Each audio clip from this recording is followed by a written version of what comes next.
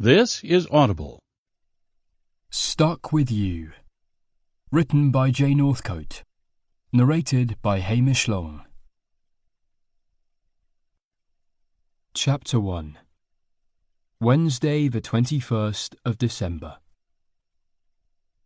Patrick kept his gaze fixed on his boss, Brian Buckley, but he was all too aware of Kyle's presence next to him.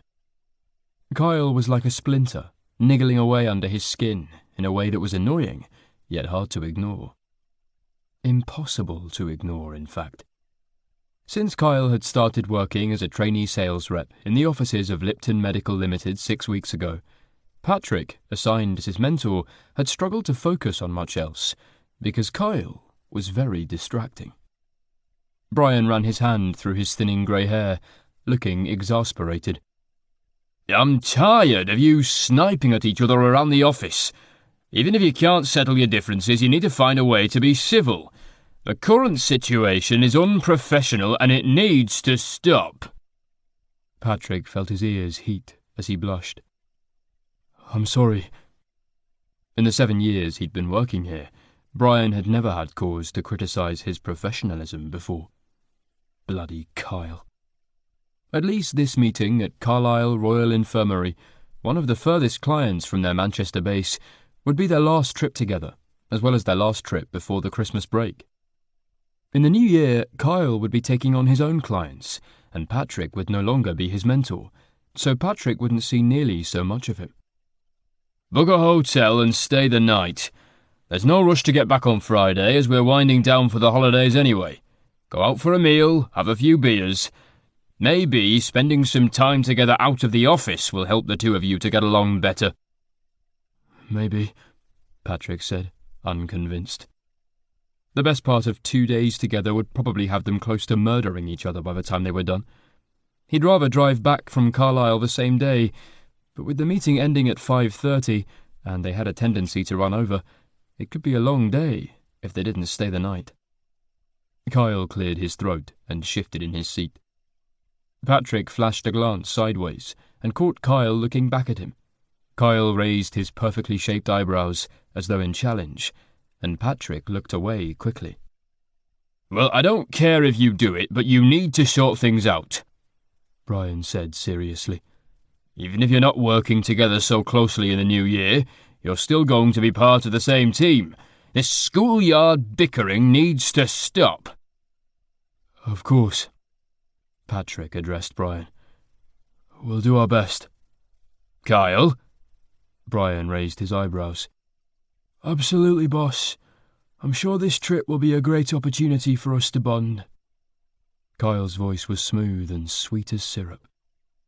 Patrick tried not to roll his eyes at Kyle's obsequiousness. What an arse-licker. He shook the fleeting image of the literal version of that out of his head. Not going there. Right, that's all. Safe travels, and I'll see you both back here in January. Dismissed, they stood. Have a good Christmas, both of you, Brian added, just as Patrick was opening the office door. Thanks, you too, Kyle said. Yes, thank you, Patrick added, a twist of sadness in his chest, as he remembered he'd be spending Christmas alone this year. Back at his desk, Patrick pretended to read through some notes on a new product they'd be rolling out in January. But his mind was elsewhere. Feeling despondent, he allowed himself to think about Kyle instead, welcoming the distraction from memories that hurt. He risked a furtive glare at the side of Kyle's blonde head, where he sat, opposite, intent on something on his laptop screen. A strand of hair fell over Kyle's forehead, and he swept it back. Surely that sun-streaked look couldn't be natural. Not in the middle of winter. Patrick sighed. He spent way too much time thinking about Kyle when he was supposed to be concentrating on work. It was incredibly frustrating to be fixated on someone he didn't even like. It was hard to pinpoint why he annoyed Patrick so much. Perhaps it was because they were so different. Patrick was good at his job as a sales rep, but his systems were seemingly chaotic. By the age of 30, he should probably have learnt to file things more neatly, but the piles of paper on his desk were actually arranged in a way that made perfect sense to Patrick. Kyle, on the other hand, kept his desk clear and was obsessive about keeping things tidy. Working together, he'd been constantly frustrated by Patrick's mess and clutter. Kyle's phone chimed with a distinctive-sounding notification. Patrick's frustration rose a few notches as he watched Kyle slip his phone out of his pocket. Smiling to himself, Kyle typed a reply, engaging in a brief exchange of messages before putting his phone away. Although they were only 7 years apart in age, 23-year-old Kyle sometimes seemed as if he was from a different generation. Wedded to his phone, Kyle was a party boy and a grinder addict. Patrick had always shied away from that type of gay man, preferring to meet people organically through shared interests. A night out clubbing was Patrick's idea of torture. He'd rather go on a date to the theatre or sit alone at home with a good book. The only thing they had in common was their sexuality.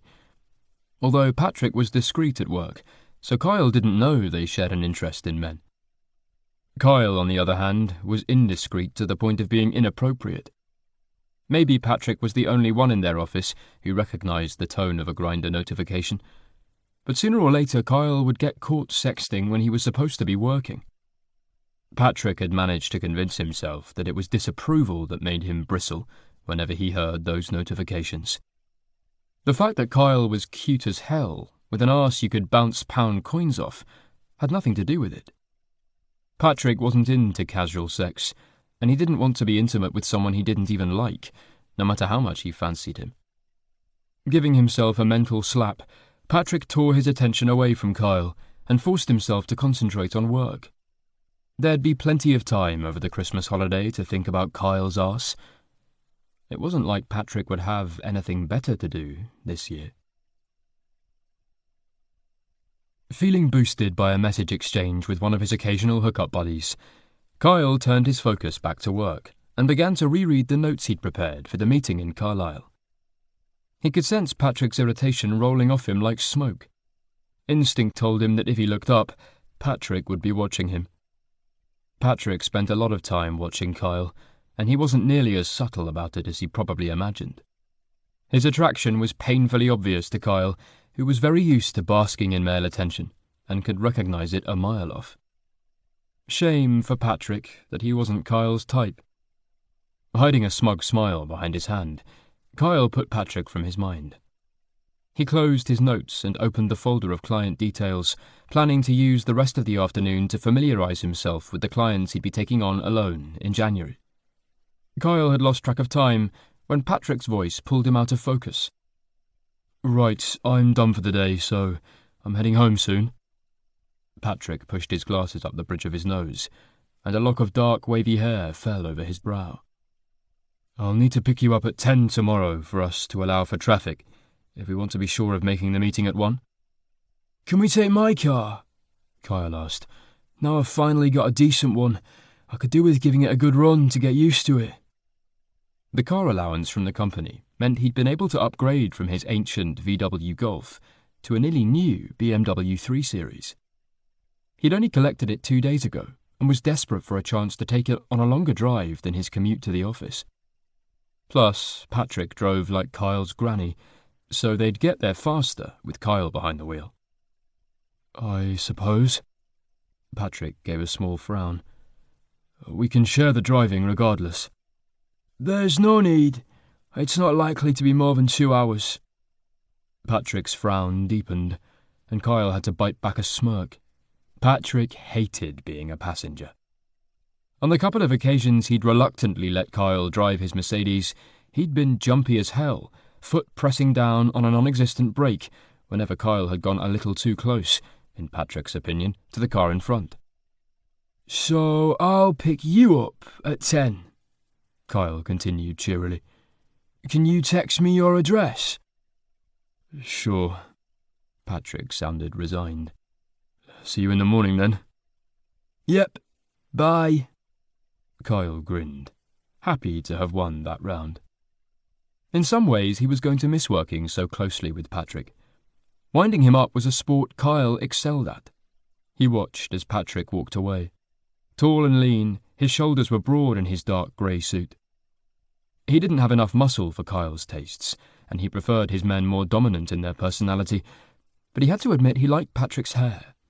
The rumpled mess of dark curls wasn't something Kyle would normally notice, previously preferring more military styles, but it had grown on him, and when Patrick forgot to shave, his dark stubble looked good on him too. Chapter 2.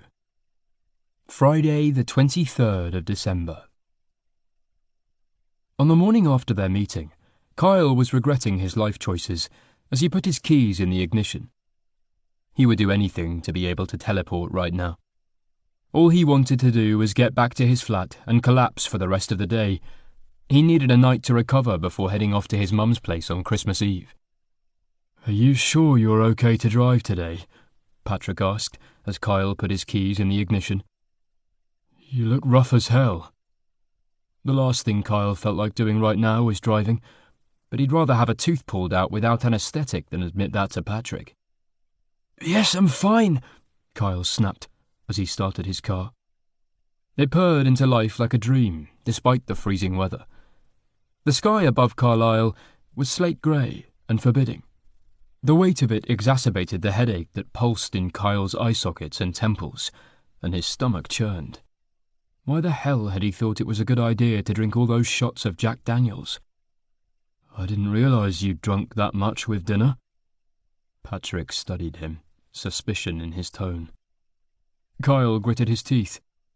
I'm fine, just a bit tired. I didn't sleep well." That was putting it mildly. After a tedious dinner in the hotel with Patrick, Kyle had met a guy via Grindr and gone to a club with him. A few more drinks and a sloppy toilet blowjob later, he'd staggered back to his room at 3 a.m. and passed out. That didn't really count as quality sleep. He'd been hoping to sleep in till 10, as they didn't need to check out till 11, and didn't need to go back into the office today. But Kyle's plans for a lie-in had been thwarted when Patrick had woken him at 8:30, wanting him to hurry down to breakfast so they could leave as soon as possible. He had some plan about detouring into the Lake District for a walk, and, in a moment of barely awake weakness, Kyle had agreed to it. Not that he was planning on walking, but he supposed he could sit in a local pub and drink coffee while Patrick hiked up a hill. He turned the wheel, taking the corner out of the car park a little too tightly, and his guts lurched with the movement. It would be even worse if he was the passenger, though. "Well, if you change your mind about driving, we can swap later," Patrick persisted. Kyle didn't bother to answer him. "The next junction is the one we need," Patrick said. "Okay," Kyle grunted, voice rough. They'd been driving in silence since they'd left Carlisle, and his mouth was sawdust dry from his hangover. He couldn't be bothered to point out that Google Maps on his phone would have told him that anyway, because Patrick had put in the location earlier. Sure enough, the voice came through the car speakers, giving him the instructions to turn off. He indicated and pulled off the motorway. After that, Patrick stayed quiet and let Kyle keep following the instructions from his phone.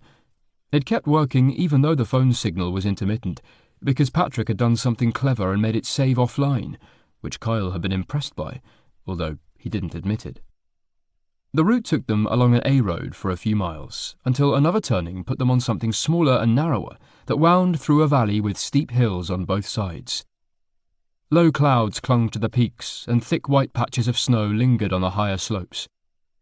As Kyle pulled into the pub car park, he sighed in relief at the prospect of coffee and something to eat. He'd skipped breakfast that morning, but had finally reached the stage where his stomach was growling at the thought of food, rather than rolling in protest. He turned off the engine. "Is it open yet?" Patrick looked at his watch. "Not quite, but it will be soon. It's nearly 11. "Oh, okay. Are you sure you don't want to come with me? It's not a very long walk, only about an hour and a half, but it's supposed to be very pretty." "No, I'm good, thanks." Kyle shivered at the thought of heading up into the hills today. It was bitterly cold, and the casual clothing he was wearing was totally unsuitable. Skinny jeans, fashionable boots, a snug white t-shirt, and a jumper that wasn't thick enough to be particularly warm. He didn't even have a decent jacket with him, only a lightweight suede one that was bought for looks rather than function. He hated hiking anyway. Kyle's preferred form of exercise was dancing in a club or a workout at his gym, where the eye candy made cardio bearable. "I'll go in the pub once it's open and wait for you there." "Okay." Patrick opened the passenger door and got out. The blast of icy air served to reassure Kyle that he was the sensible one in this scenario. The car cooled even more as Patrick opened the boot to get some stuff out. Clad in a weatherproof jacket, fleece gloves and a hat with a small rucksack on his back, he walked around and tapped on Kyle's window. Kyle wound it down a couple of inches. "What now?" Patrick held out an ordnance survey map. "I want to show you the route I'm taking, just in case." "Just in case what?" "It's always a good idea to make sure someone knows where you're going if you're hiking alone, especially in winter. It's not supposed to snow until late this afternoon, but you never know. I have my phone, but there probably won't be a signal everywhere." "Okay, well hurry up then. I'm letting in all the cold air with this window open." Kyle turned on the engine again and blasted up the heat. "Actually, you're technically letting out the heat. It's heat that moves." "Not helping!" Kyle always found it irritating when Patrick was pedantic. Nobody liked a smart-ass. "So anyway," Patrick pointed to the map. "This is the footpath leaving the pub car park here. I'm walking up the steep way to the ridge, and then following it along and looping back around here on a path that comes down through the woods. I should rejoin the road about a mile north of here, and I'll walk back from there." "Okay, so up, along the ridge, and back down. Hang on, let me take a photo." Kyle got his phone and took a picture of the map. "Right, happy now? I can send out the rescue party if you fall down a rabbit hole or get attacked by killer sheep or something." Patrick glared, but didn't rise to Kyle's sarcasm. "Right. See you in a couple of hours at the most." "Yep. Have fun." Kyle wound up the window and watched as Patrick strode away. He had to admit, Patrick looked pretty good in his hiking clothes. Outdoorsy and determined, he piqued Kyle's interest like this more than he ever had in his office suits. As soon as the pub opened, Kyle went inside. A huge Christmas tree that looked as though someone had vomited tinsel on it stood in one corner, and there were Christmas lights hanging along the top of the bar. First, Kyle ordered coffee, and then he picked up a menu. "Are you serving any food yet?" he asked the woman behind the bar. Plump, with brown hair, she reminded Kyle a little of his mum, and his spirits lifted at the thought of spending a couple of nights at home with his family. Kyle got on great with his mum and missed seeing her so often since he'd moved to the city. He still went back at least once a month to stay for the weekend, so he could catch up with her and his younger sisters. "Yes, we do food all day." Scanning the menu, there was a list of options that made Kyle's mouth water, but there was one clear winner. "Full English breakfast, please." She smiled. "That was quick." "You can't beat it as a hangover cure." "Oh, like that is it?" "Yeah, I overdid it a little last night." Kyle's mind wandered back to the JD shot and the subsequent blowjob exchange. Had he even come? He knew the other guy did eventually, because he jerked himself off to finish, narrowly avoiding Kyle's face and making a mess on the toilet floor. But by the time he'd gone down on Kyle, kneeling in his own cum, Kyle was so drunk and tired, he'd been practically falling asleep, despite the guy's best efforts. No, he hadn't come. The guy's technique had been off, and Kyle had eventually lost his boner and told him not to bother. Thinking about it now, his balls ached at the missed opportunity. If only he'd drunk less, he'd be feeling much more satisfied today. After paying, Kyle chose a table in the corner near the fireplace, where a log fire was crackling in the grate. More Christmas lights twinkled over the thick stone mantelpiece. He got out his phone, logged in to the pub's free Wi-Fi, and idly opened Grindr. It was always interesting to see who was around. It was slim pickings here, though. Nobody online within 5 miles. Giving up on finding someone to chat to, Kyle scrolled Twitter for a while, And then, when his food arrived, he set his phone aside to concentrate on the salty, oily deliciousness of a full English breakfast. Bacon, sausage, fried egg, baked beans, mushrooms, and grilled tomato jostled for position on his plate. 2 slices of toast came on a side plate with a generous pat of butter. Normally Kyle watched his diet, but today he was going to indulge, and damn the consequences. With Christmas 2 days away, he needed to exercise his eating muscles, and he'd work it off in the gym once the festive season was over. Absorbed in watching a thriller on Netflix on his phone, Kyle had lost track of time when he was disturbed by a gentle touch on his shoulder. He looked up to see Patrick, cheeks pink and eyes bright, his normally wild hair flattened from wearing his hat. "Oh, hi." Kyle hit pause and took out his earbuds. "How was the walk?" "It was wonderful." Patrick grinned, genuine and happy. "So beautiful. I'm really glad I did it. Thanks so much for agreeing to detour." Kyle had never seen that expression on him before. Usually around Kyle, his habitual state was irritation. He found himself smiling back. "You're welcome. Is it okay if I order some food, or do you want to head off? If you're in a hurry, we can stop at some services, and I can grab a sandwich instead." "What's the weather doing?"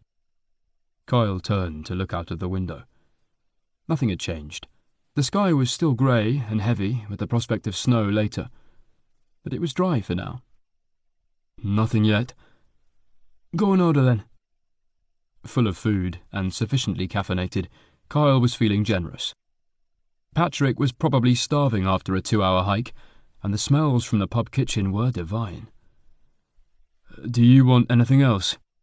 "No, I'm good, thanks." The first flakes of snow started to fall about 5 minutes after they left the pub car park. "Bollocks," Patrick said. "It's come earlier than they said." "We'll be fine," Kyle said, with a confidence he didn't feel as he glanced up at the clouds. They looked weighed down with snow, waiting to empty their contents over the landscape beneath. "It might not come to much yet." Even as he said the words, the flakes thickened, floating like feathers from some icy bird. He put his foot down, hoping he could reach a bigger road before it got any worse. At least the main roads would have been gritted.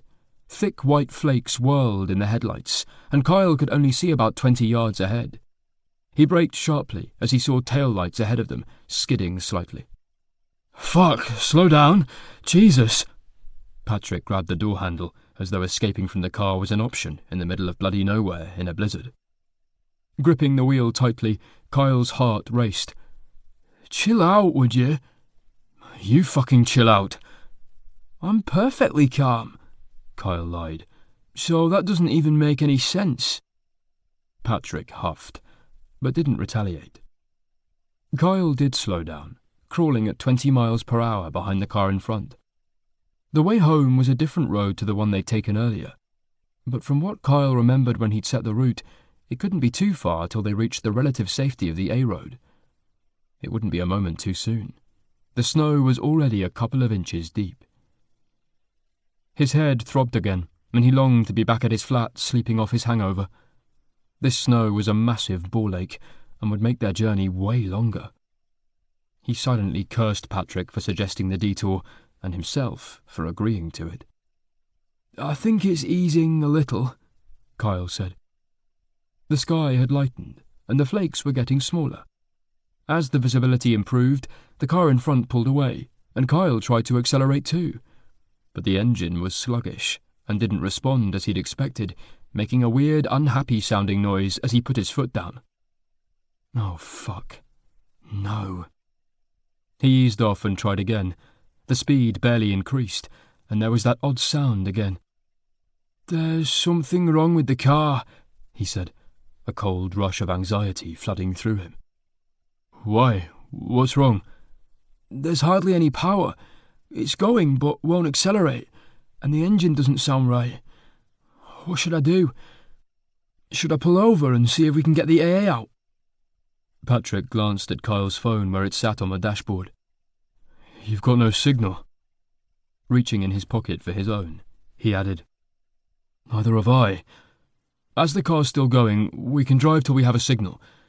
Or we could try and make it to the next village and see if we can find a local garage. The AA might take hours to get to us on a day like today. Patrick had a point. 2 days before Christmas, and this heavy snowfall would probably mean the AA were inundated, and they'd prioritise families or women travelling alone over 2 men together. At least if they could make it to a garage, there was a chance it was something relatively minor that could be fixed. Okay, let's do that. Kyle's car had other ideas. After another half a mile at a snail's pace, the engine coughed and died. Both of their phones still had no service. You know anything about cars? Kyle asked. No, sorry. You? Nope. Kyle gave a mirthless laugh. What the fuck are we going to do? We'll have to walk to find help. At least it stopped snowing. For now. Kyle got his phone and zoomed out on the map.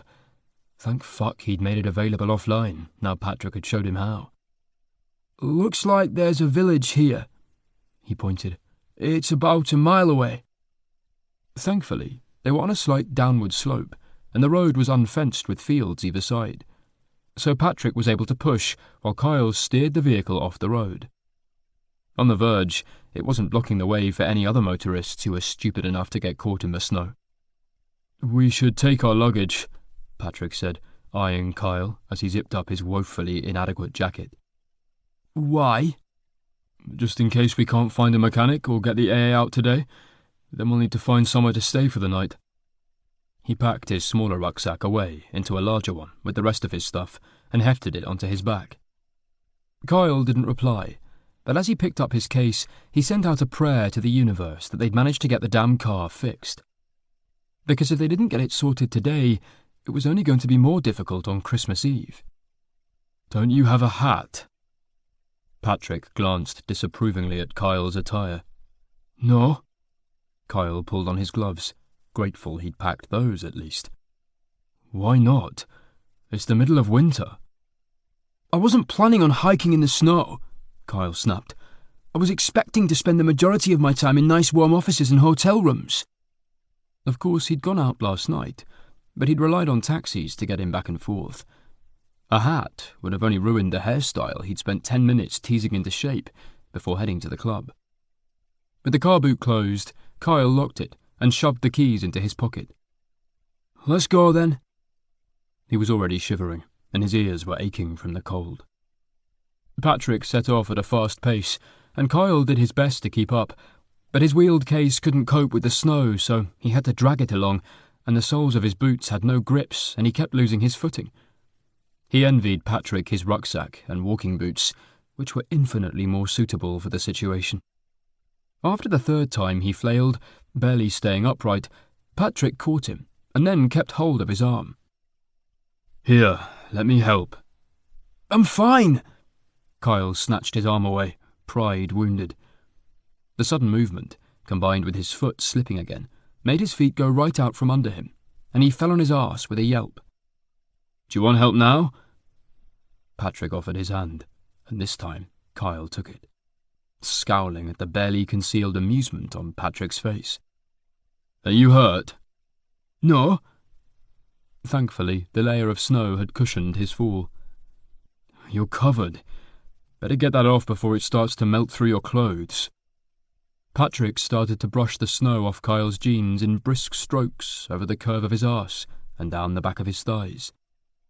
He was making a thorough job of it, and the intimate touch sent an unexpected tingle through Kyle. I can manage, thanks, he said firmly, taking over from Patrick and brushing himself off. Sorry. Patrick snatched his hands away, like a kid caught with his hand in the biscuit tin. All done? Kyle turned his backside towards Patrick, deliberately tilting his hips so he knew his arse would look at its best. He watched over his shoulder, enjoying the admiration, as Patrick's gaze lingered on his bum for a moment. Dragging his gaze away, Patrick said, Good enough. Now let's get moving. It's coming down faster again. Kyle looked up at the sky and blinked, as a flake of snow caught on his eyelashes. Sure enough, it was falling thick and fast. Shivering at the thought of getting lost in it, Kyle hung on to Patrick's arm, which felt strong and more muscular than Kyle would have expected, and did his best to hurry. Chapter 3. Patrick tried to be patient as Kyle slipped and slithered along beside him, but the weight of his rucksack, combined with Kyle hanging onto his other arm, soon had him seething with irritation. He knew it wasn't fair to blame Kyle for his unsuitable footwear. It wasn't as though he'd been planning on walking in the snow. His anxiety deepened as the snow kept falling, and there was still no sign of the village. "Are you sure we're going in the right direction?" he asked. "Can I see your phone?" "Yes, we are, and no, you can't. I'm not completely stupid. It's definitely this way." Biting back the urge to snap something about the idiocy of travelling at this time of year without a decent winter coat, Patrick sighed and picked up his pace. Finally, they passed a sign that read, "Welcome to Langbeck. Please drive carefully." "Thank goodness," Patrick said. Buildings emerged from the gloom. A handful of stone cottages lined the narrow lane, their roofs covered in snow. Lights shone in a few of the windows, and Patrick caught sight of a Christmas tree draped with silver tinsel and a string of brightly coloured fairy lights. Pausing, he stared for a moment, dragged unwillingly into memories of last Christmas and how happy he'd been then. His chest ached as he thought about Matt and remembered the smiles and laughter they'd shared. "Why have you stopped?" Kyle tugged on his arm. "You look as though you've seen a ghost." The ghost of Christmas past, Patrick thought ruefully. Last year he'd been engaged to Matt, confident in their future together. How incredibly wrong he'd been. "No reason." He tore his gaze away and started walking again. "You okay?" Patrick could feel Kyle watching him with interest, and he kept his focus on the road. "Fine. I just want to get out of this snow." "You and me both." Langbeck didn't seem to be more than a cluster of buildings along the main road. No side streets led off the main drag. The sight of a billboard outside what must have been a village shop sent relief coursing through Patrick. Anywhere with a shop probably also had a pub, and where there was a pub, there might be somewhere for them to stay if they couldn't make it home. The chances of a small village like Langbeck having a garage seemed slim, and Patrick couldn't see the AA being able to help them today. "Civilization at last," Kyle said as Patrick pushed open the shop door, which gave a cheery jingle. "Thank fuck for that." He let go of Patrick's arm and stooped to lift his case up the step as he followed Patrick inside, into the cosy warmth. Christmas carols played in the background, and a middle-aged man behind the counter was whistling along to "God Rest You Merry Gentlemen." Patrick greeted the man with a nod and a smile. "Good afternoon. My colleague and I had some car trouble and have broken down near here. I know it's a long shot, but is there a garage in the area? Somewhere we might be able to get it fixed today?" "Oh, there's no garage within 15 miles or so." The man shook his head, frowning. "And with this snow coming down, I don't reckon you could get it towed there anyhow." "Do you have a phone number for them? It might be worth a try." "Aye, hold on." The man picked up a copy of a local magazine and rifled through it. "Here, this is it. Parson and Sons." "Do you mind if we stay in here out of the snow while I make a call?" "Of course not. Help yourself." Patrick moved away from the counter and got out his phone. He had a signal now, albeit not a great one. As it rang, he watched Kyle, who was huddled in his jacket, collar up and hands shoved in his pockets. Patrick felt a pang of sympathy for him in his freezing, miserable-looking state. The call went to an answer phone message. "Parson and Sons are closed for Christmas. We'll be open again on the 27th. Have a good one." Bugger. Patrick ended the call. "They're closed," he said, as Kyle glanced up questioningly. "Try the AA?" "I'll give it a go, but don't get your hopes up." It took a while for Patrick to get connected to an operator, and when he did, his fears were confirmed. "I'm sorry, love," the woman on the phone said, "but there's no way we can get someone out to you today. Not in the middle of the Lake District. We're snowed under. Pardon the pun, and as I'm sure you know, we prioritise lone women or people travelling with children. The earliest we could get to you would be tomorrow, I'm afraid, so you can call back in the morning for an update. Hopefully we can get someone out to you then, so you'll be home in time for Christmas. Her cheery voice didn't do much to reassure Patrick. Okay, thanks. Patrick ended the call. His face must have said everything. No luck? Kyle asked. No chance till tomorrow. Looks like we need to find somewhere to stay. Brilliant! Kyle's tone dripped with sarcasm. So I'm stuck with you for another night. Any sympathy Patrick had felt evaporated. He bit his tongue rather than snap back in front of the shopkeeper, but he wasn't exactly thrilled at having to put up with Kyle's bad moods and bitchiness for another night either.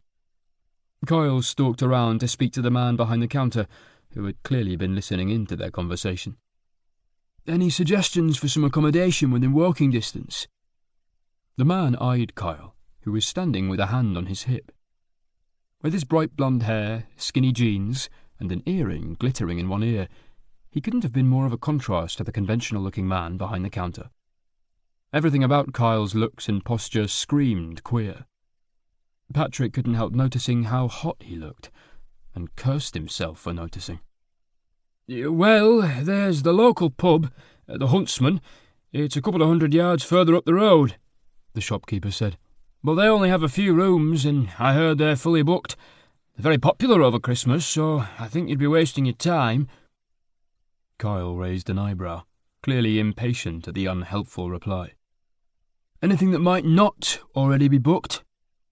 His tone bordered on rudeness, and Patrick was simultaneously annoyed and aroused, and then disturbed by the fact that he found Kyle being bitchy attractive on some level. It didn't make him like him, but it made him want to spank him. Patrick sometimes enjoyed watching porn that involved discipline, although it wasn't something he'd explored in reality. Distracted, Patrick took a moment to tune in to what the shopkeeper was saying. I heard her son had been doing up an outbuilding for her to rent out, but I'm not sure if it's finished yet. It might be worth asking, though. Did you have her number? I don't, lad, but you could just pop round. She lives at Orchard Cottage. Go out of here, turn right, and it's about 50 yards back down the hill. It's a bit tucked away at the end of a lane, but there's a sign on the main road. Shall we? Kyle asked Patrick, who shrugged. Might as well. Listen, if she can't help you, come back and see me again, the man said gruffly. I live over the shop, and I don't have much space with me and the missus, and my daughter and the grandchildren staying for Christmas, and the cats, but if you're stuck, we could make up the sofa for one of you, and I've got an airbed that could go on the floor for the other. Touched at the generosity of the stranger, Patrick said, Thank you so much. I hope we won't need to trouble you, but I appreciate the offer. Yeah. Kyle gave the man a genuine smile. That's really kind of you. Thanks. I'm Mike, by the way. The shopkeeper offered his hand to Patrick, who shook it. Patrick. Kyle. Kyle shook the proffered hand. Good luck. I hope Mrs. Wilcox can help you out. But like I said, you come back if you're stuck. What time are you open till today? Patrick asked. We'll probably need to come back and get supplies either way. I close at 6. It was a little after 3, so that gave them plenty of time. See you later then. Orchard Cottage was built from grey stone. Detached, it was set back from the main road through the village and was surrounded by trees, giving it a rather dark and spooky appearance. This was compounded by the slightly dilapidated appearance of the property. The window frames and front door were long overdue a lick of paint. As they approached, a dog started barking ferociously. Kyle froze in his tracks, eyes wide. It's fine, Patrick said, with a confidence he didn't feel. It's only warning her that we're coming. Kyle hung back, letting Patrick lead the way and knock on the door. The brass knocker made a sharp rat-tat-tat, and the volume of the barking increased dramatically. Patrick's heart rate skyrocketed as someone fiddled with a chain on the inside of the door. He hoped the dog's owner had a good grip on it. "Down, Dex," a sharp female voice said. "That's enough. Sit." The barking stopped, and the door creaked open a few inches. A wrinkled face scowled out at them. "What do you want?" A growl from the dog accompanied her words, and the old lady turned and made a sharp hissing noise through her teeth. The growling stopped. "Well?" She addressed Patrick again. "Mrs. Wilcox, is it?" He used his most polite tone. A jerk of her head indicated they had the right person. "My name is Patrick, and this is my colleague Kyle. We, heard you might have a room or something to rent. I know it's short notice, but our car broke down and we're stuck here tonight because of the snow. And Mike from the shop said—" "It's not ready for guests yet." She started to close the door on them. "Wait," Patrick said. "We don't have many other options. How not ready is it? We don't need luxury, and we can pay whatever you ask." She paused, peering out suspiciously. "It's only partly furnished and needs painting." "Does it have beds? That's all we need." "It's got one. A double." Patrick turned to Kyle and raised his eyebrows. "You okay to share?" Kyle shrugged. "Whatever. It beats sleeping on a sofa or a floor, which seem to be our only other options." Patrick pleaded with Mrs. Wilcox. "Please, can we rent it?" She studied him. Her gaze was penetrating, and he had the uncomfortable feeling that she could read his thoughts. Finally, she opened the door a little wider. Tiny, and leaning heavily on a stick for support, she was still formidable. "No," she said sharply, as Dex, who was a huge German shepherd, made a move as if to lunge at Patrick. "Sit." Dex gave a small whine of frustration, but sat, looking guilty. "Good boy." Dex gave a small wag of his tail. "Let me show you the place, and if you're sure you want it, we'll talk money. Just give me a moment to put on my coat and boots." Leaving the door ajar, she disappeared from sight to the sound of rustling. Dex eyed them as though waiting for them to put a toe out of line. He was practically quivering with the effort it took not to jump. Patrick admired the dog's self-control and how well Mrs. Wilcox had trained him, but he'd be a damn sight happier with a door between them. When Mrs. Wilcox finally shuffled out, clad in a thick coat, boots, hat, and gloves, she whistled and patted her hip. Dex moved to heel, shadowing her as she made her way out of the front door, using her stick for support. "Let me." Patrick offered her an arm to help her down the front step, but he snatched it back as Dex growled again. "I can manage."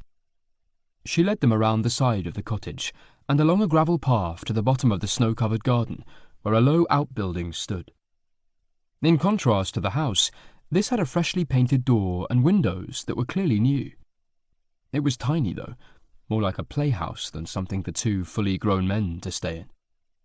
"It used to be a pigsty," she explained. "My son's been converting it for me.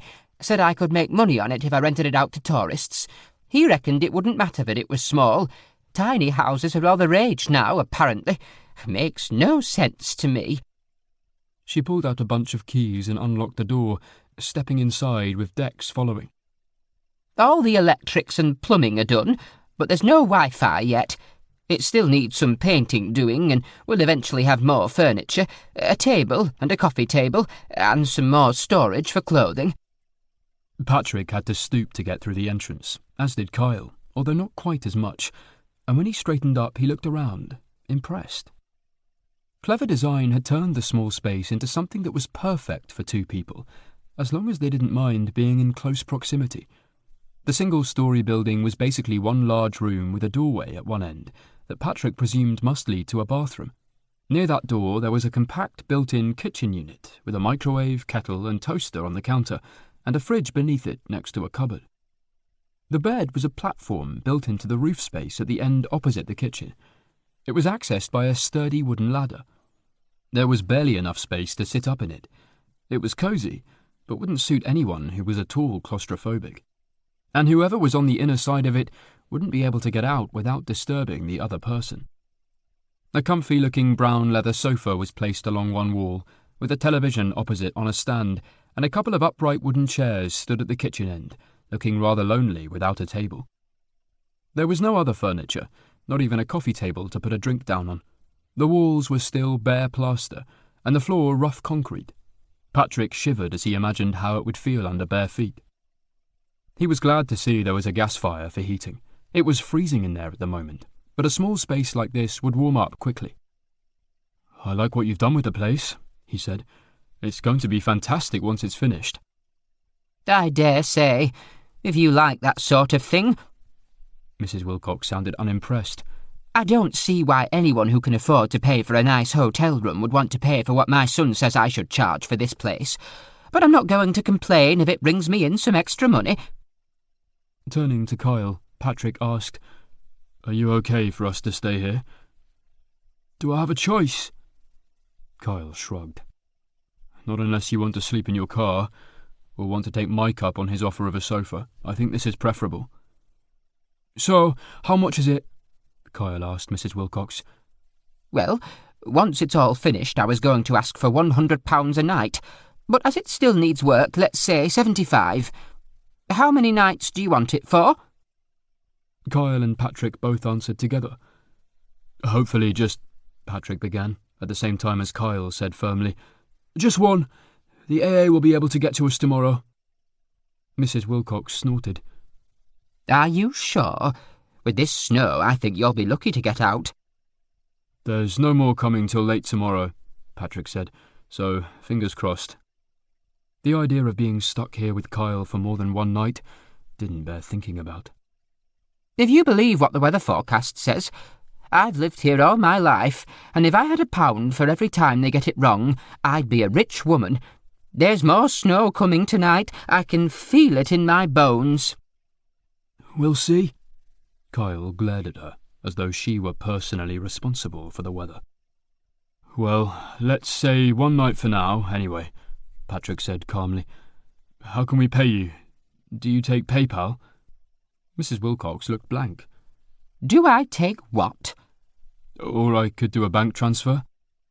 "Into the bank will be fine. I'll give you my details later." Kyle pointed to the doorway at the end of the room. "Is that the bathroom? Will there be hot water?"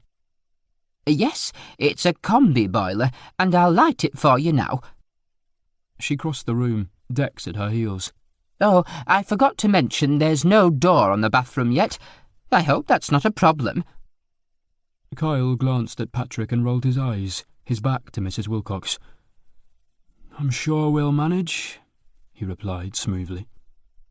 Patrick's cheeks heated at the thought of that temptation. Kyle, naked and wet, without a locked door between them, sounded dangerous. "Of course," he managed, throat tight. Boiler lit, Mrs. Wilcox handed Patrick a key. "I'll pop back later with some bedding and towels." "Thanks." Chapter 4. Kyle got his phone out as soon as she'd gone. His heart sank, and he groaned out loud. "For fuck's sake!" "What?" Patrick looked up from where he was crouching by the gas heater. "No signal, and we've got no Wi-Fi either, have we?" Patrick shrugged. "It's hardly the end of the world. We had signal at the shop, so if you need to call anyone, you can go out later to do it." "It's not just about making calls. I was hoping I'd have data so I could get online, use Spotify, watch Netflix and chat to people, you know." Not that Kyle was addicted to Grindr exactly, but it was a great way of passing the time. There were several guys he chatted with regularly, and it was always fun to pick up contacts in new places. Patrick raised his eyebrows. "I guess you'll just have to find other ways of entertaining yourself." He twiddled a knob on the heater and pushed a button. After a few clicks, there was a whoosh as blue flames burst into life. "Well, I'm going to start by having a shower to warm up, if that's okay with you. I'm bloody freezing." "Sure." Kyle stomped into the bathroom and turned the shower on. The water pressure was decent, and steam started to fill the cubicle as he stripped off his clothes. His jeans were very wet at the back where he'd fallen in the snow, and so was the bottom edge of his t-shirt. Dressed just in his skin-tight grey boxer briefs, he carried his clothes back into the main room and put the wooden chairs close to the heater so he could drape his shirt and jeans over them to dry. He stood his boots on the seat of the chair, hoping they might dry out a little too. Then he went to his case and bent over, unzipping it to get out his wash bag. As he straightened up, he glanced at Patrick, who was kneeling on the floor by his open case. Patrick looked away quickly, his cheeks flushed. Hiding a grin, Kyle sashayed back to the bathroom, knowing without a doubt that Patrick would be looking at his arse again already and thriving on the attention. Enjoy the view. As he stood under the stream of water, Kyle wondered whether Patrick was comfortable with his sexuality. He was clearly interested in men, Kyle specifically, but he hadn't heard anything on the office grapevine to that effect, so he couldn't be out at work. Maybe he was still fighting the urge, or perhaps he was just discreet about it. Kyle hadn't bothered trying to hide his sexuality since he'd left school. Even at school, he hadn't been very successful at convincing anyone he was straight, so what was the point? The shower was fantastic. Unlimited hot water and perfect pressure. Kyle lost track of time as he let the steamy heat soak into him, warming him through and driving away the unpleasant memory of the freezing walk from the car to here. Soaping his cock and balls, Kyle indulged in a little fantasy of Patrick being a frustrated gay sex virgin and imagined him jerking off thinking about Kyle's arse. From the way Patrick kept staring at it, he was probably a top, or would want to be on top if the situation ever arose. Kyle let his slippery fingers creep around to his arse crack, enjoying the sensation of them sliding over his hole as he washed. Kyle? Patrick's voice dragged Kyle out of his daydream. What? Annoyed at being interrupted, his voice came out sharper than he'd intended. I really need a piss. Are you going to be long? I don't know. How long is long? Well, are you nearly finished? Not really. Kyle hadn't washed his hair yet, and he was enjoying washing his arse too much to rush it. Plus his dick had risen to attention, and it might be nice to deal with that while he was in here. Another 5 minutes would leave him satisfied. Can I come in and use the toilet while you're in there, then? That idea had some appeal. If he kept his back to Patrick, he could hide his boner. And knowing that Patrick would be looking at his arse would be a turn-on for Kyle and might help him come once Patrick was gone again. Yeah, that's fine, he said breezily. I'm not shy. Come on in. He angled his body so his dick was pointing into the corner. Glancing over his shoulder, he watched Patrick come in, look across at Kyle, and then hurry to the toilet that was right next to the shower cubicle. Kyle was tempted to watch him unzip, but didn't want to scare him away, so he closed his eyes and turned his face into the stream of water. He got his hands soapy again and reached back to wash his arse again, spreading his cheeks and hoping Patrick was watching. Letting the soap slip out of his hand, Kyle said loudly, "Oh, bother!" Bending to pick it up, he took his time and sneaked a glance through his legs at Patrick. Cock in hand, gaze fixed on Kyle's arse, Patrick had a raging erection and wasn't peeing. Kyle straightened up and looked over his shoulder, focusing on Patrick's face rather than his dick. Having trouble there? Shy bladder? Something like that, Patrick said in a strangled tone, quickly turning his body to hide his hard-on. Taking pity on him, Kyle turned his attention to washing his hair instead of his arse and ignored Patrick. He finally heard the flush of the toilet and Patrick saying, "Right, done. Sorry to interrupt."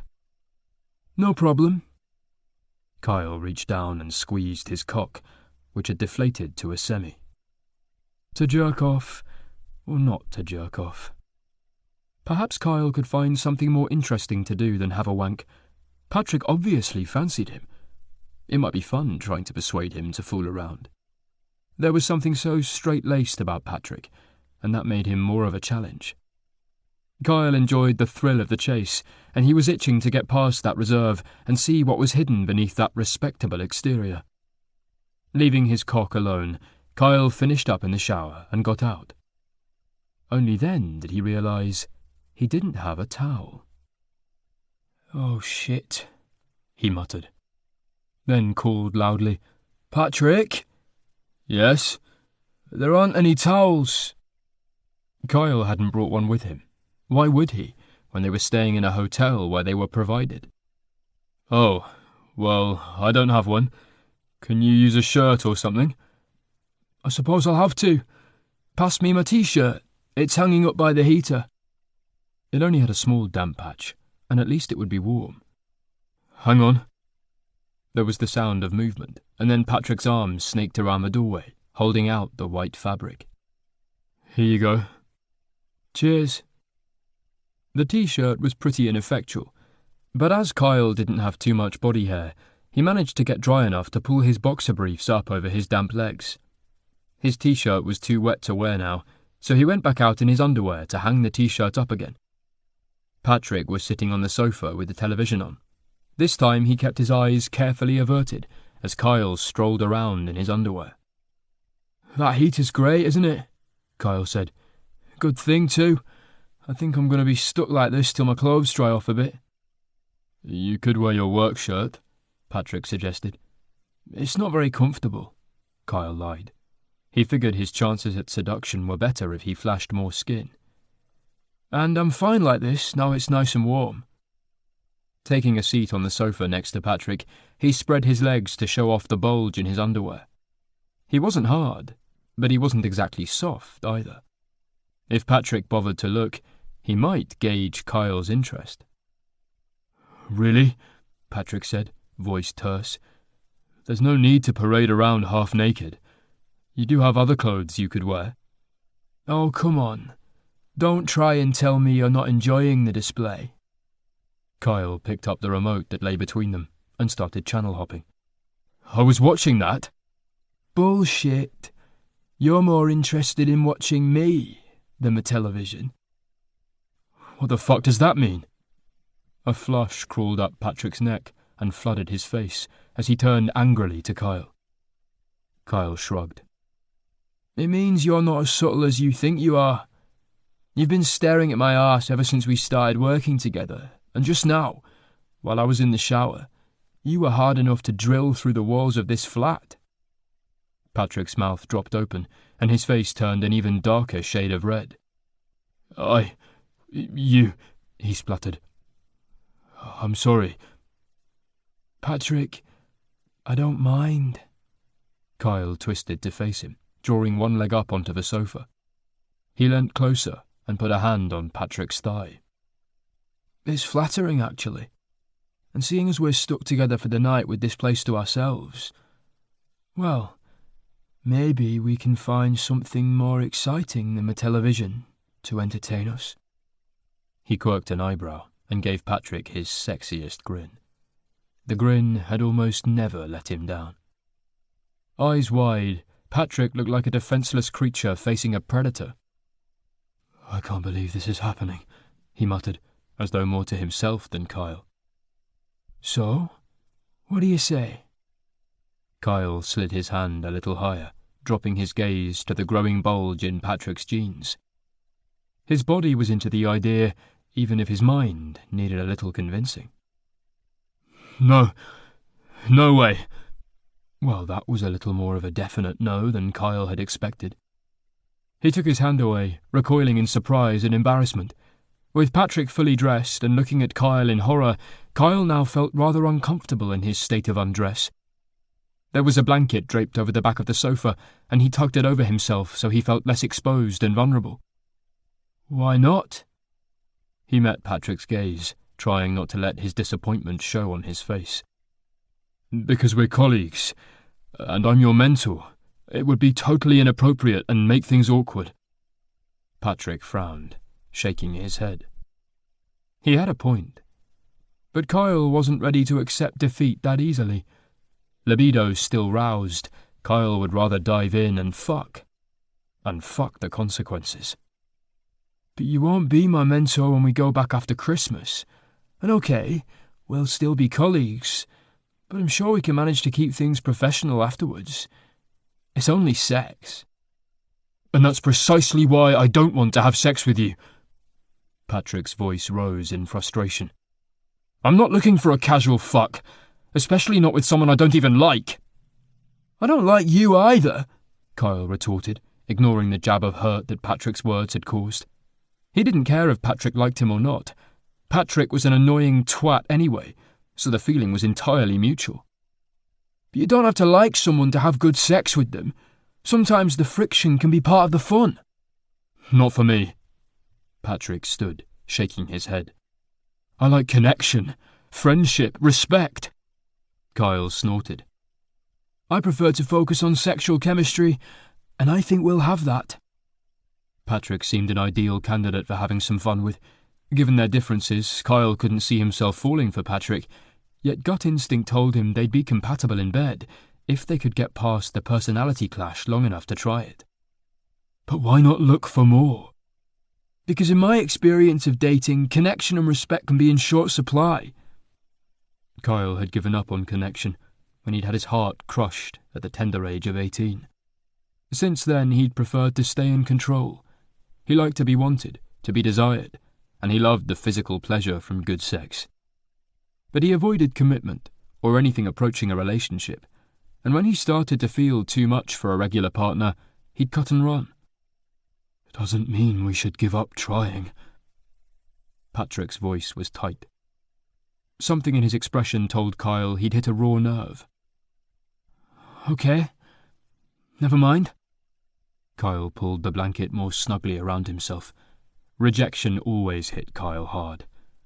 With his good looks, toned body, and the superficial confidence that went along with that, it was unusual for men he targeted to turn him down.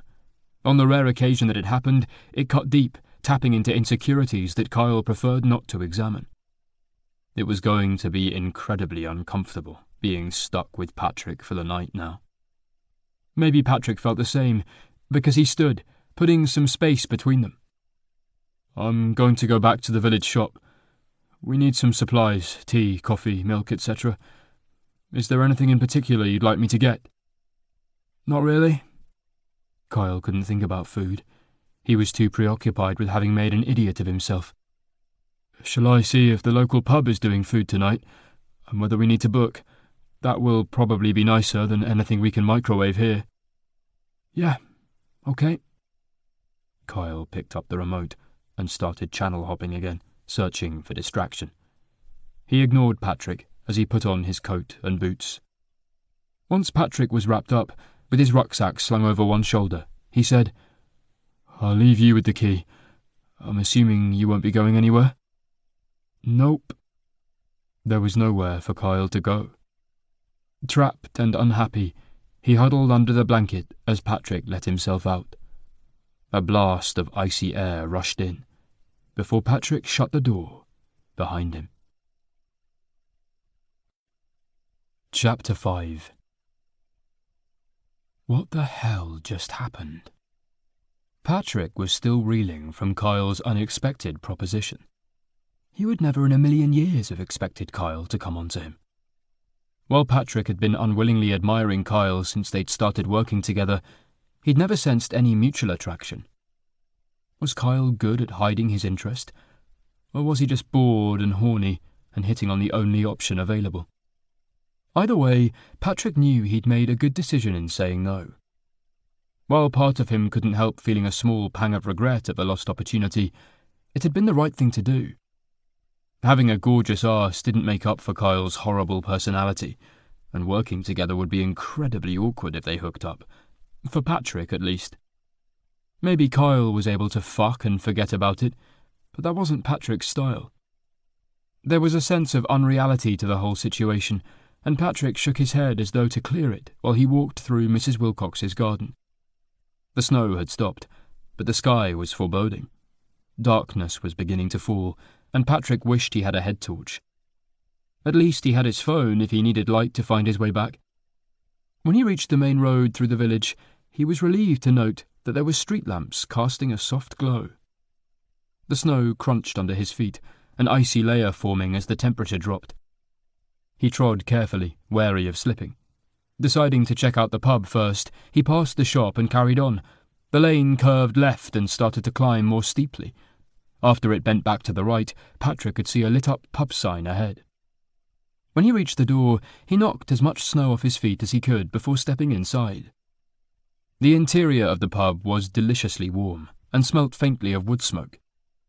It was a beautiful old building with flagstone floors and dark wooden beams. A real Christmas tree was tastefully decorated with twinkling white lights and red and silver baubles, and Bing Crosby quietly crooned "White Christmas" in the background.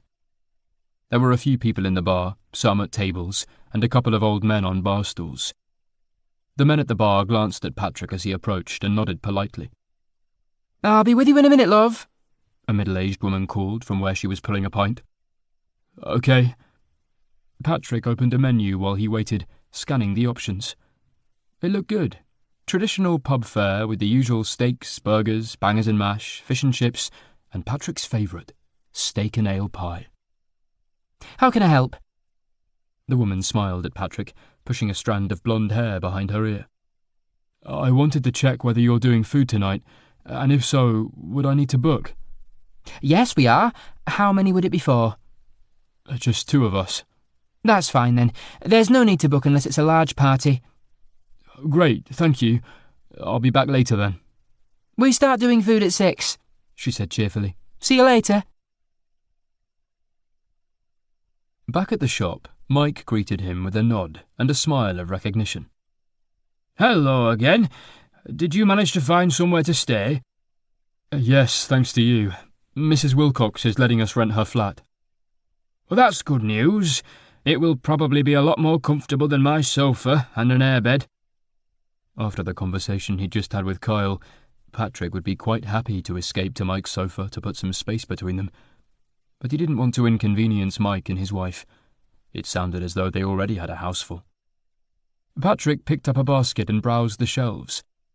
For a village shop, it was well stocked with a nice selection of food. There were basics like bread, milk, cereal, and tinned food, alongside luxury items such as interesting-looking cheeses, sliced meats, and cakes and biscuits that had been baked locally rather than mass-produced in a factory. The only thing lacking was fresh fruit and vegetables, but Patrick could manage without them. Best of all, there was a surprisingly good wine selection. Patrick chose a couple of bottles of red and added them to his basket. "This lot should keep you going," Mike grinned as he rang up Patrick's purchases. "Till the new year, I think." Patrick had maybe gone a little overboard, considering they were probably only going to be there for one night, and would be eating dinner out. But he could take the rest of it home and enjoy it over Christmas. Good food might mitigate the loneliness of Christmas on his own, with memories of Matt to taunt him at every turn. After paying for the shopping, Patrick said, "Thanks again for helping us out, and offering to let us stay." "It's no bother. I'd never turn anyone away if they needed shelter." "I hope you and your family have a good Christmas. Are you still open tomorrow, or do you get to put your feet up on Christmas Eve?" "They're still open. There's bound to be folk who need something last minute, especially when there's snow and they can't get to the supermarket. But I'll be closing at 4, so it's not a long day. And then I'm having 2 days off." "Well, enjoy your break. Thanks again for your help." "No worries, lad. Safe travels tomorrow." It was almost dark as Patrick walked down the lane to Mrs. Wilcox's place. The clouds had broken up, and there were a few clear patches of sky where the first stars twinkled. Using the torch on his phone, Patrick lit the way across the garden to his home for the night. He paused for a moment, bracing himself to face Kyle. He'd looked pretty pissed off at Patrick's rejection.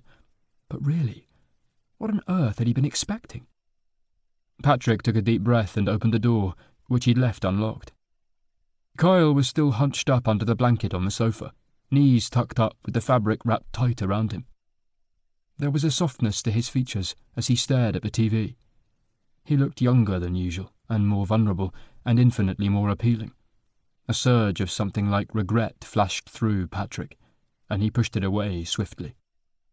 I made the right decision. There's no going back. Deciding to carry on as though nothing untoward had happened, Patrick greeted Kyle cheerily as he took off his snowy boots. Hi, you okay? Kyle didn't meet his gaze. What's that? A large carrier bag lay on the floor next to Kyle. Mrs. Thing brought it over. It's towels and bedding and stuff. Oh, brilliant! Patrick sounded unnaturally enthusiastic, but he couldn't help himself. The shop had loads of nice things, so I bought us lots of different snacks. Hopefully there'll be some stuff here you like. Are you hungry now? The pub does food from 6, so we can have dinner there. But if you're peckish in the meantime, there's lots to choose from. Patrick put his bag on the kitchen counter and started unpacking the shopping. Tearing his attention away from the television, Kyle wandered over, blankets still wrapped around him, even though it was uncomfortably hot now. Patrick took off his coat and the jumper beneath it. Even down to his t-shirt he was still boiling, sweat prickling on his back and dampening his armpits. Are you warm enough? Can I turn that heater off for a bit? Yeah, I suppose. Kyle finally met Patrick's eyes, albeit briefly. The hard expression that was more familiar to Patrick was back, the earlier vulnerability walled in and hidden. What booze did you get? Wine. Patrick pulled out one of the bottles and put it down on the counter. Kyle picked it up and then moved close beside Patrick to open a drawer in the kitchen unit. Oh, you should have got a screw-top lid. There's no fucking corkscrew. Breathing out slowly through his nose, Patrick resisted the urge to snap back at Kyle. It was obvious Kyle's pride was hurt, so he should cut him a little slack. I have one. He went to his bag and got out a Swiss Army knife. Here. He flipped open the corkscrew attachment. Want me to open it? No. Kyle took it and started to work on the bottle. Leaving him to it, Patrick finished unpacking his bag, putting chilled things in the fridge and leaving the rest out on the counter. Next, he opened the cupboard and was glad to find there were 2 wine glasses in there, along with a few plates, bowls, mugs, and other glasses. Pour some for me too, please. I may need a little help here. Scowling and flushed, Kyle handed the bottle and corkscrew to Patrick. He'd managed to pull out a chunk of cork, but the rest of it was stuck. Patrick tried not to smirk, but from the way Kyle's scowl deepened, he suspected he'd failed. Pulling out the remainder of the cork with an expert flourish, he poured a little wine into each glass and handed one to Kyle. Thanks. Kyle drained his, and then picked up the bottle and topped his glass up with a much more generous measure. That's not bad, he said, in a tone that suggested he didn't like admitting it. After taking a sip and letting it linger on his palate, Patrick agreed. Yes, it's pretty good. It'll be better if we let it breathe a bit. Kyle took another large gulp. It didn't look as though the wine was going to get a chance to breathe at this rate. Leaving him to sulk, Patrick made up the bed, and then got out a newspaper he'd bought in the shop. Sitting on the sofa, as far away as he could get from Kyle, he sipped his wine and read a few articles that interested him before making a start on the cryptic crossword. By the time it was almost 6, the bottle of wine was empty. Patrick had only had a third of it at the most. He felt relaxed and mellow in stark contrast to Kyle, who was still sitting around with a face like a thundercloud. That wine's given me a headache, he grumbled as he wriggled back into his now dry jeans, his back to Patrick. Unable to resist admiring Kyle's arse again, Patrick said mildly, Maybe you shouldn't have drunk so much of it so quickly. I didn't have that much. Kyle pulled his t-shirt over his head, his smooth skin tempting Patrick with what he was missing out on. The glow of the alcohol was chipping away at Patrick's inhibitions, and a little voice at the back of his mind kept asking dangerous questions. What if? What would it have been like? What if you tell him you've had second thoughts? Are you nearly ready? Patrick got up from the sofa and picked up his coat. The sooner he got outdoors where the freezing air would clear his head, the better. Yes. What's it like outside? Is it snowing again? Peering through the window, hand shielding the light, Patrick replied, No, I don't think so. It's just very cold. My boots are going to get soaked through again. Probably, Patrick said shortly. He had zero sympathy for people who didn't dress for the weather. Do we have to go out? Isn't there enough food here? I want a proper meal, not cheese and crackers. So I'm going to the pub. It's up to you whether you come with me or not. He zipped up his coat and pulled his hat over his ears. You're such a smug arsehole sometimes. Kyle slipped on his jacket, glaring at Patrick. I'm going to freeze. If I had another pair of more suitable shoes with me, I'd lend them to you. But I don't, Patrick shrugged. It's not my fault you didn't pack more appropriately. I wasn't planning on trudging through snow. And it's not just the shoes. This jacket is useless too. The shoes I can understand, Patrick grudgingly admitted. But to go anywhere without a decent coat in December is pretty daft. Jesus Christ, you sound like someone's mum. We were at a business meeting, and then staying in a fucking hotel. Kyle tugged furiously on the zip of his jacket. Why on earth would I need anything more than a jacket? You went out that night at the hotel. Didn't you get cold then, too? Kyle hadn't told Patrick he was going out after they'd had dinner together last night. But this morning it had been obvious. There was no way he'd got a hangover like that from the quiet dinner with Patrick. No, I didn't. There are such things as taxis, you know. Sarcasm turned Kyle's words into icicles, pricking and needling. Well, whatever. Either way, it can't be helped, so you might as well stop whining about it. Patrick couldn't resist the dig back. I'm not whining. Oh, fuck this fucking zip. What's up? It's jammed. Kyle pulled on it, first up, then down, but the zip stubbornly refused to move in either direction. Well, you shouldn't have been so rough with it. Let me see. I'm not a child. Kyle jerked away from Patrick's outstretched hands, turning his back on him. Shit! Look what you made me do! Wheeling around, his jacket was still partially zipped at the bottom, but the slider had come off. Bollocks! He threw it across the room, where it bounced off the wall with a metallic ping. Not a child? Patrick raised his eyebrows. You could have fooled me. Oh, fuck you!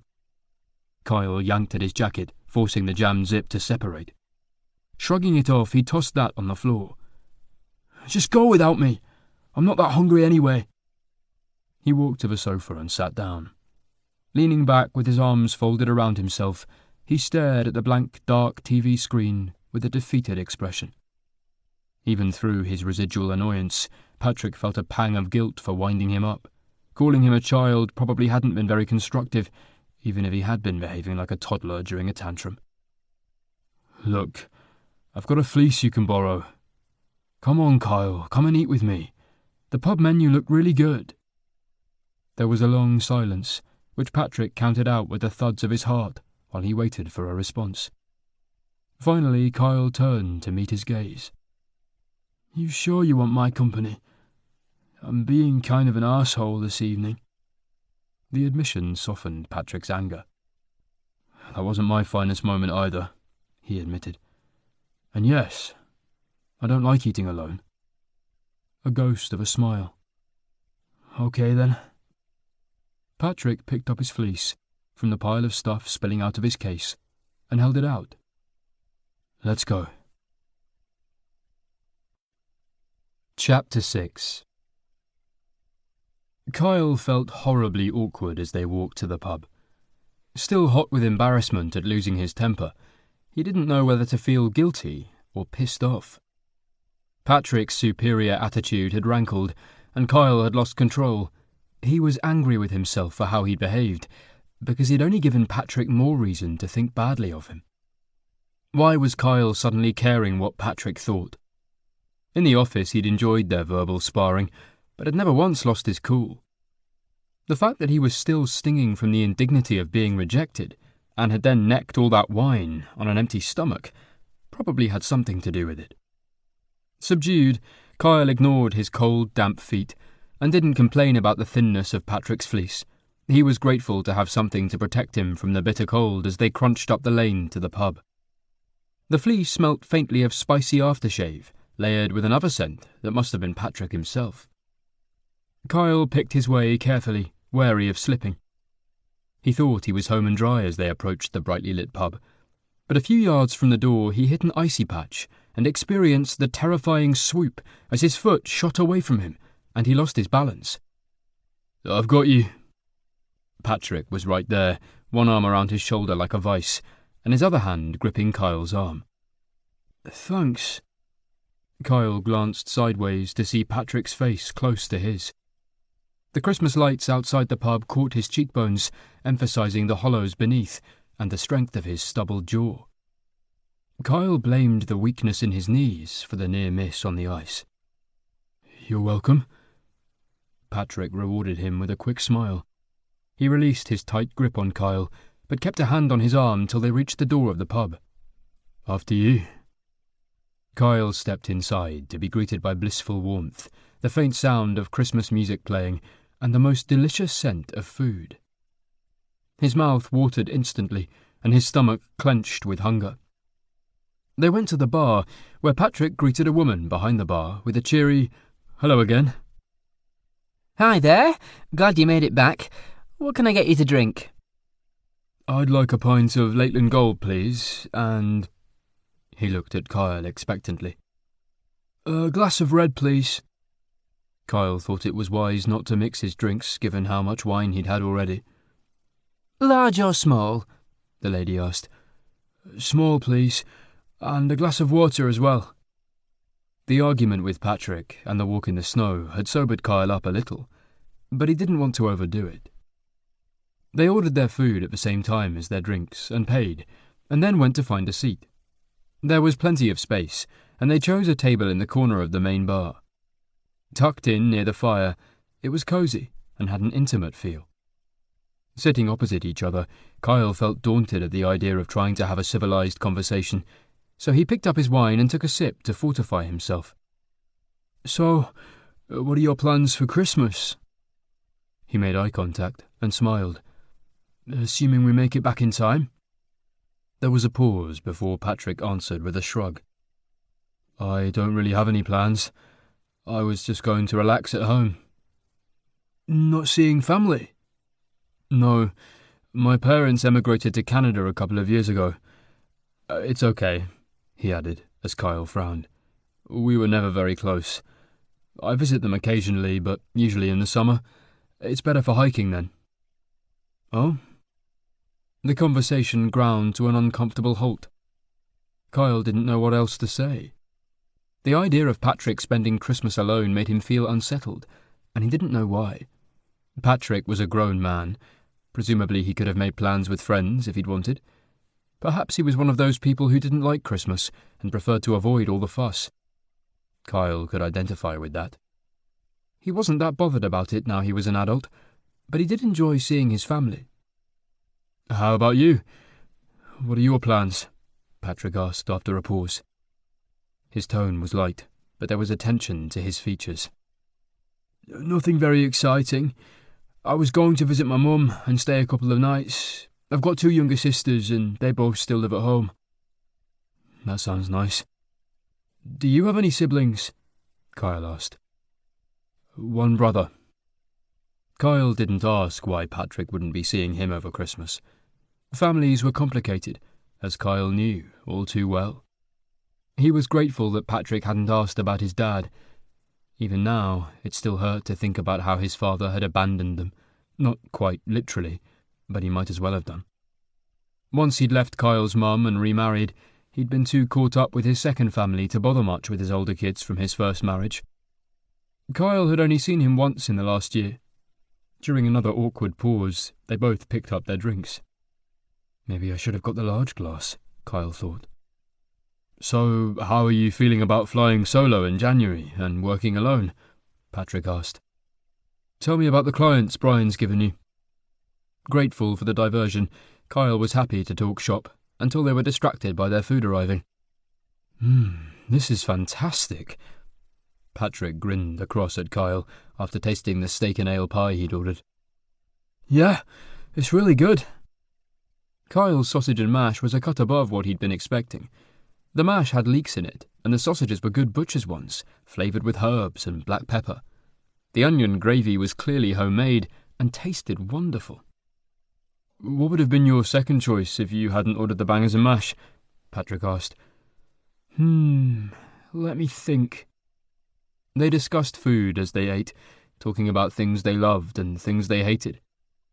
Kyle confessed to his slight chocolate addiction, while Patrick maintained that he could easily live without chocolate, but cheese was his weakness. "What about those foods you wish you loved but are indifferent to?" Kyle asked. "I've always felt like that about olives. I like the idea of olives. They're healthy and they look nice. I don't hate them, but I can't understand why some people get so excited about them." "Oh, yes, I love olives. I'm like that with mushrooms. I'm not keen. I've grown out of picking them out of my food, but I'd still rather avoid them. They crop up in lots of things, so it's annoying that I don't like them." Patrick forked up the last piece of his pie, plate nearly empty. "Well, I love mushrooms, so you can always give them to me." Kyle had already finished, and was sitting back in his chair, glass in hand. Patrick gave him an odd look as he chewed, and when he'd finished his mouthful, he said, "We don't eat together often, though." Flushing, Kyle realised what he'd said. Where the hell had that come from?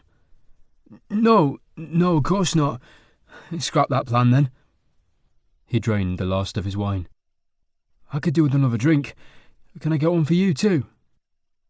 "I could always save them for you," Patrick said. Kyle frowned, confused, and he added, "I could get a mushroom doggy bag and bring them into the office the next day. I hate wasting food." Patrick grinned. Kyle snorted. Maybe that beer had gone to Patrick's head. "You're weird. But sure, I'll never say no to mushrooms. Now, how about another drink?" "Yes, please. Same again." "What was it called?" "Lakeland Gold." Both full, they didn't bother to order dessert. Once their plates were cleared, they sat, slowly sipping their second drinks, and the conversation moved on to films and television. Unsurprisingly, they had completely different tastes, with Kyle liking thrillers and horror, where Patrick admitted to a soft spot for rom-coms and musicals. "The cheesier the better," he said, with a self-deprecating grin. "I guess I'm an old romantic at heart." "Ugh." Kyle made a puking noise. "Give me a good car chase and shootout any day, or a few flesh-eating zombies." Patrick laughed, a joyful sound that warmed Kyle from the inside. Glowing, full of good food and alcohol, and thawed inside and out, Kyle basked in this tentative new connection he and Patrick had finally managed to forge. Brian had been right after all. A trip away was a good opportunity to bond. It was certainly going to be easier getting along in the workplace after this. There was nothing like being snowed in to bring people together. "Do you want another drink here, or shall we head back?" Patrick asked. Their glasses were both empty again. Kyle considered the question. "Back, I think," he said. "I'm not looking forward to going outside, so I'd like to get the freezing cold part over with." "Yes, it'll be chilly back at the flat too, because we turned the heater off, so it will be good to get back and warm the place up, ready for bed." Kyle's stomach did an odd flip at the thought of sharing a bed with Patrick. He'd managed to put aside the memory of him propositioning Patrick earlier, but it reared up now, dampening his good mood with a rush of anxiety. He stood, pulling Patrick's fleece on and zipping it up. It was old and well-worn, and the soft fabric felt like a hug, but not in a way that was comforting.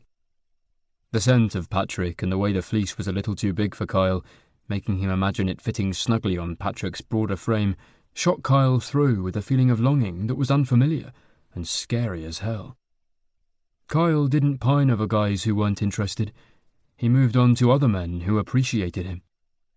"I'm just going for a piss before we leave." "Okay," Patrick said. "I'll wait here." Kyle pulled his phone out as he headed for the gents, connecting to the pub's Wi-Fi and opening Grindr before he even made it to the toilets. He went into a cubicle and sat down to pee so he could look at his messages. One of his regular contacts, Hung Top 80, who lived up to his name if the photos were his own, had been in touch, asking where he was because he hadn't been online today. He was also asking for photos of Kyle and telling him how hot he was and how he couldn't wait to fuck him. They hadn't hooked up yet, but the guy seemed keen. Maybe Kyle would arrange something when he got home.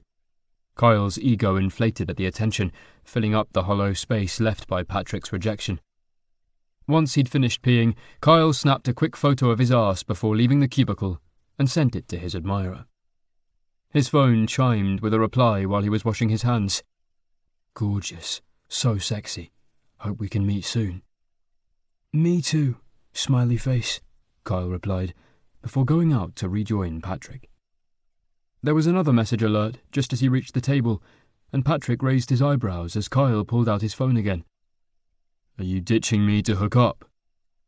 His voice had an edge to it. "No, this is a guy from home." Kyle read the message, which just said, "Awesome." Not bothering to reply, he put his phone back in his pocket. The wine and his recharged confidence made him bold. "Why? Changed your mind about my suggestion earlier?" He wasn't expecting Patrick to say yes, but teasing him made Kyle feel that he was regaining some balance in their relationship.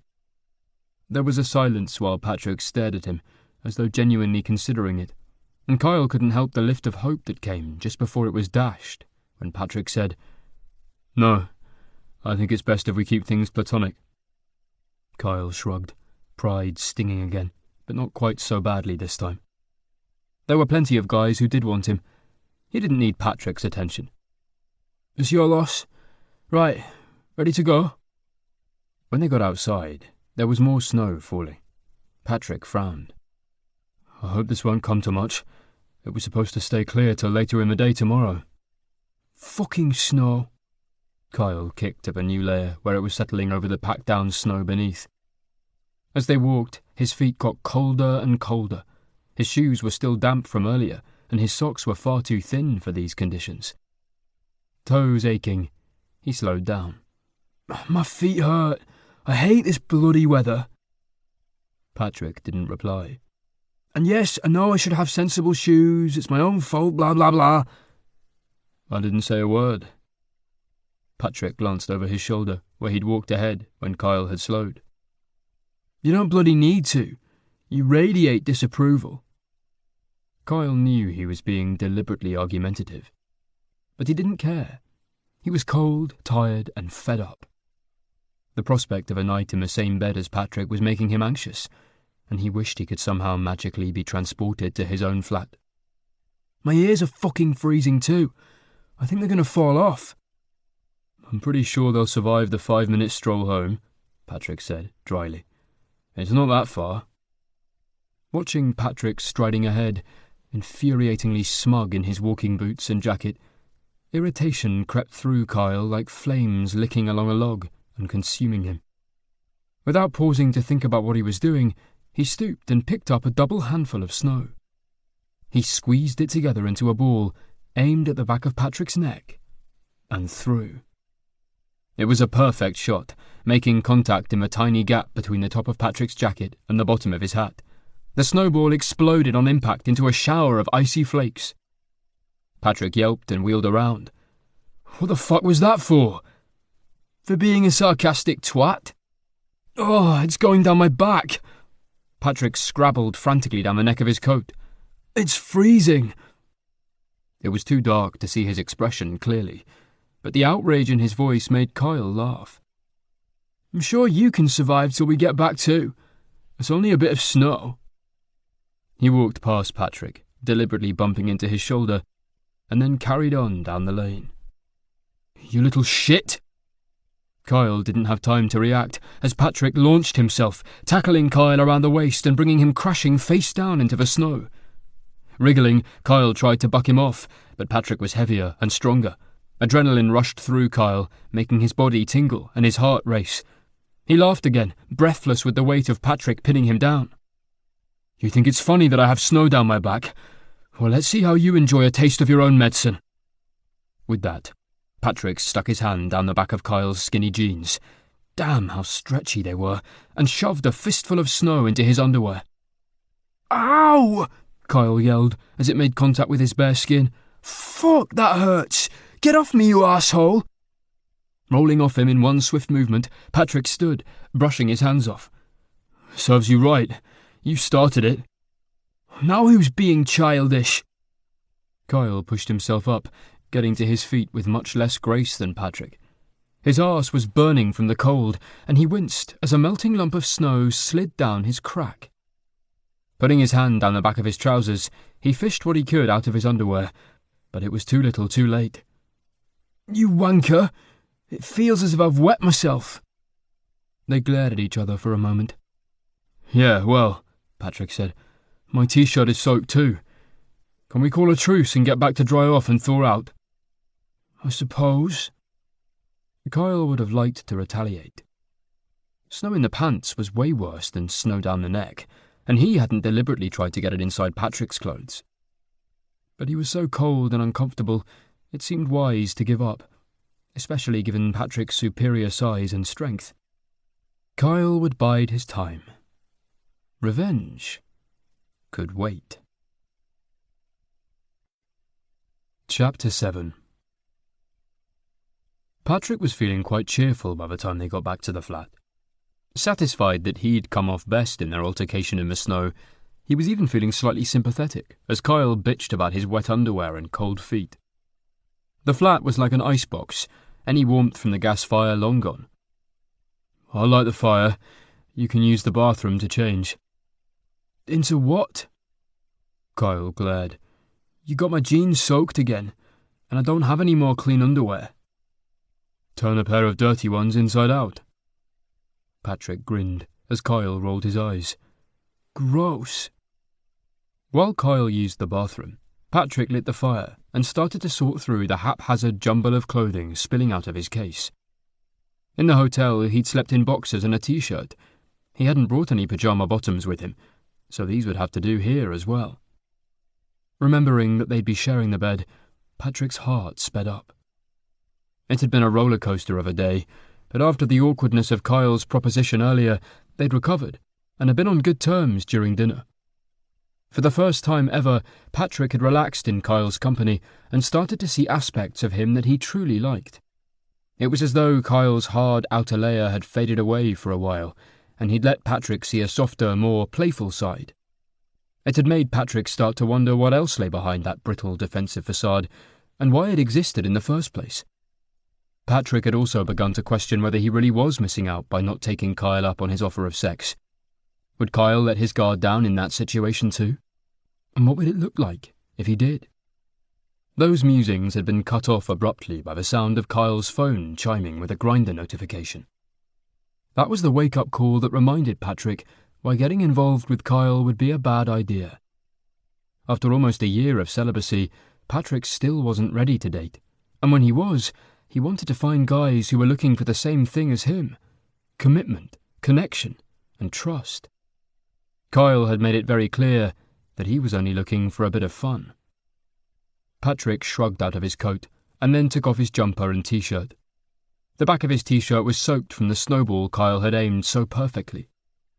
After hanging that over the back of a chair, Patrick was putting on a dry one when Kyle emerged from the bathroom. Dressed in a pair of bright red boxer briefs and his white t-shirt, he was carrying his jeans and Patrick's fleece. "Okay if I borrow this a little longer?" He held up the fleece. "Sure." Kyle slipped into it and zipped it up. It hung off him, too big on his shoulders and almost long enough to cover his boxers. It made him look disturbingly cute. Trying to shake that thought away, Patrick went to the kitchen. "I fancy a cup of tea. Do you want one?" "Yes, please." Kyle went to sit on the sofa and turned the TV on. He flicked through the channels while Patrick made tea for them both. "Do you take sugar?" Patrick asked, holding up a packet of sugar. "I don't, but I bought some just in case." "No thanks," Kyle said. "Tea with sugar is foul." They were in agreement about something for once. "Absolutely." Patrick wrinkled his nose, putting the packet back down on the counter. "Utterly disgusting." He carried the mugs over and handed one to Kyle, and then put the other one down on the floor by the empty side of the sofa. "I'm just going for a pee." Patrick unzipped, and although he was pretty desperate to go, he found it hard to relax with the doorless doorway behind him. The sound of Kyle moving around put him off too, but then Kyle said, "These chocolate ginger biscuits look gorgeous." Then Patrick heard the sound of channel hopping again. Reassured that Kyle was back in front of the TV, he was finally able to let go in a blissful stream. Returning, he found Kyle curled up in one corner of the sofa, gaze fixed on the TV. He didn't react as Patrick sat down at the other end of the sofa. Given that it was a two-seater, there wasn't much space between them, and Patrick felt awkward with Kyle's bare legs close enough to touch. They were slim and toned, and dusted with blonde hairs that glinted in the light. Eager to distract himself from Kyle's proximity, Patrick leant down to pick up his mug of tea and took a sip. "Ugh!" he instinctively spat it out, spraying tea all over his lap. "What the hell?" Leaping up, he hurried to the sink and rinsed his mouth with water to get rid of the disgusting taste. Only then did he realize that Kyle was pissing himself laughing. "Oh God, that was brilliant!" Kyle managed between snorts of laughter. "So I guess you don't like salt in your tea either then?" "You absolute wanker! What was that for?" Patrick demanded, outraged that anyone would ruin a perfect cup of tea by putting salt in it. "For the snowball in the pants." "But you started it with the snowball down the neck." Patrick wiped his mouth with the back of his hand. "That wasn't deliberate. I only threw it at you. I didn't shove it into your clothes."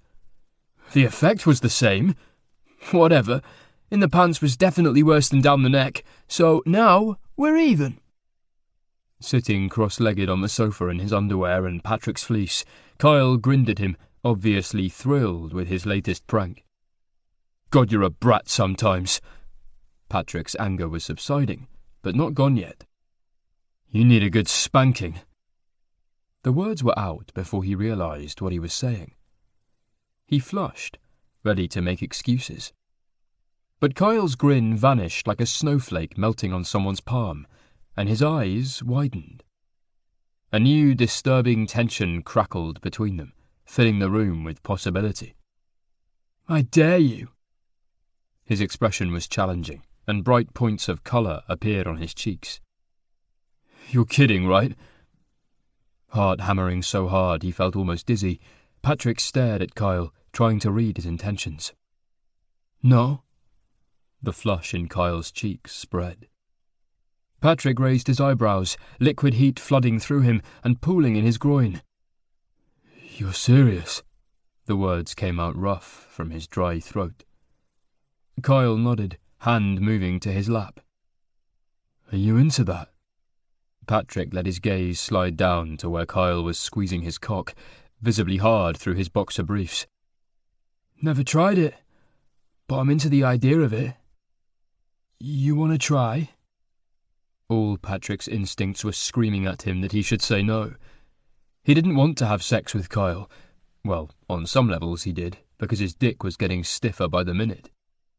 But he knew that hooking up with Kyle would be a terrible life choice. Spanking would almost inevitably lead to sex, yet the idea of spanking Kyle was too tempting to resist. "I've never tried it either, but I think I want to." Erection pressing against the front of his jeans, Patrick was definitely into the idea. He'd watched enough spanking porn to know it turned him on. He still wasn't sure about the reality of doing it himself, but there was only one way to find out. "Go on then." Kyle sat waiting on the sofa, unusually passive for him. "How do you want to do this?" The thrill of Kyle giving up control made Patrick's heart race and his skin tingle. "Stand up." Kyle stood obediently. His arms hung loose by his sides, but he had the look of an animal that might bolt at any minute. "Are you warm enough to take that fleece off?" The gas heater had taken the chill off the room. Flushed with excitement, it was hard for Patrick to judge exactly how warm it was. "Yeah." Kyle unzipped it and slid it off his shoulders, and then tossed it over the arm of the sofa. Patrick eyed him, considering his options. Over his lap had a certain appeal, but he wasn't sure how comfortable it would be for either of them. As he hesitated, he felt the control of this situation slipping away from him. He wanted it back. "Kneel on the sofa, with your arms on the back of it." Kyle moved swiftly, far more willing to follow Patrick's instruction in this situation than he ever was in the office.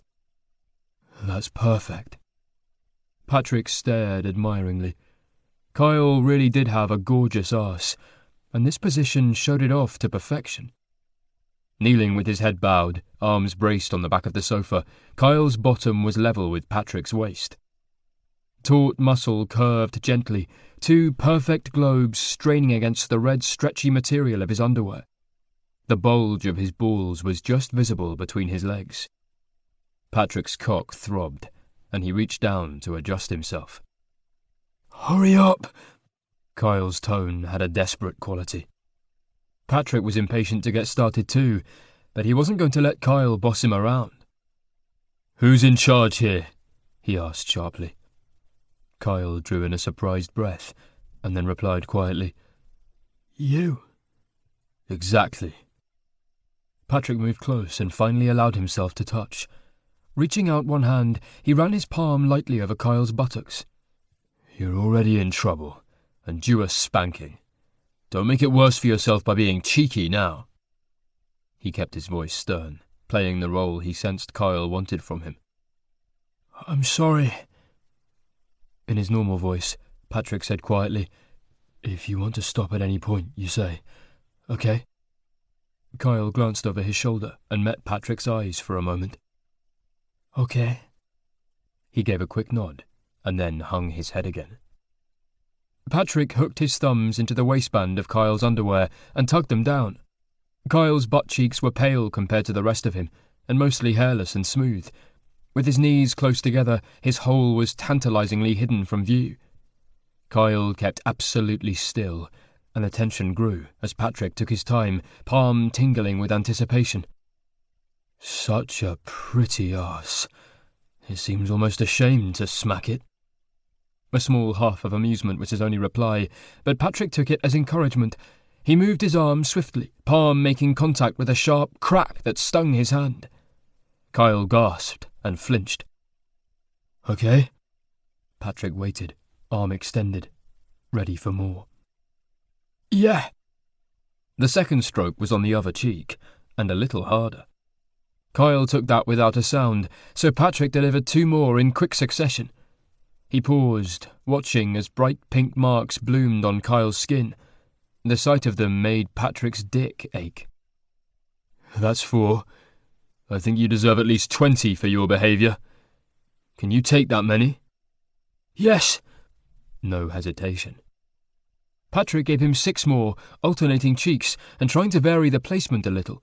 His goal was to paint Kyle's arse cheeks pink all over. The last one he slapped right in the middle across Kyle's crack, and Kyle groaned loudly. "You're halfway done. Sure you can take more?" Dizzy with arousal, Patrick didn't want to stop, but he would in a heartbeat if Kyle told him to. "Yeah, I want more. I know it's supposed to be a punishment, but it feels good." Kyle was breathless. "My cock's so hard." "Spread your legs," Patrick ordered.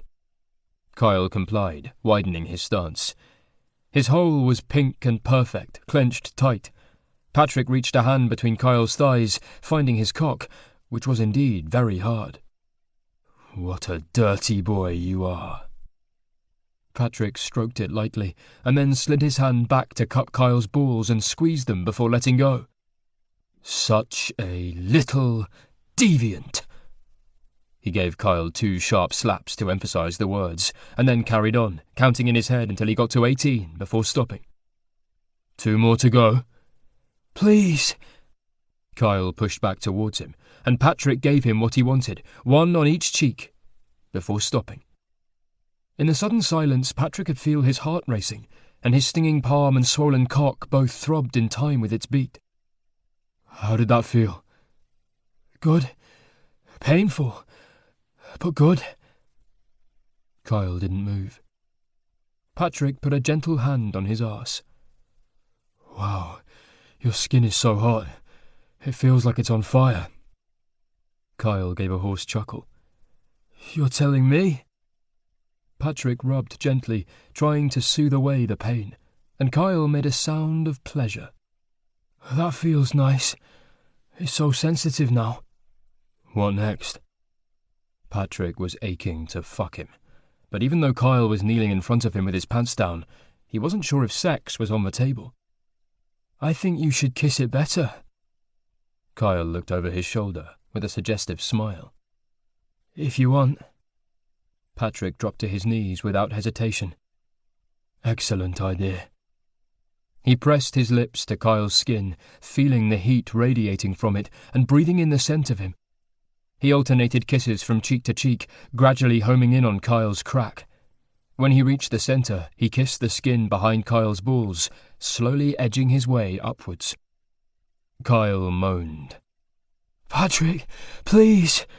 Hearing his name on Kyle's lips, Patrick smiled and gave him what he wanted, licking delicately over his hole with teasing strokes while Kyle gasped. Oh, fuck, yes! Self-control tested to the limit, Patrick carried on. The urge to get his cock out, to jerk off, to plunge it into Kyle's pert little arse and fuck him into the middle of next week was almost overwhelming. Yet with the sounds Kyle made, and the scent and taste of him, this was almost a kind of satisfaction in itself after weeks of desire. To have Kyle here, on his knees, begging and moaning for Patrick, was more than Patrick could ever have imagined. He couldn't bear to rush it, to ruin it by asking for more than Kyle was prepared to give.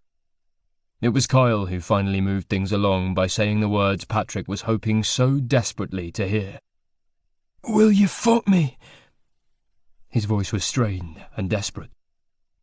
Let me think, Patrick teased, replacing his mouth with a finger. If I let you have my cock, will you behave better afterwards? Bastard! Kyle glared at Patrick over his shoulder, and then hissed as Patrick slid his finger deep inside. God, that feels good. Then he added, Maybe? Patrick grinned, working his finger in and out. At least you're honest. Come on, Patrick, fuck me. You know you want to. You've wanted my ass for weeks. True. There was little point in denying it now. So it's yours. For tonight, at least. Patrick ignored the distant alarm bell those words provoked. He was too horny to question whether this was a good idea anymore. The urge to fuck, to claim, to come was too strong. Do you have any lube and condoms? Patrick had been celibate for so long. It was a long time since he'd carried sex supplies around with him as a matter of course. But he figured Kyle would be the type to be prepared for anything. In my wash bag in the bathroom. Want me to get them? Okay. Patrick stood, withdrawing his finger, and giving Kyle a pat on the arse. I'm a little overdressed anyway. The heater was still pumping out warm air, and he was sweating now. Kyle picked off his underwear and peeled his t-shirt off. Dropping them in a heap, he stood naked before Patrick and let his gaze roam over him. Yes, you are. But it's easily remedied. Strip. I'll be back in a sec. Chapter 8. Kyle's whole body was lit up with arousal. Every inch of his skin was hypersensitive, especially on his arse where Patrick had spanked him. Cock jutting in front of him, it bobbed as he walked. He hurried, keen to get back to Patrick for the next installment. What are you doing? Kyle had never let anyone spank him before. It had never occurred to him that he'd enjoy something like that. But bending over for Patrick had fulfilled some deep instinct he didn't understand. Now wasn't the time to examine it. Patrick was waiting, and Kyle needed to get fucked. This was familiar territory, the craving for a dick in his arse, the urge to be fucked until he came. Nothing about this was new, and it felt safe. Condom and a bottle of lube in hand, Kyle emerged from the bathroom to see Patrick sitting naked on the sofa. He looked up as Kyle approached, and his body was every bit as hot as Kyle had hoped it would be. Broad-shouldered and long-legged, he sprawled, one hand wrapped around his generously sized cock. Dark hair dusted his chest and trailed down his stomach in a thickening line that spread out again at his groin. Patrick's gaze roved over Kyle too, and the heat in his eyes reassured Kyle that Patrick liked what he saw. Kyle stopped in front of Patrick, standing between his spread thighs. He watched Patrick's hand where he stroked himself, foreskin sliding back and forth slowly to reveal the flushed head of his dick. Instinctively, Kyle knelt, ignoring the rough concrete floor, and leant forward to kiss Patrick's balls. Patrick slid his free hand into Kyle's hair, stroking gently. "Suck me." Only too happy to comply, Kyle drew back and parted his lips as Patrick guided his cock between them. He tasted salty, and it made Kyle's mouth water as he sucked him down, swirling his tongue to catch all of Patrick's flavour. The hand in Kyle's hair gripped tighter, and Patrick made a grunt of pleasure as Kyle took him deep. He let Kyle suck him for a minute or so, until his breathing was fast, and his hips were lifting as though of their own accord. Then he said quietly, "That's enough. Get up here." Kyle moved to straddle Patrick's lap, meeting his gaze for a drawn-out moment before he cupped Patrick's face in his hands, and they kissed for the first time. It was weird to think that Patrick had licked his arse and he'd sucked Patrick's dick before they'd exchanged a kiss. Kyle kissed him hungrily, grinding down on Patrick's cock, while Patrick gripped his arse cheeks, spreading them so he could thrust up into his crack. The sensation of Patrick's dick rubbing over his hole was almost unbearable when Kyle was so desperate to feel him on the inside. Grabbing blindly for the condom and lube that he'd put down on the sofa cushion, Kyle finally managed to get hold of the condom first. He broke the kiss and tore the condom open, shifting back a little so he could roll it onto Patrick. Then he opened the lube and squeezed some into his palm. He smeared most of it onto Patrick's cock and used the remainder around his hole before climbing back into Patrick's lap and kissing him again. Then, as he lined Patrick's cock up, he drew back, wanting to see Patrick's face as he took him, wanting Patrick to see him. Patrick gazed up at him, eyes dark and cheeks flushed as Kyle bore down. There was a brief moment of resistance, the usual feeling of impossibility before his body gave in to the pressure. They both gasped as the head of Patrick's cock slipped inside. "You okay?" Patrick asked, hands gripping Kyle's hips like a vice. "Yeah," Kyle managed. Patrick kept absolutely still, letting Kyle set the pace as he slowly lowered himself inch by inch until there was nowhere left to go. With Patrick's gaze on him, he felt too vulnerable, so he closed his eyes for a moment, taking a shaky breath and riding out the aching stretch as he started to move slowly. Discomfort morphed into pleasure, and when Patrick curled a hand around Kyle's cock and coaxed it back to full hardness, Kyle opened his eyes and grinned. "God, that feels good." "Yeah?" Kyle rode Patrick a little faster, enjoying the pressure as Patrick fucked up into him, meeting him in the middle each time. "Is it good for you?" "Amazing," Patrick said, "but I'm not going to last very long if you keep up that pace." "I'm close too." But Kyle slowed down a little. Even though he was desperate to come, he didn't want it to be over too soon. "So, you liked spanking me then?" A huff of laughter. "Yeah, it was incredibly hot. How was it for you?" "I never imagined I'd like it, but you did."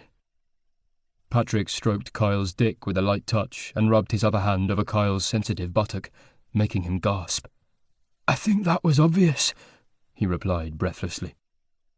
With Patrick's eyes on him, Kyle felt a little self-conscious. It was difficult for Kyle to admit how much he'd loved it. "Was it the pain you liked?" "No," Kyle said immediately. "That's not what it's about. Not for me, anyway." He bore down hard on Patrick's cock, squeezing around it. Patrick groaned. "God, Kyle. But then, what is it about?" Patrick gave a small frown, as though trying to solve a puzzle. It was hard to find the words to describe it with the distraction of Patrick's dick in his arse, but Kyle tried to focus and explain. "I liked feeling naughty and being vulnerable like that, bent over with my arse bare." He gasped as Patrick started to thrust faster. "There was an edge of humiliation too, but not in a bad way. because it felt playful. I don't know, it's difficult to describe. Just thinking about it made Kyle's balls draw up, closer to coming. He worked his hips so Patrick's cock rubbed his prostate with every slide. Why did you like it? Like you say, it's hard to pinpoint. Patrick was breathless, sweat beading on his brow. But I liked you trusting me enough to do it, and seeing how turned on you were was hot. Plus, your arse looked incredible. Patrick stroked Kyle's cock faster. I think it made me feel possessive, like you belonged to me in that moment. His gaze was intense, and the grip of his hand and the thrust of his cock made Kyle groan. You're gonna make me come? Good, Patrick grinned. That's the general idea. I'm nearly there too. Kyle finally relinquished himself to the pleasure that was building. Not holding back anymore, he rode Patrick hard and fast. Stroke a little harder. Yes, like that. Oh, fuck! He came in a blinding rush, spunk shooting between them onto Patrick's chest and over his fist. Fuck, yes! Patrick jerked his hips fast, pushing up into Kyle as though he was trying to climb inside. Come on, Kyle muttered. I want to feel you.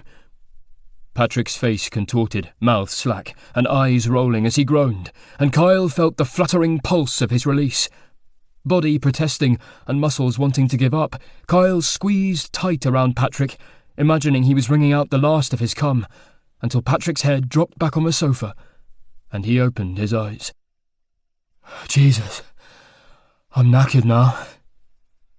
I hope it was worth it. Kyle tried to keep his voice light, hating the sudden rush of insecurity that flooded him. He always felt like this after hookups, but never normally spent the night with someone after fucking them. Definitely. Patrick put a hand on the back of Kyle's neck and drew him down. He kissed him once, soft on the lips. That was incredible. Reassured, Kyle smiled. Yeah, it was. And I'm knackered too.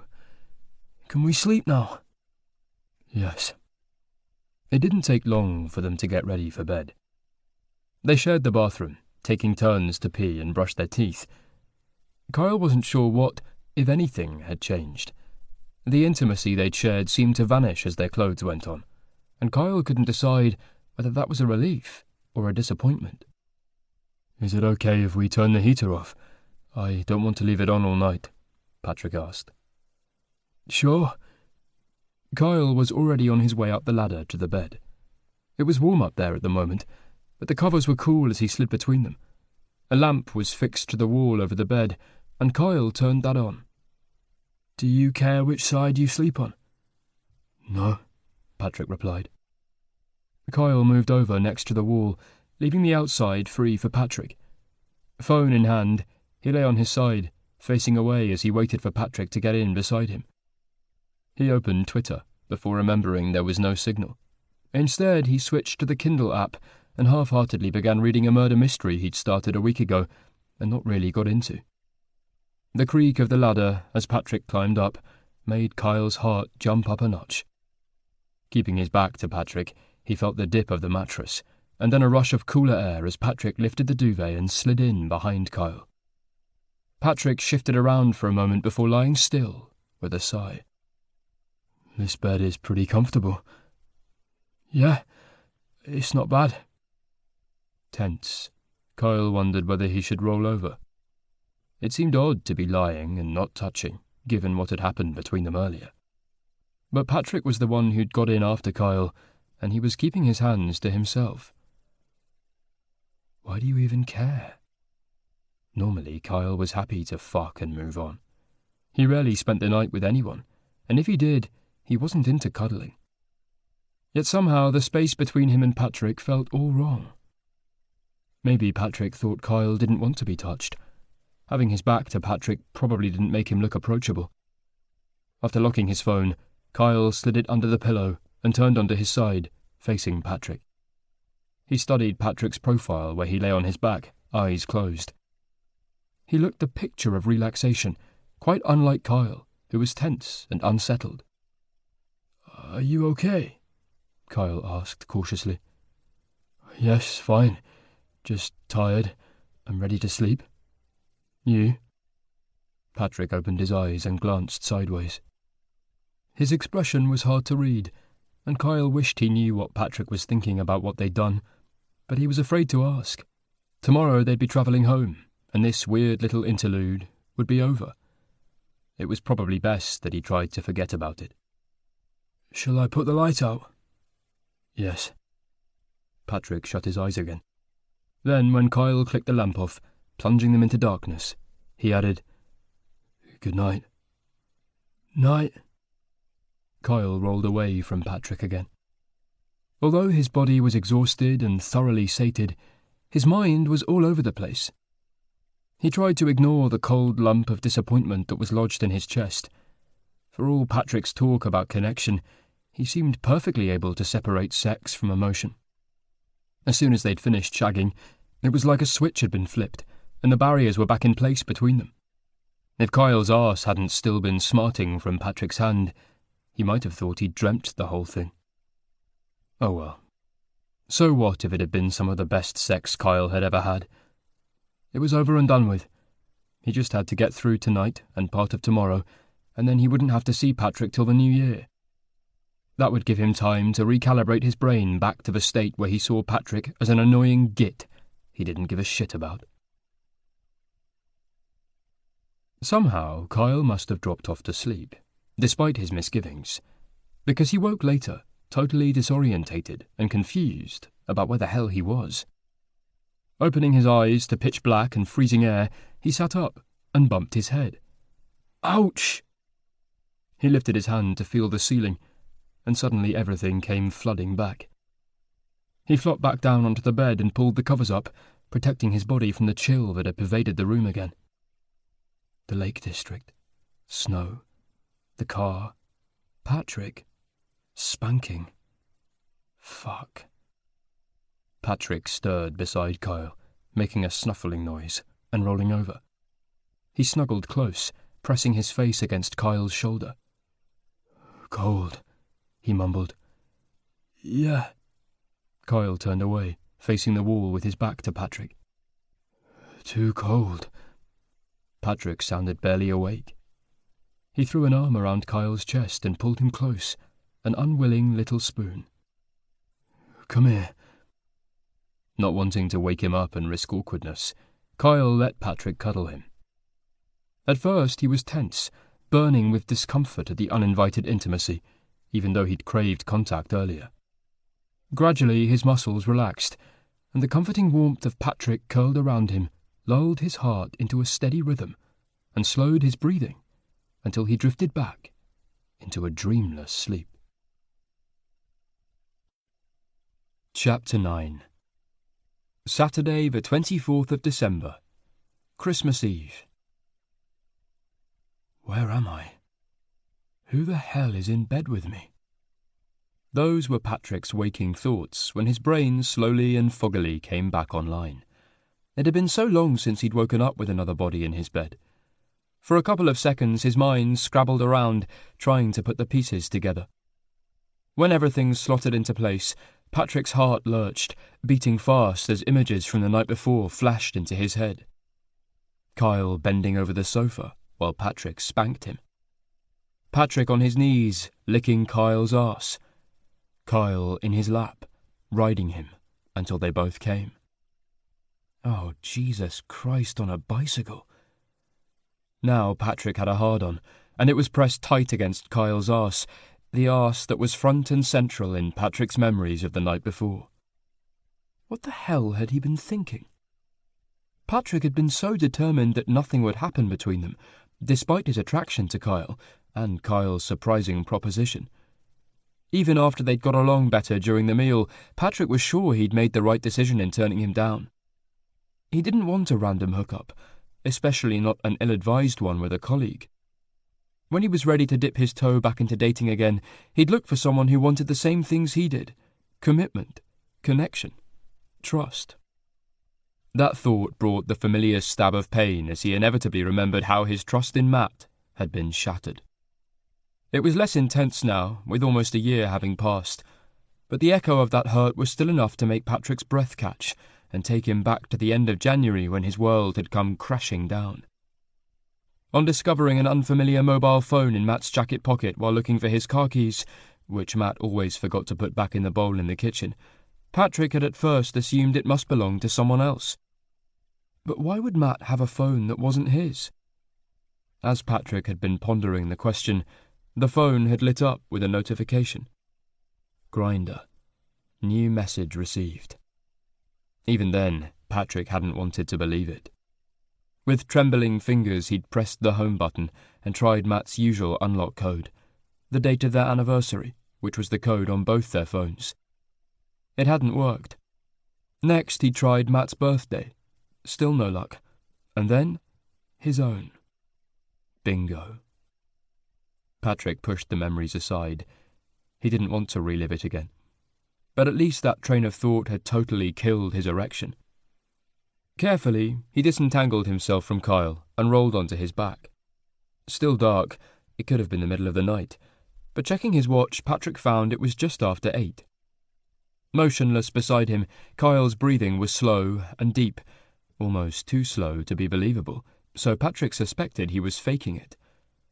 Unless Kyle was a really sound sleeper, surely he would have at least stirred with Patrick's movement. Perhaps it was for the best. Despite his undeniable attraction to Kyle, Patrick had no wish to pick up where they'd left off last night, and it would be easier to collect his thoughts and have the inevitable morning-after conversation when they were dressed with a little space between them. Playing along, Patrick carefully extracted himself from under the covers — holy shit, it was cold — and crawled backwards to the ladder. Once he'd reached the safety of the floor, Patrick dressed quickly in plenty of layers, lit the gas fire, put the kettle on, and then went for a pee. There was still no sound from Kyle while Patrick made a cup of tea using the light from the torch on his phone. Perhaps he'd dozed off again, even if he was awake before. Patrick went to the curtains and opened them, hoping the light might encourage Kyle to surface. He was keen to call the AA and find out when they could get to them today. With a bit of luck, they could be home by lunchtime, and sleeping in separate beds tonight. Thank God. No more opportunities to slip up and let temptation mar his judgment. Oh, fuck! Patrick's heart plummeted like a stone as he stared out of the window in horror. It was still mostly dark outside, but there was just enough light for Patrick to see that a thick feather quilt of snow had fallen during the night, completely obliterating their tracks from the evening before. Drifts swept up against the stone wall that edged Mrs. Wilcox's garden, 2 or 3 feet deep by the look of them, and the snow was still falling. Patrick's loud exclamation of dismay finally got a reaction from Kyle. "What's up?" He jolted upright, immediately alert, and confirming Patrick's earlier suspicions that he'd been awake all along. "Mrs. Wilcox's feelings in her bones were spot on," Patrick said glumly. "More snow, and lots of it." "Shit!" Kyle was already reversing down the ladder. He hurried to stand beside Patrick and peer out at the winter wonderland. "Shit! That's a lot of snow. Do you think we'll be able to get home today?" Patrick thought they didn't stand a snowball's chance in hell, pun intended, but he reckoned it wasn't worth panicking until they had the facts. "Who knows? I'll head out to find a signal, and I'll call the AA now." Although unwelcome, at least the snow was a distraction, and gave them the perfect excuse to avoid any discussion of what they'd done the night before. Wrapped up in all his layers, Patrick paced up and down the road while he waited on hold. After nearly 15 minutes, he finally got through to a frazzled-sounding male operator who confirmed Patrick's opinion. "I'm sorry, sir, but there is no chance of us relaying a vehicle to the location you've given today. The minor roads are impassable at the moment and likely to stay that way for a couple of days." "Okay, thanks. I had a feeling that would be the case." "Is there anything else I can help you with today?" Patrick rolled his eyes at the scripted question and wondered what the man would say if he asked, "I fucked my co-worker last night and am now going to be stranded with him over Christmas. Can you give me any advice on how to handle it?" "Not really, unless you can teach me how to teleport." I'm afraid that's not my department. A hint of humour crept into his tone. Okay, thanks anyway. Goodbye. Goodbye, sir. Merry Christmas. You too. Patrick sighed as he ended the call. When he got back to the flat, his face must have told Kyle everything he needed to know. No luck? Kyle asked as Patrick stamped the snow off his boots. Nope. Patrick shut the door behind him, glad to be back in the warmth. We're stuck here for a while yet. Bollocks. They stared at each other, the current crisis temporarily eclipsing the events of last night. Deciding to pretend it hadn't happened for now, Patrick said briskly, Right, so what do we need to do? After they'd eaten some breakfast, the first job of the day was speaking to Mrs. Wilcox and explaining the situation. They waited until 9, which seemed a reasonable time, and when they knocked on her door, there was a volley of barking from Dex. Quiet! Sit! The barking stopped, and the door creaked open. Oh, it's you two. She eyed them in a way that wasn't particularly friendly, and didn't invite them in. Good morning, Mrs. Wilcox. Patrick tried to turn on the charm again. I'm sorry to bother you, but it seems we aren't going to be able to get home today. We were hoping it would be okay to rent the flat for a little longer. Her wrinkles rearranged themselves into a satisfied grin. It was the first time he'd seen her smile.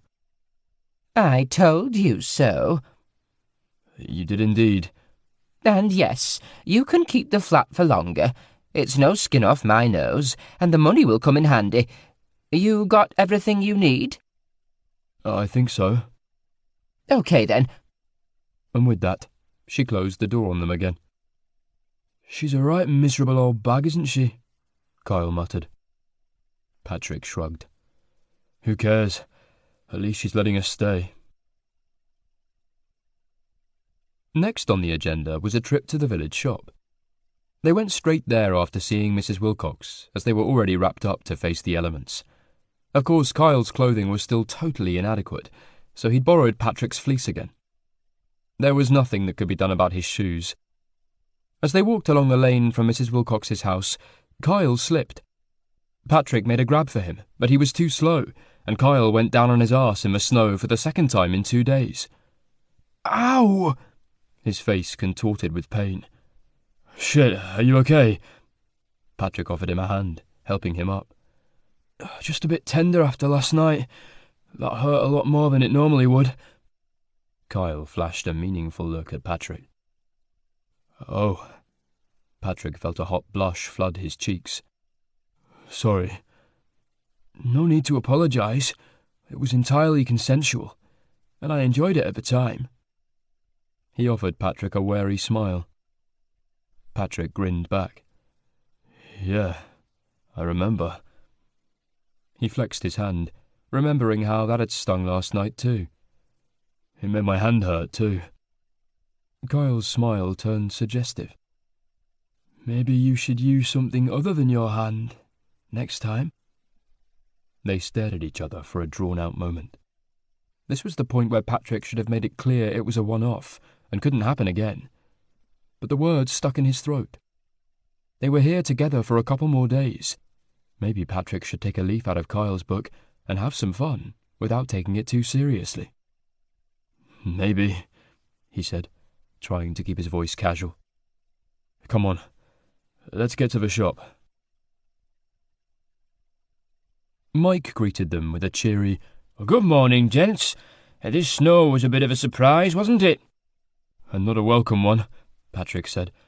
It's the last bloody thing we needed. Kyle's frustration made his voice sharp. Because now we're stuck here for Christmas. But at least we have somewhere to stay, Patrick added quickly. It could be worse. So we're here to buy some extra food to get us through a couple more days. Have at it. Mike waved at the shelves. I hope you can find plenty to keep you going. I'm sure we will.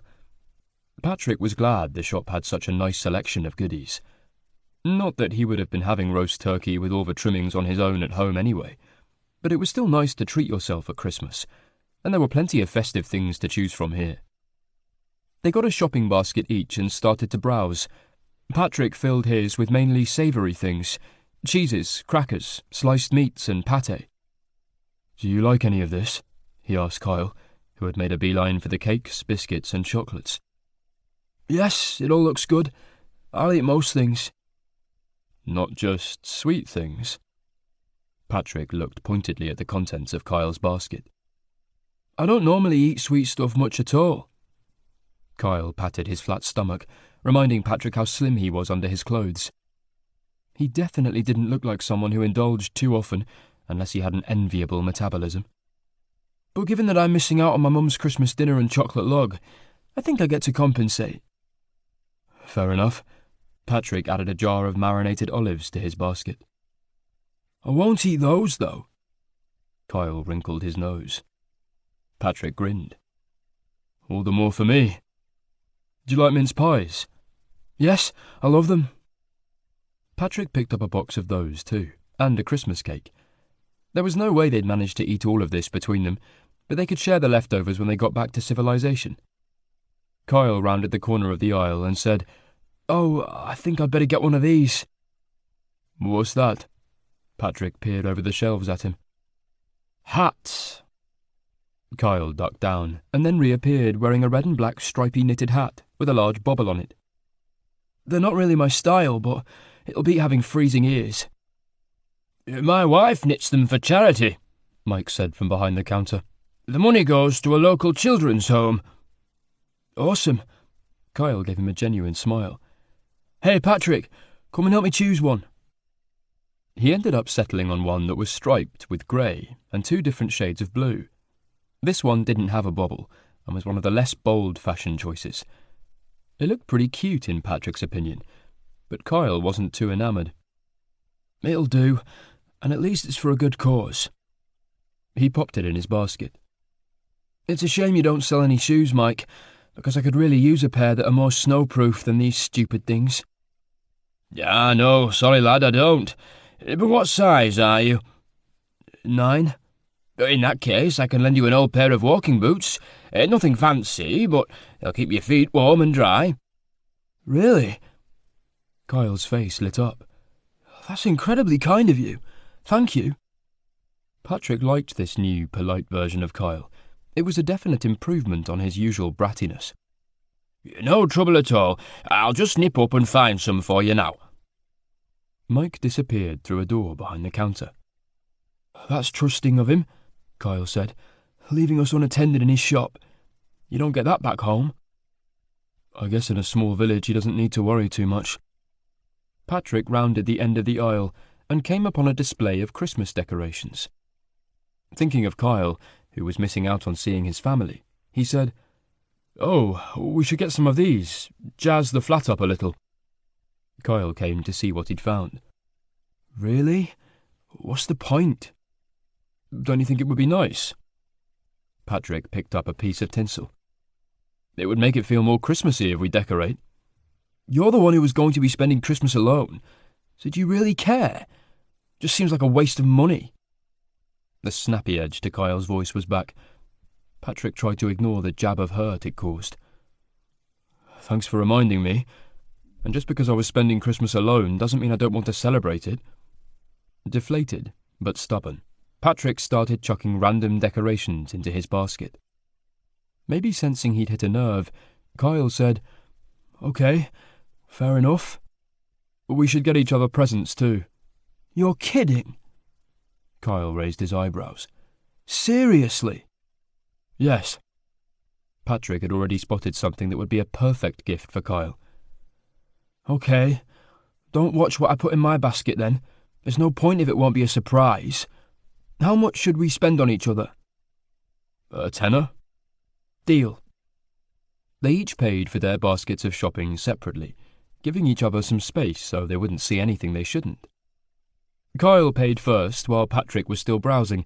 Then Kyle sat on a step stool to put on some old battered walking boots that Mike had lent him, while Patrick paid for his purchases.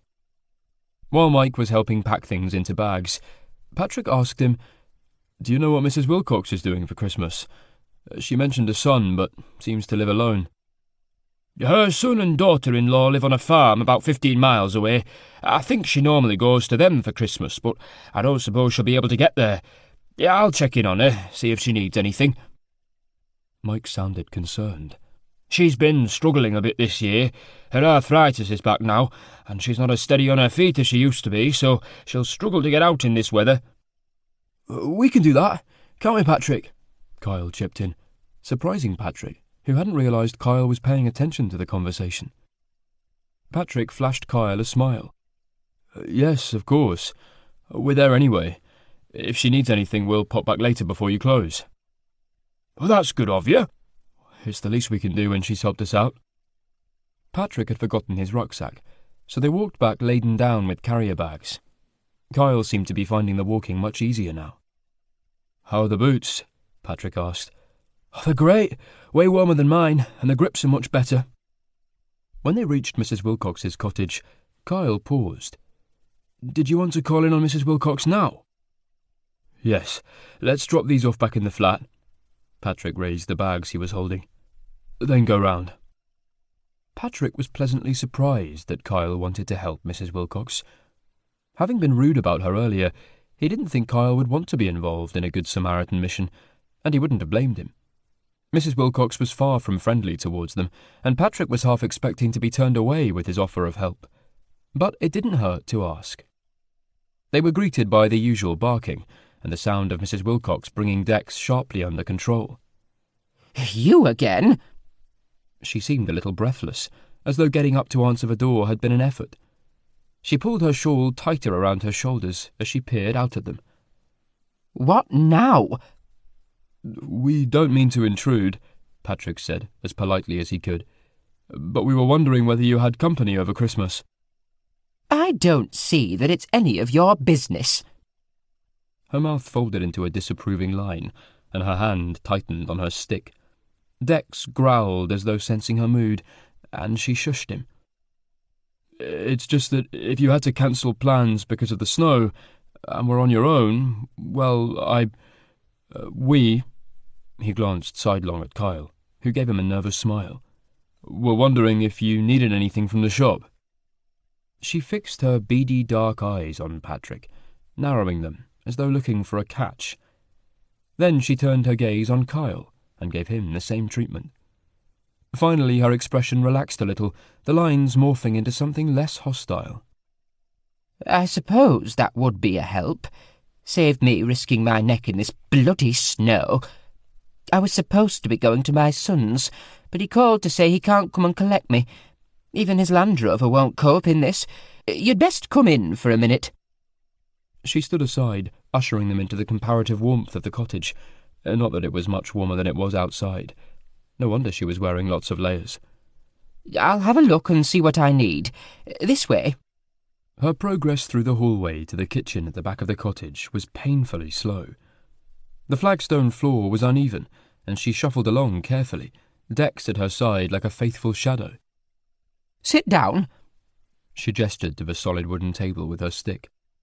"Make yourselves comfortable. I'll have a look in my fridge and the larder and see what's what." Patrick and Kyle sat while Mrs. Wilcox went to an ancient-looking fridge and opened the door to look inside. "I'm low on milk. There's a notepad and pen on the table. You can write a list for me." "I can do it on my phone." Kyle whipped it out of his pocket and started to type. Mrs. Wilcox snorted. "You young folk and your technology. What's wrong with pen and paper?" "Nothing," Kyle conceded, "but I'm less likely to lose my phone." She didn't sound convinced. Patrick looked around the kitchen while Mrs. Wilcox told Kyle things to write down. It had the same flagstone floor as the hallway, and the walls were whitewashed. Nothing looked as if it had been modernised in 50 years. There was an old gas cooker with a kettle sitting on top of it, and pots and pans hung on the wall above. There was no sign of any electric kettle or toaster. The only concessions to mod cons were the fridge, but that was practically an antique, and a similarly old-looking washing machine. "Is that everything?" Kyle was saying, as Patrick tuned back in to his exchange with Mrs. Wilcox. "I think so. Not much point in me going to too much trouble when it's just for me. My daughter-in-law would have been doing turkey and all that at their place, but I don't have much of an appetite these days. Sausage and mash will do me fine." She joined them at the table, lowering herself into a chair with some effort. Dex sat beside her and turned his attention to Patrick, leaning close to sniff and giving a small wag of his tail, as though recognizing Patrick as friend rather than foe at last. "Can I pet him?" Patrick asked. "Yes, he won't hurt you. He's all bark and no bite. Just likes to try and show you who's boss." "From what I've seen, that's you," Patrick chuckled, reaching out a cautious hand and letting Dex sniff that before he rubbed the fur on the dog's neck and around his ears. Mrs. Wilcox cackled, delighted. "Yes, that's true enough. He knows his place." "You've trained him well." "I should hope so. I used to train sheepdogs, so I know a bit about it." "Wow, really? That's so cool," Kyle said. Patrick petted an obviously delighted Dex. "He's a handsome chap." "Aye, he is that." Silence fell, and after a few more strokes of Dex's thick coat, Patrick cleared his throat. "Well, we'd better be on our way. We'll be back with the shopping a little later. Maybe in the afternoon, if that's okay with you?" "Any time is fine. I shan't be going anywhere." Chapter 10. Kyle was impressed by Patrick's thoughtfulness. It hadn't occurred to him to wonder about Mrs. Wilcox's situation, and he felt bad about that now. She might be a grumpy old bat, but Kyle could be an arsehole, and he didn't have the excuse of being old and having arthritis. He was glad Patrick had thought to ask about her, and that she was going to let them help her out. After they finished unpacking their shopping back in the flat, Patrick asked, "When do you want to go out to do the shopping for Mrs. Wilcox?" "We can go soon. I need to phone my mum while we're out and tell her I won't be home for Christmas." A rush of disappointment flooded Kyle at the thought of missing out. He was close to his mum and his sisters, and was gutted that he wouldn't get to be there for Christmas Day, which was always fun with his family. "Of course. I forgot there's no signal here. Is it okay if we have a cup of tea first?" "Sure." Kyle remembered Patrick didn't have anyone he needed to call. He couldn't imagine spending Christmas Day alone. Of course, this year Patrick would have Kyle for company whether he liked it or not. "Do you want any tea or coffee?" "Tea, please." Patrick went to the kitchen area and washed their breakfast things while he waited for the kettle to boil. Sitting on the sofa with the TV on, Kyle watched him surreptitiously, fascinated by Patrick's hands. In the daylight, while focusing on mundane things like shopping and tidying up, it was hard to believe what they'd done last night. He shifted his position, the slight sensitivity of the skin on his arse a confirmation that, yes, he really had let Patrick spank him. And rim him. And fuck him. Kyle shifted again, this time because his cock was hardening and he needed to adjust it. It was impossible to gauge what Patrick thought about what they'd done. At first, they'd both ignored it, but Kyle hadn't been able to resist reminding Patrick when the opportunity arose. He'd been half joking when he suggested a next time, but Patrick's maybe had him hoping. Patrick joined him on the sofa, a mug in each hand. "Here you go." He handed one to Kyle. "Milk, no sugar." "Thanks." Kyle was about to take a sip when he paused and eyed Patrick suspiciously. "And no salt either." Patrick chuckled. "No, no salt." "Promise?" "Promise." Kyle copied the shopping list from his phone and messaged it to Patrick, and then stayed outside the shop to call his mum, while Patrick went inside to start finding what they needed. "Hi, love," Kyle's mum said cheerfully as soon as she picked up. "How are you? All set for tomorrow? We can't wait to see you. I was a bit worried the snow might make it tricky, but they've gritted the road, so you should be fine. What time are you planning on getting here?" She finally paused, giving Kyle a chance to speak. "I'm sorry, Mum, but I'm not going to be able to make it. I'm snowed in."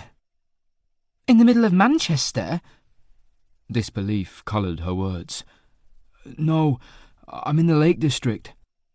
What on earth are you doing there? Oh, I stopped here on the way back from a work trip with a colleague, and then we had car trouble. Anyway, long story short, we're stuck here for a couple more days at least, so I can't get home for Christmas. Oh, Kyle. She sounded as disappointed as he felt. Surely there must be a way. Can't you get a train or something?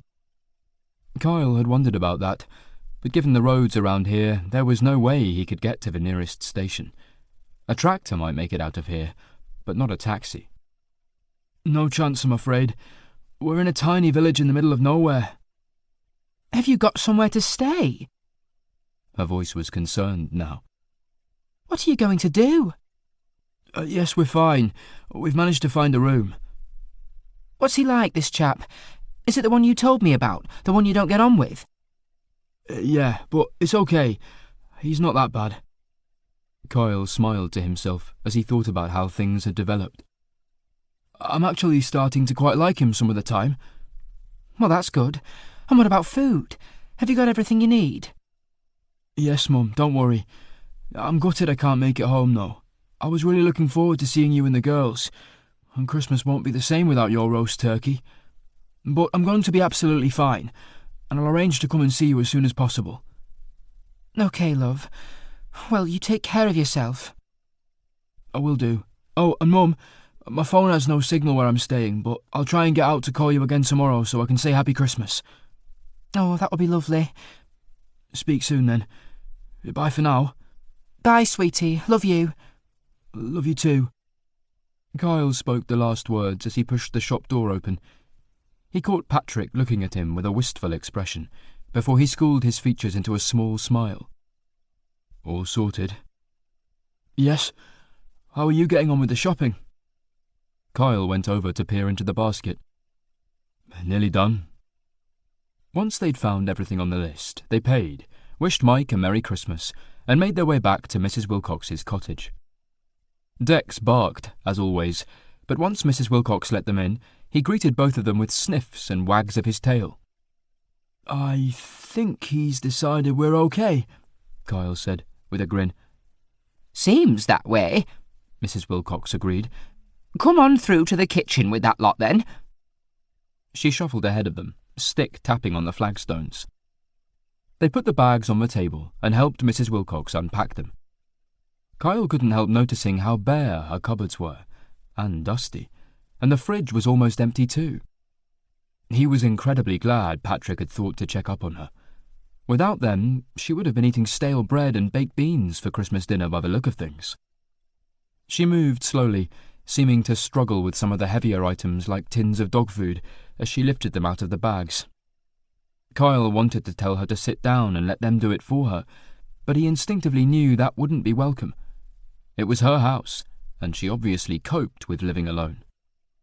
Once the shopping was put away, she said, Now, you two sit down while I put the kettle on. Would you like some tea or coffee? Tea would be great, thanks, Patrick said. Yes, tea for me too, please.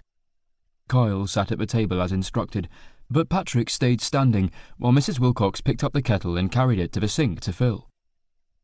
Can I help with anything? Patrick asked. No. Her voice was a little sharp. You've done my shopping for me. I can manage to make you a cup of tea. You can help by staying out of my way. OK, sorry. Chastised, Patrick joined Kyle at the table.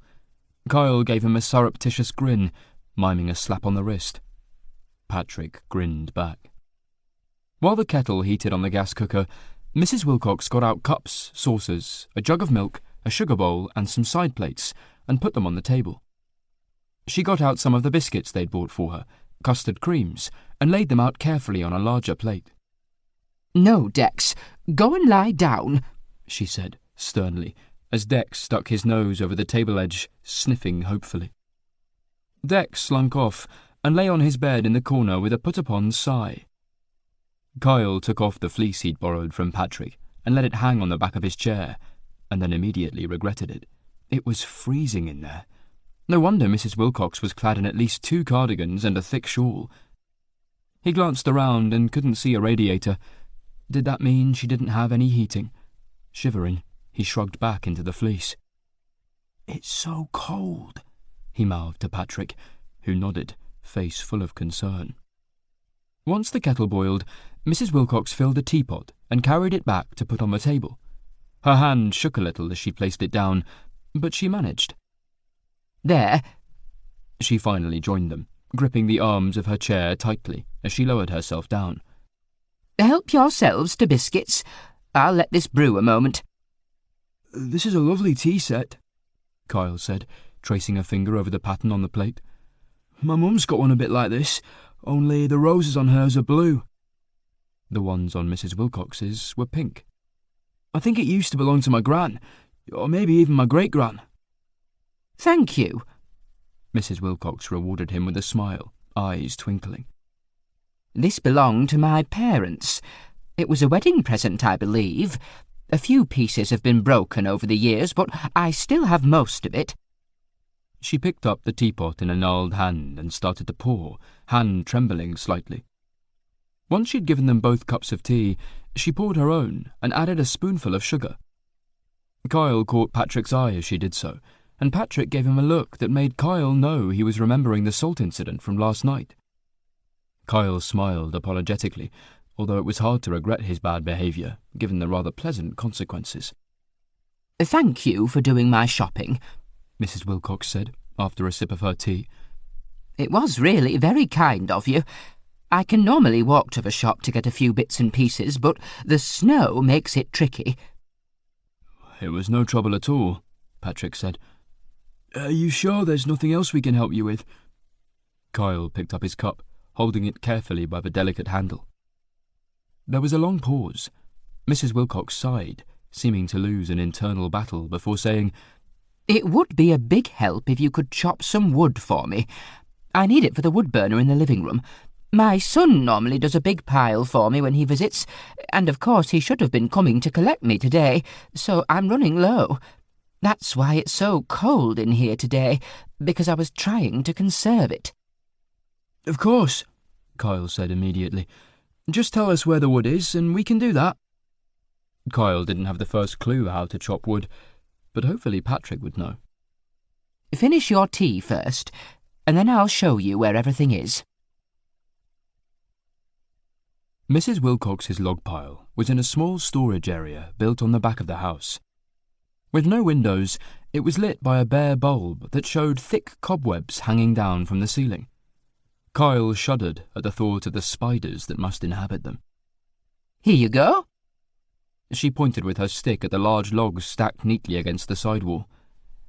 And there's the chopping block, and the axe is hanging up. Since you're doing that, I'll go and light the burner in the living room now, get the place warmed up a little. Left to their own devices, Kyle said, OK, how do we do this? So you volunteered to chop wood when you don't know how to do it? Patrick quirked an eyebrow. I knew you would. You seem to have Boy Scout tendencies.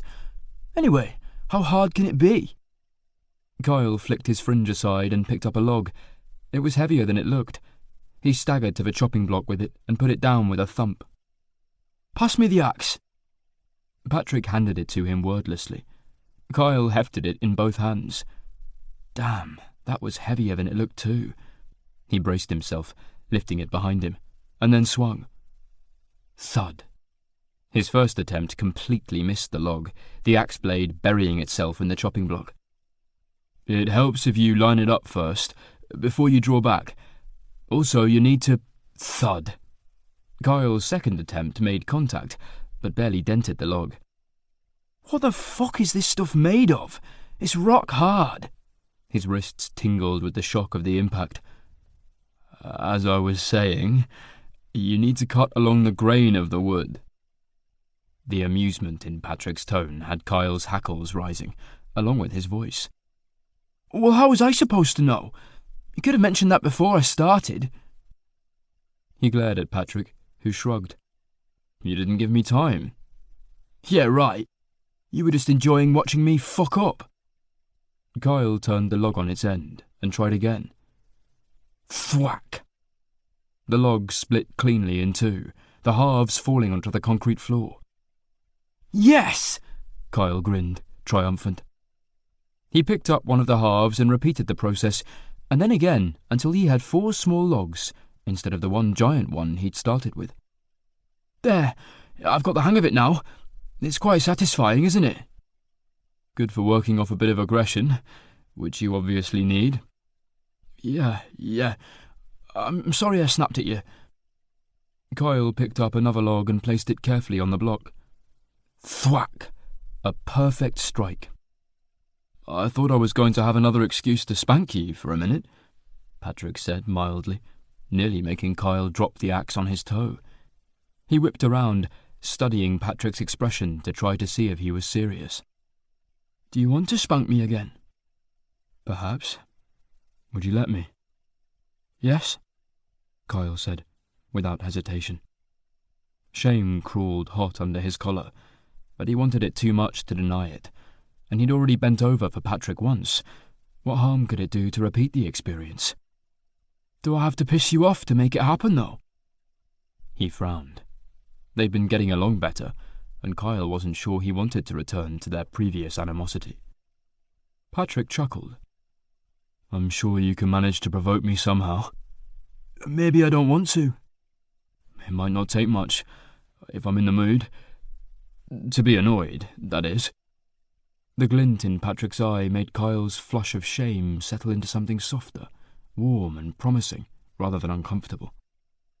I'll bear that in mind. Kyle turned his attention back to chopping, splitting the next piece perfectly again. Are you okay doing that? Patrick asked. For a while. It's very satisfying. Kyle was already getting warm with the effort of lifting and swinging the axe.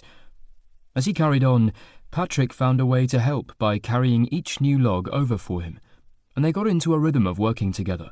They made a good team. Eventually, Kyle's arms and back began to ache. He paused, took off Patrick's fleece, and mopped his brow, which was damp with sweat. You ready for a breather? I can take over for a bit, Patrick said. Yeah. Kyle handed him the axe. How about I go and find something to put this lot in? He gestured at the pile of split logs by the side of the chopping block. Good idea. Patrick lined up his first log and split it expertly on the first stroke. Kyle wandered back into the cottage in search of Mrs. Wilcox. The kitchen was empty, save for Dex, who was lying in his bed. He lifted his head and wagged his tail at Kyle, who crouched and stroked his ears. Where's your mistress, Dex? Dex cocked his ears and gave him a doggy grin. Never mind, I'll find her. With a grumbly sound, Dex laid his head back down on his paws. In the hallway, Kyle could hear jazz music coming from behind a closed door. He tapped on it. Come in. Opening the door, Kyle was greeted by a pleasant burst of warmth. He found Mrs. Wilcox sitting on a rocking chair by a log burner that held a roaring blaze. She was knitting, fingers still moving steadily as she looked up and gave him one of her rare smiles. It's lovely and warm in here now. It really is. Kyle approached the burner, which was throwing out heat into the room through the open door on the front. We've got more wood ready for you now, too. Is there something I can use to carry the logs through? Of course. I forgot to give you the basket. It's there by the fire. An empty basket stood to the side of the fireplace. Large, with handles at either end, it would hold plenty to keep her going for a couple of days. Kyle crouched and picked it up. Back in a minute. He found Patrick still hard at work.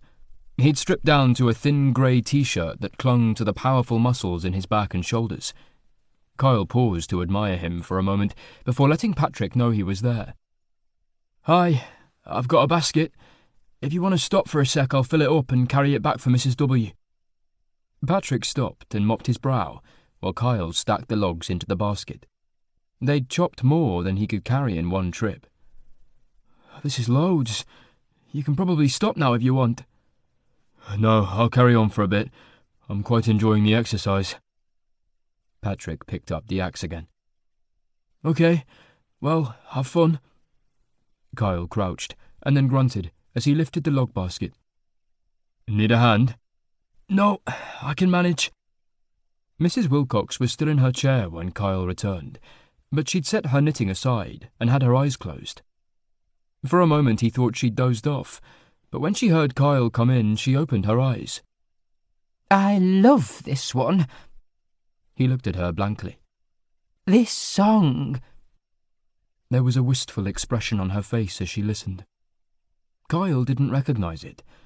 Not wanting to interrupt until it was finished, he put the basket down quietly, planning on creeping away. But the beauty of the melody and lyrics drew him in. It was a song about missing someone, using the seasons as a metaphor for time passing. Standing by the fireplace, he let the song play out, filling him with an aching sense of, not sadness exactly, but the awareness of the fragility of life. On the mantelpiece, a collection of photographs hammered the point home. An old wedding photo of a young couple gazing adoringly at each other, a faded black and white picture of a baby. A more recent wedding photo, in colour this time, and photos of two boys at various stages of growth, who Kyle presumed must be grandchildren. A picture of the man from the first wedding photograph, standing in a field with sheep behind him and a dog by his side. Then, further along, the same man, older and greyer, seated on a sofa with someone who could only be Mrs. Wilcox beside him. Their linked hands rested on his knee as they smiled at the camera. As the song came to an end, the room was silent, save for the crackle of the flames, until Mrs. Wilcox said quietly, That was his favourite song, Autumn Leaves. "Your husband?" Yes, my William. So the autumn always makes me think of him. Mind you, I think of him all year round. He's still here. She patted her chest, then tapped her forehead. And here. "How long since you lost him?" 3 years, nearly. They say it gets easier, but I'm not sure. She sniffed and picked up her knitting again. Anyway, at least we had lots of years together, just shy of 60. "Is this your son?" Kyle pointed to the man in the more modern wedding photo. Yes, that's John and his wife Marianne, and the little ones are my grandsons. The click of her needles started again. They're grown men now, though, and one of them has a wife and baby of his own on the way now. Their photos are over there on the dresser. She pointed. Time goes so fast. Kyle couldn't imagine it. At 23, he felt like his life had barely begun. The idea of an almost 60-year marriage was incomprehensible to him. "Would you have seen them all at Christmas?" Yes, they got to John's before the snow, thank goodness, so they're all there safe. "I'm sorry you're stuck here. You must be sad to be missing out on Christmas with your family." Well, it can't be helped. No use crying over spilt milk, as my mother used to say. Both my grandsons are staying there till after the New Year, and I should be able to get over and see them all in a few days. She sounded stoic, but Kyle still felt bad. Family was obviously important to her. He wished there was a way of getting her there, but even if his car was working, there was no chance he'd be able to make it through the snowdrifts. Impulsively, he said, "I know it's not the same at all, but if you'd like company on Christmas Day, Patrick and I could come and hang out with you." Hang out? She looked unsure. "Spend some time with you. We could cook a meal together, even if it's not a Christmas dinner. Between us, we've got lots of nice food now. Patrick even bought some Christmas decorations, so we could make it look festive here." Excited at the thought, Kyle carried on. "We can have a few drinks, watch a bit of telly together. It could be fun. What do you think?" Narrowing her eyes, Mrs. Wilcox studied him. Kyle met her gaze. She didn't intimidate him anymore. He knew there was a soft centre under her prickly exterior. I suppose it would be better than being alone. Then, with a glint in her eye, she added, And if I get fed up with the pair of you, I can always pack you back off to the pigsty. Kyle laughed. "Yes, you can. So, is that a yes?" Yes. She nodded, and went back to her knitting. Chapter 11. Patrick had finished chopping and was busy stacking the smaller logs when Kyle came bursting back into the outbuilding, breathless with excitement. "We're going to spend Christmas Day here with Mrs. Wilcox," he announced, and then his smile slipped into concern.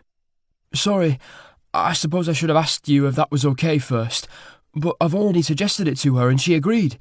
She was talking about her husband, who died, and she seemed sad about not seeing her family, and it just makes sense for us to get together for a meal as we're stuck here too, don't you think?" The words tumbled out almost too fast for Patrick to keep up.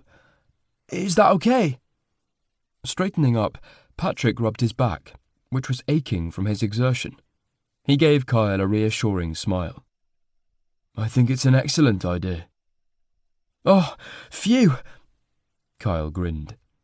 "And can we use the Christmas decorations here?"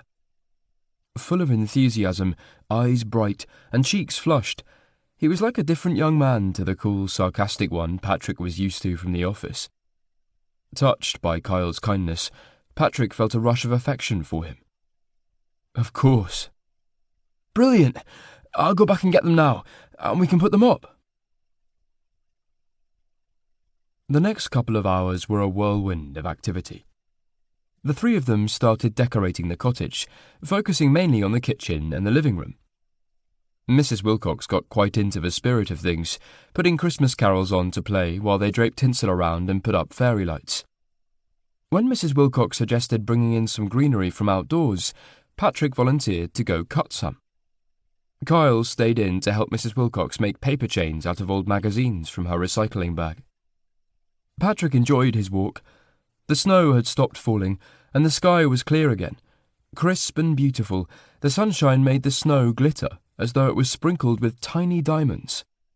His feet crunched through the top layer and sank into the deep snow beneath, making that satisfying squeaky sound with each step. He headed up past the shop and the pub and kept following the road as instructed by Mrs. Wilcox.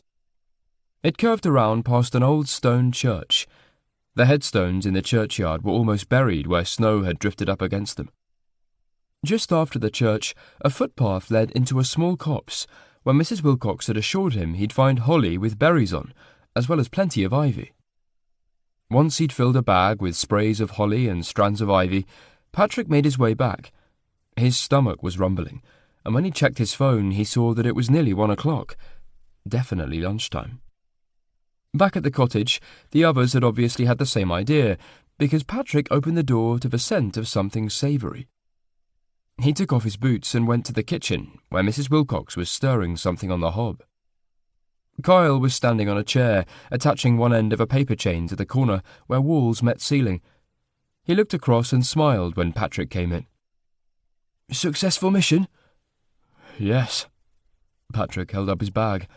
"Lots of stuff to decorate with. What's cooking?" "Tomato soup," Mrs. Wilcox said. "and there's bread and butter. I hope that's okay with you." "Sounds wonderful. Would you like some cheese too? We have lots, so I can go and get some." Patrick was a bit of a cheese fiend, so he got rather carried away when he saw the selection in the shop. "That would be lovely," Mrs. Wilcox replied. "It's nearly ready, so Kyle can clear the table while you fetch the cheese." Patrick returned to find them both seated at the table, 3 steaming bowls of soup, a loaf of wholemeal bread, and cheese board and knife ready and waiting. "Here we go. There's some strong cheddar, Wensleydale, and Stilton. It's not Christmas without Stilton." "My William would have agreed with you." Mrs. Wilcox ground some pepper onto her soup. Kyle wrinkled his nose as Patrick unwrapped it. "It smells awful." "But it tastes divine. Don't you like Stilton?" "Not really. I always find it really bitter." "But have you ever had good Stilton? The stuff in supermarkets is rarely very nice, but this one looks perfect."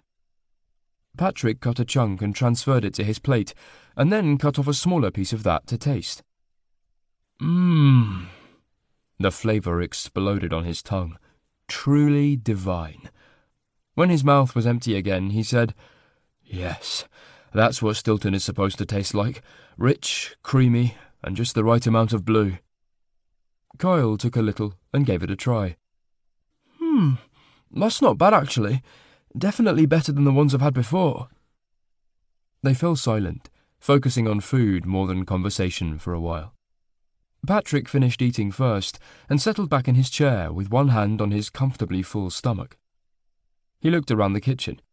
With tinsel and paper chains strung across the ceiling and fairy lights draped over the arch of what used to be an old fireplace, now a nook where the cooker and fridge stood, it looked pretty and festive. The sound of a choir singing "O Little Town of Bethlehem" was the perfect background music for the scene. Warmth filled Patrick that had nothing to do with the soup in his belly. Kyle gave him a quizzical look. You okay? Yes, Patrick said. Yes, I'm fine. He was more than fine, he realized. He was happy. After almost a year of loneliness, Patrick had forgotten what happiness felt like. After the breakup from Matt, the initial desperate pain and hurt had faded to a dull ache so constant Patrick scarcely noticed it most of the time. He'd coped on the surface, but his days had felt empty and meaningless, as though he were going through the motions of life, rather than actually living. They stayed with Mrs. Wilcox for a couple more hours, clearing up after lunch and finishing the decorating. She got Patrick and Kyle to drape the holly and ivy over the picture frames that hung on the walls, and Kyle wound some ivy around the banisters too. I wish we'd bought more fairy lights, he said. They'd look lovely with the ivy. When they were finished, Mrs. Wilcox made another pot of tea, which they had with the rest of the biscuits from the morning. They came up with a plan for Christmas Day, agreeing to cook some food for lunch and spend the afternoon together. As they were sitting at the kitchen table, Dex got up and sat by the back door. He gave a small whine and cocked his ears at Mrs. Wilcox. Do you need to go out? He answered with a huff and a wag of his tail, as if he understood the question. Mrs. Wilcox made as though to stand, but Kyle beat her to it, jumping to his feet and asking, "Shall I let him out?" Yes, please. He probably needs to do his business. Should one of us go with him? Will he wander off? Patrick asked. No, he knows not to roam if he's alone. As soon as Kyle opened the door, Dex ran out. Closing it to keep the kitchen warm, Kyle went to the window. Yes, you were right. He's turning some of your snow yellow. She chuckled. Poor chap. This weather is no fun for him either, because I can't take him out for a decent walk. I could do that, Patrick said immediately. I'm always happy to get outdoors. I'll come too, Kyle offered. You sure? Patrick was surprised. It was the first time he'd seen Kyle keen on the idea of walking. I've got decent boots now. I wouldn't mind exploring a little and getting some fresh air. You still don't have a good coat, though. Kyle shrugged. I'll manage with your fleece. I won't get too cold if we keep moving. What do you reckon? Patrick addressed Mrs. Wilcox. Would Dex be okay with two strangers taking him for a stroll? You're not strangers to him now. He should be fine. Call him in now and see if he comes for you. Patrick opened the back door. Feeling a little self-conscious, he called, Dex. Dex raised his head to look at Patrick, but he didn't move. Dex. Here, boy. He patted his leg. Then, more sharply, Dex. Ignoring him, Dex went back to sniffing a snow-covered bush.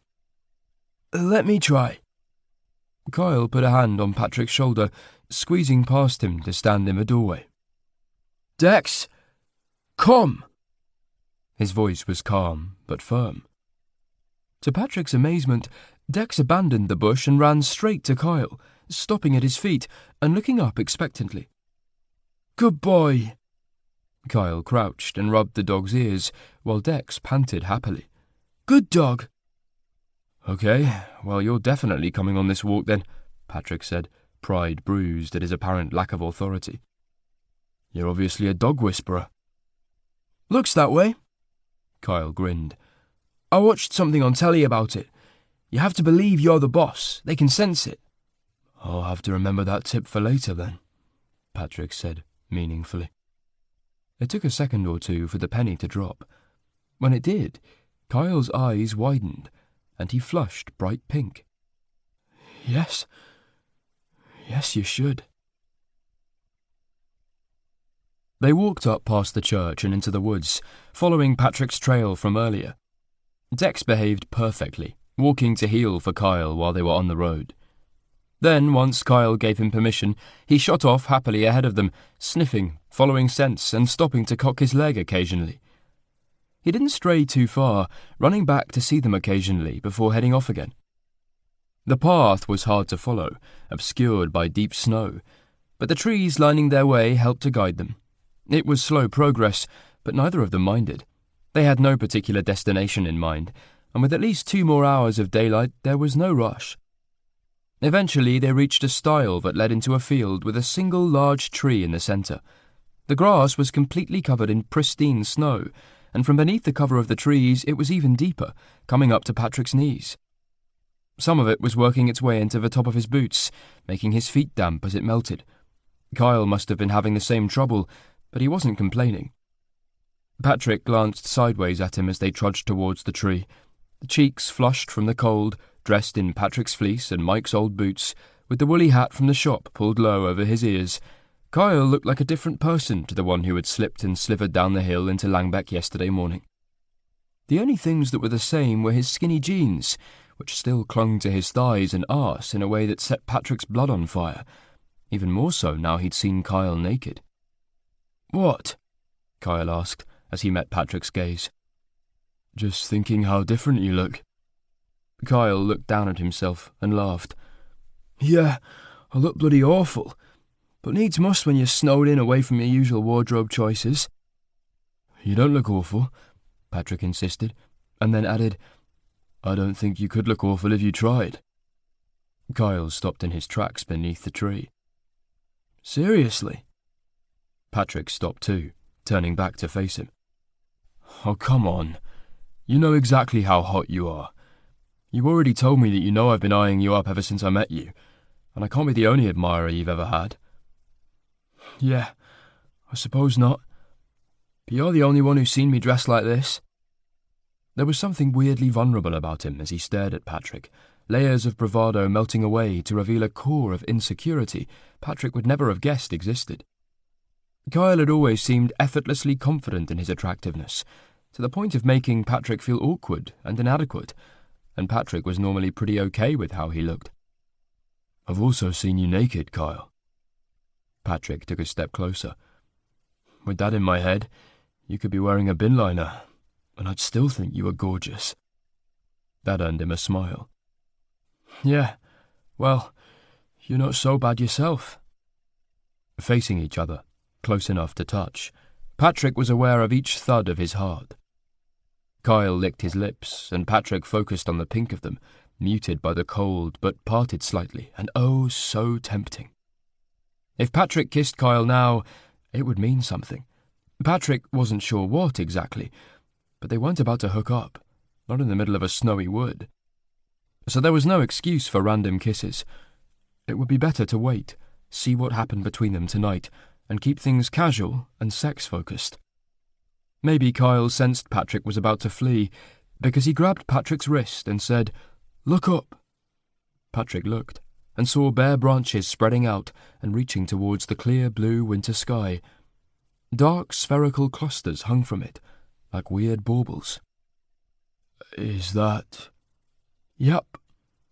Mistletoe," Kyle answered, raising his eyebrows as though in challenge. Patrick had wanted an excuse, and the universe had given him one.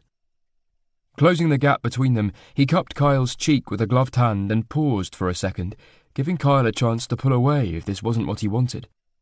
But Kyle didn't go anywhere. Their lips met, cold and dry.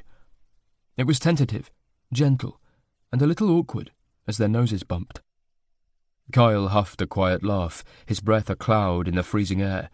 Then he angled his head, grabbed Patrick's scarf in both hands and tugged him closer, deepening the kiss so Patrick could feel the sleek warmth of his mouth in a way that made him remember how it had felt around his cock last night. A sharp bark made them spring apart to see Dex sitting beside them, head cocked on one side, as though wondering what on earth they were doing. Patrick laughed. "Sorry, Dex. Were we ignoring you?"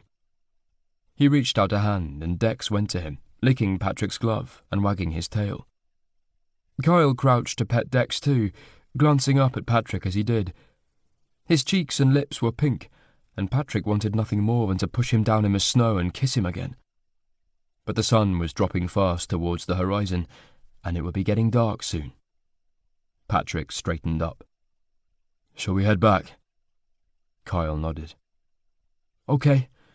Come on, Dex. Home time." They set off back along the path made by their footsteps, Dex trotting along beside Kyle now. As Patrick glanced at Kyle next to him, he was hit by the urge to reach for his hand, but he resisted. He could blame the mistletoe for ill-advised kisses, but hand-holding was a step too far. Whatever midwinter madness had seized him, he needed to do his best to resist it. This thing with Kyle was sure to end the moment they returned home, and Patrick couldn't afford to develop any unwanted feelings for someone who only wanted sex. His heart had barely recovered from Matt's betrayal. He wasn't ready to risk it again. Chapter 12. "Is it okay if I have a shower?" Kyle was buzzing with restless energy, despite a busy day and lots of exercise. Even eating dinner and having a couple of glasses of wine hadn't made him feel more relaxed. Full of ham and mustard sandwiches and mince pies, by rights he should be pretty sleepy. Instead, he was keyed up with sexual tension, desperate to start something, but wanting even more for Patrick to be the instigator. After the kiss they'd shared earlier, Kyle had been knocked off balance.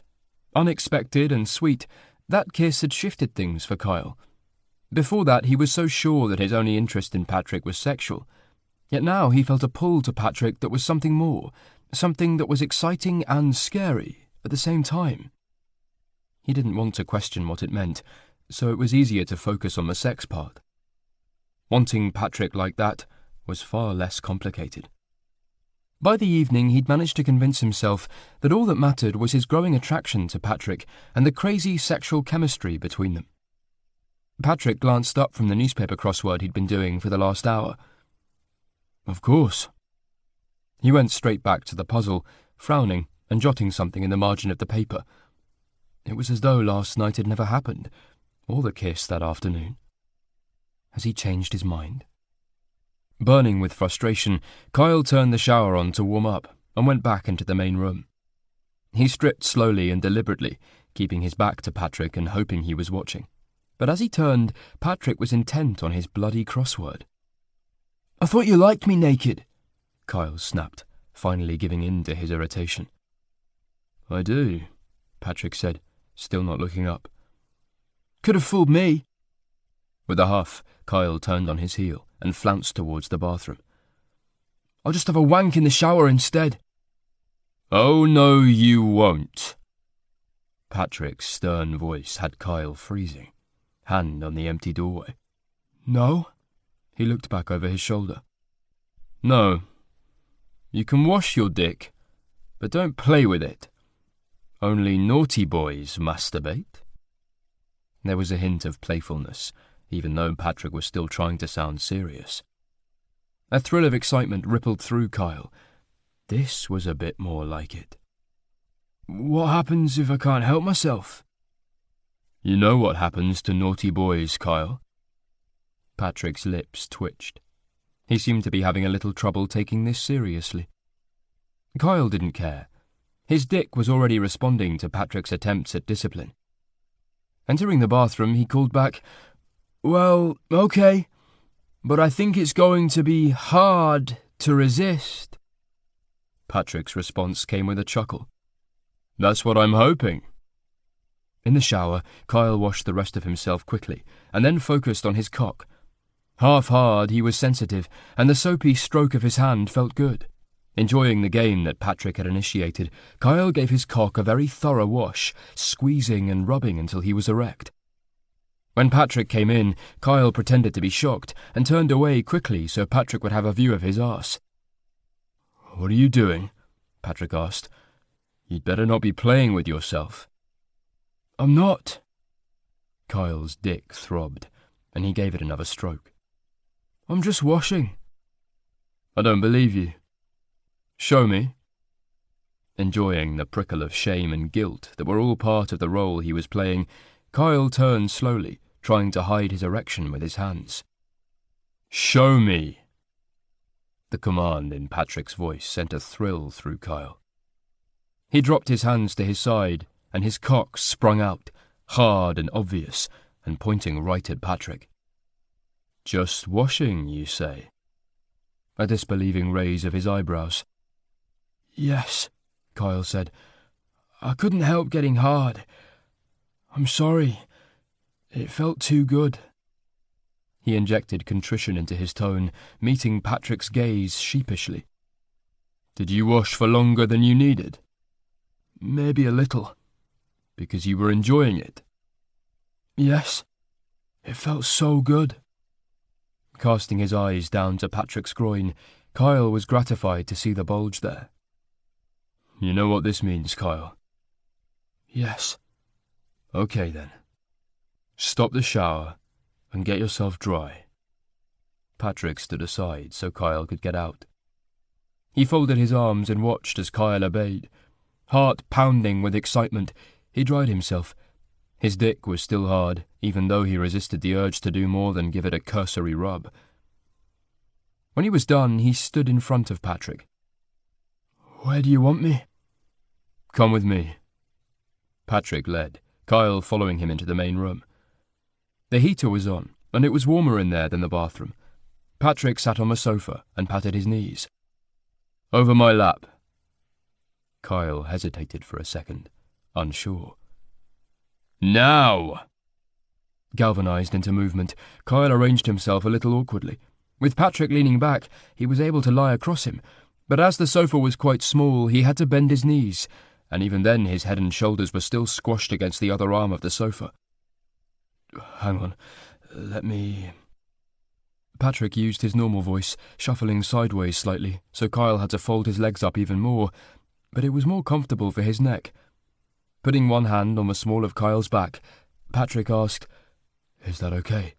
Yes. Kyle's voice was muffled, where his face was pressed into the sofa cushion. Right. Stern Patrick was back. You've been a naughty boy, Kyle. Do you understand why? Yes. Tell me. I want to be sure you know. I masturbated. Kyle's cheeks flushed hot. After you told me not to. That's right. So now I need to spank you. Are you ready? Yes. Kyle tried not to sound too enthusiastic, but suspected he failed. His body was burning for it, skin tingling and primed. Cool air touched his balls and crack where his arse was in the air, exposed and ready. The first spank came with no warning, taking Kyle by surprise and making him gasp with the sting. Okay, Patrick said quietly. Is that hard enough? Too hard? It's perfect. More. Patrick obliged, spanking him so fast that Kyle lost count. The blows landed on both buttocks, and Patrick distributed them so every inch of the skin on Kyle's arse was burning.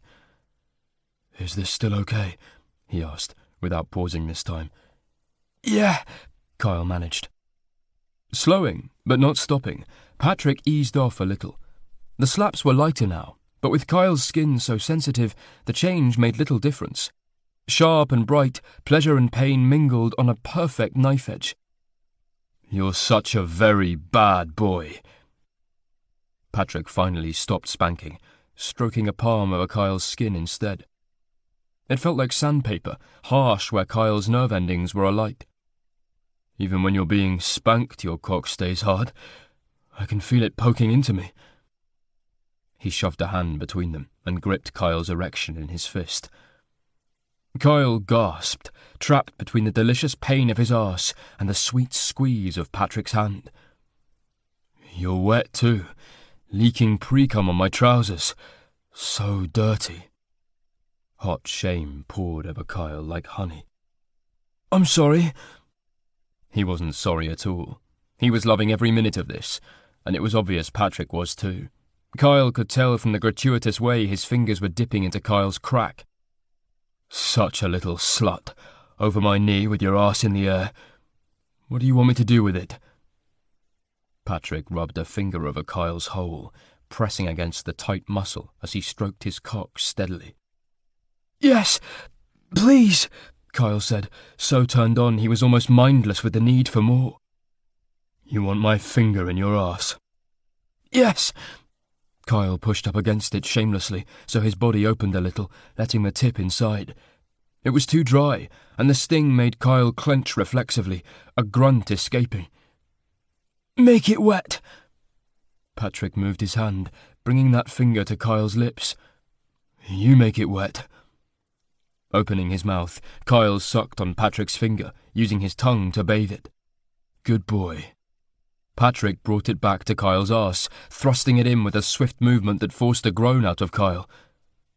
"Okay." Patrick stroked Kyle's cock with his other hand. "Does that feel good?" "So good." Way past the point of any self-consciousness now, Kyle rocked his hips, alternately fucking himself on Patrick's finger and thrusting his cock into the grip of Patrick's fist. He suddenly realised that climax was imminent. "I'm close," he warned, in case Patrick didn't want him to come yet. "Of course you are, you bad boy," Patrick said. His voice was soft, not harsh, and full of amused affection. "You love being over my knee like this, having your naughty little arse spanked and fingered while I talk dirty to you." With that, he spat on Kyle's hole and thrust another finger in, pushing deep. Kyle cried out and came, cock pulsing in Patrick's hand as Patrick kept fucking him with his fingers, milking out his orgasm from the inside until Kyle was limp and exhausted. Lying over Patrick's lap, he was dimly aware of Patrick easing his fingers out. Then he felt Patrick's hand on his buttocks again, a gentle touch this time, fingertips lightly stroking his heated skin. "I must have got cum all over your trousers," Kyle said. The words were hard to articulate, his brain still scattered and slowly regrouping. "You did." Patrick carried on with his idle caressing, not sounding too bothered that Kyle's cum was currently soaking into his jeans.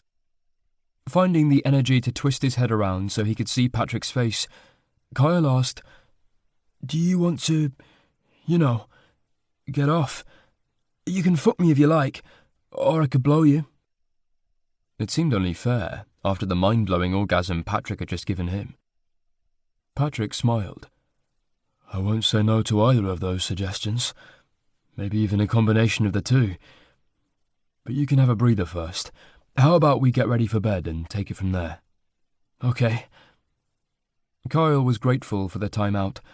He might not be able to come again, even if they left it a little while, but he'd definitely be able to get into it more after some recovery time. After they'd cleaned up, brushed their teeth, and Patrick had sponged the cum out of his trousers with a flannel and hung them to dry, it was time to go to bed. Kyle climbed the ladder first, glad to snuggle under the covers now the heater was off and it was beginning to cool down. He waited, feeling a little nervous as Patrick finished up in the bathroom. Shifting positions slightly, his boxer briefs rubbed the sore skin on his buttocks and sent a thrill through him as he remembered why they hurt. Reaching down to squeeze his dick, Kyle imagined what they might do together when Patrick joined him in bed. Kyle listened to the rustling as Patrick undressed and heard the click as the main lights went off. The lamp was on over the bed, and once the rest of the room was dark, it emphasized the coziness of the space.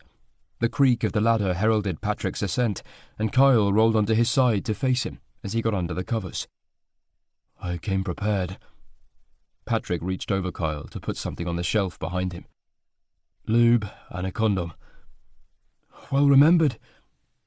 Kyle smiled and shuffled a little closer. Patrick moved in for a kiss. He tasted of toothpaste, and Patrick's stubble scratched Kyle's chin.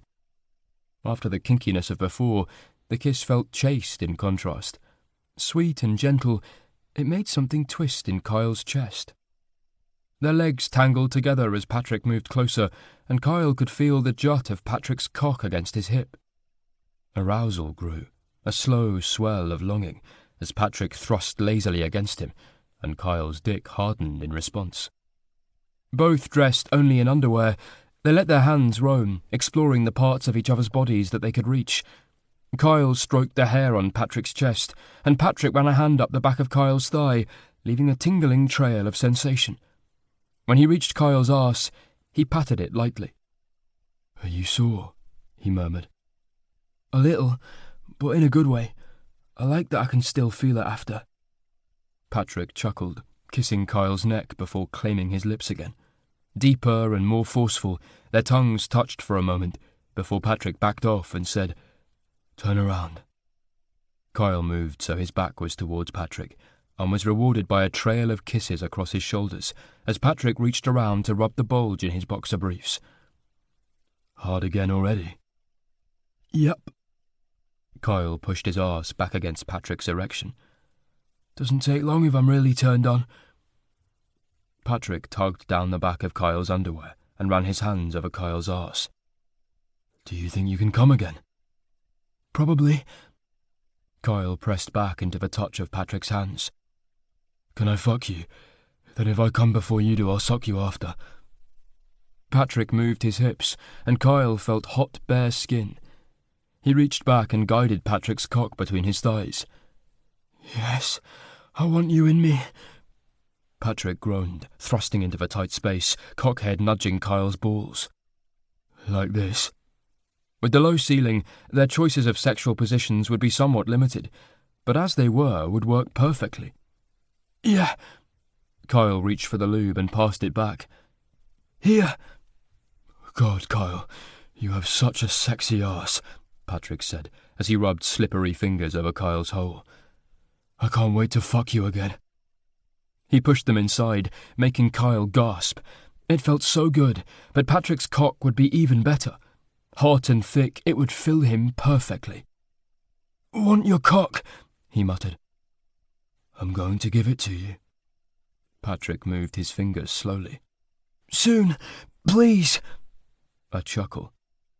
"I love it when you're impatient. At least you said please this time. Pass me the condom." Kyle even opened it ready for him, wanting to speed things up as much as possible.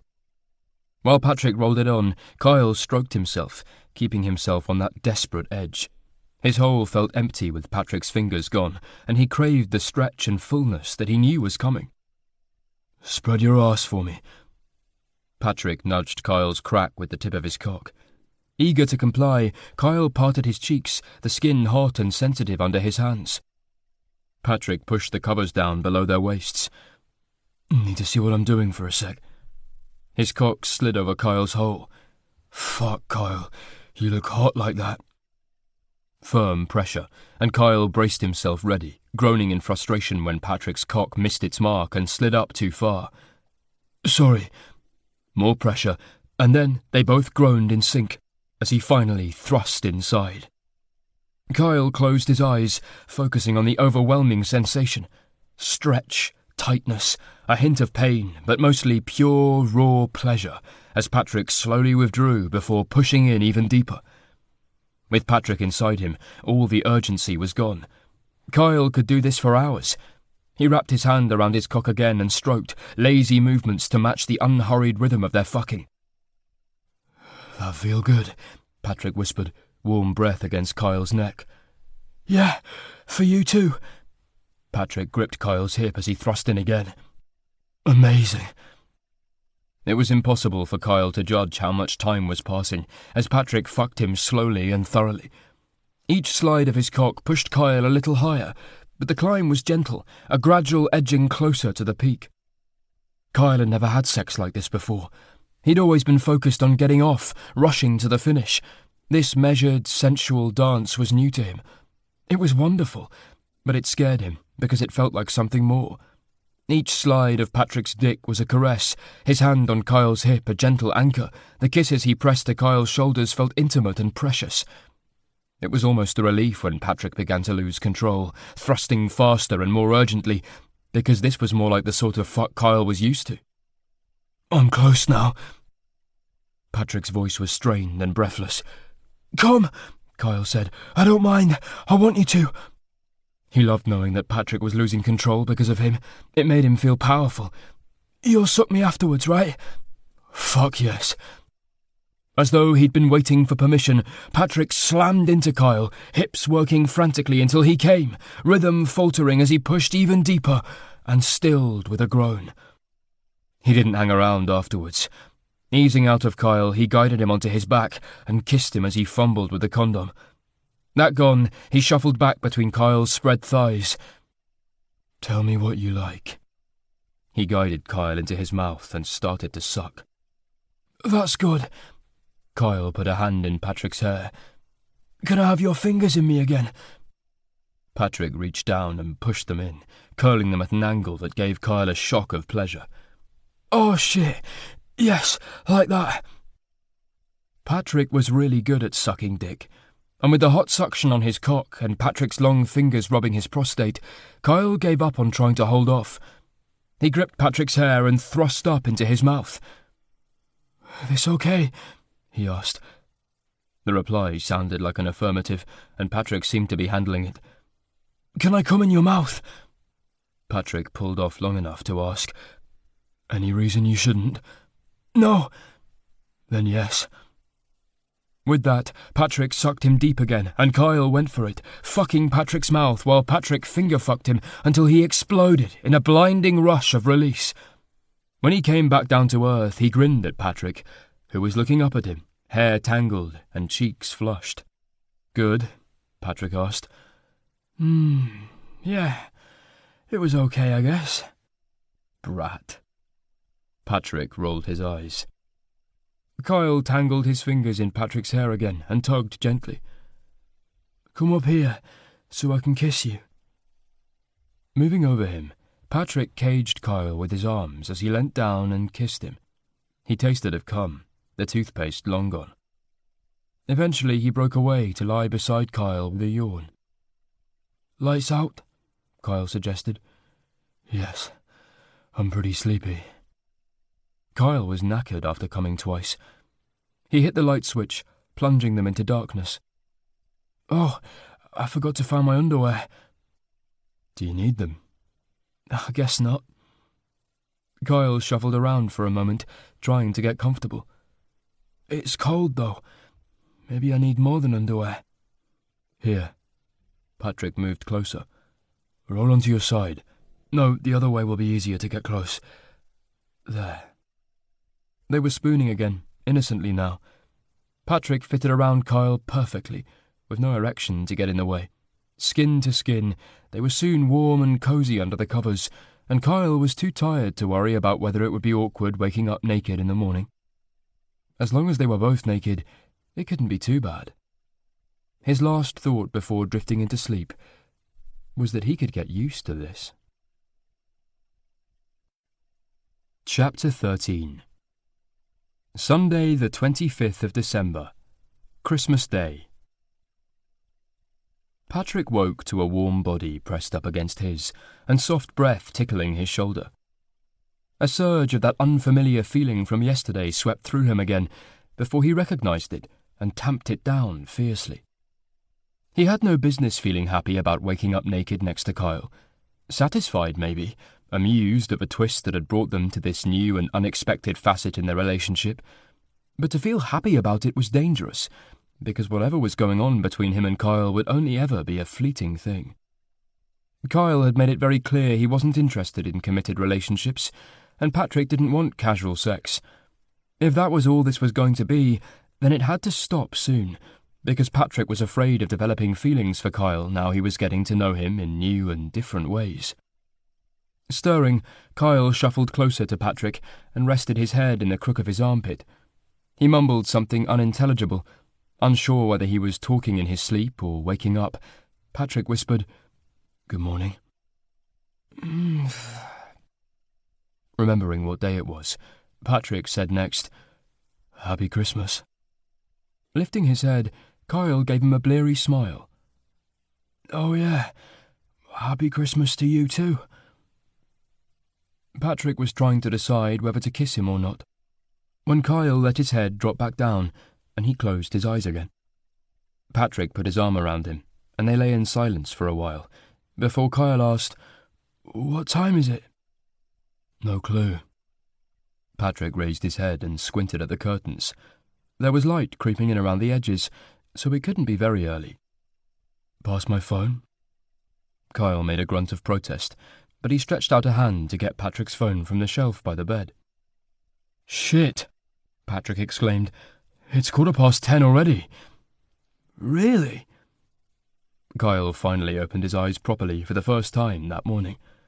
Wow, I never sleep that late. I must have been extra knackered last night. He gave Patrick a dirty grin. I can't think why. Patrick chuckled. Maybe you could remind me, Kyle added hopefully. Possibility hung thick in the air between them for a moment. But Patrick shook his head and said reluctantly, We ought to get up. We told Mrs. W would be over by 11, and we probably both stink of sex, so we need to shower. Spoil sport? Get off me, then. Patrick shifted. I can't get up with you half on top of me. Sniffing Patrick's armpit, Kyle wrinkled his nose. You do smell. You can have first shower while I have 5 more minutes of being lazy. Cheeky. Patrick shoved him off. Kyle chuckled and rolled onto his front, so Patrick gave his bare arse a sharp slap. Kyle yelped. Ouch, you brute! You love it. With his face buried in the pillow, it was hard to tell if Kyle was agreeing or not. Patrick gave his butt an apologetic pat and pulled the covers back over him. 5 minutes, and then you have to get up. In the shower, Patrick found himself whistling Jingle Bells. The teasing banter in bed hadn't helped him keep a lid on his feelings. Happiness and excitement were simmering in his belly, and he had to keep reminding himself that this was only a Christmas fling. As he got out, he called through to Kyle, Shower's free. Get up, lazy bones. By the time Patrick was dry, there was still no sign of him. Wrapping a towel around his waist, Patrick went through and reached over the edge of the platform bed to poke Kyle's motionless form. Come on, or we'll be late. No response, so Patrick yanked the covers right off Kyle and slapped him on the arse again. Shower time. Ow! Stop it. My bum needs a break. It's still sore from last night. It did look quite pink. Patrick felt simultaneously guilty and slightly aroused at the sight of it. Okay, sorry. Oh, that reminds me. We need to exchange our Christmas gifts. Oh, yes, presents. Kyle rolled over and sat up, looking excited at the thought. Can we do it now? No, after you've showered. Now hurry up. Patrick made them both tea and some toast and jam while Kyle showered. When he finally emerged from the bathroom in underwear and a t-shirt, Patrick offered him a plateful. It might be a bit cold now, but I thought you'd be hungry given that we slept in. Thanks, I'm starving. Once Kyle finished eating, Patrick said, Right, presents. They both went to rummage in their bags. Patrick had managed to wrap his in a piece of newspaper while Kyle was in the bathroom yesterday. He didn't have any tape, but had twisted the ends to make it look like a Christmas cracker. Here's yours. He held it out to Kyle, who was hiding something behind his back. Oh, nice wrapping. I didn't think of that. Can I do it quickly now with the piece of your paper? Sure. Just don't use the crossword. Turn around then, or close your eyes or something. Patrick shut his eyes obediently and waited. A few rustling sounds, and then Kyle said, Okay, done. Opening his eyes, Patrick saw Kyle standing in front of him, holding a similar-looking parcel to the one in Patrick's hands. Merry Christmas, they said in unison as they swapped gifts. Patrick untwisted the paper and let it fall open. There was a slab of Kendal mint cake and a decorated wooden spoon with a picture of a hill and a lake on it. Beneath the picture were the words, The Lake District. It was a typical tourist gift. The mint cake was great food for hiking, so Patrick would definitely use that. He wasn't so sure about the wooden spoon, but it wasn't as if Kyle had had much choice of suitable gifts in Mike's shop. Thanks.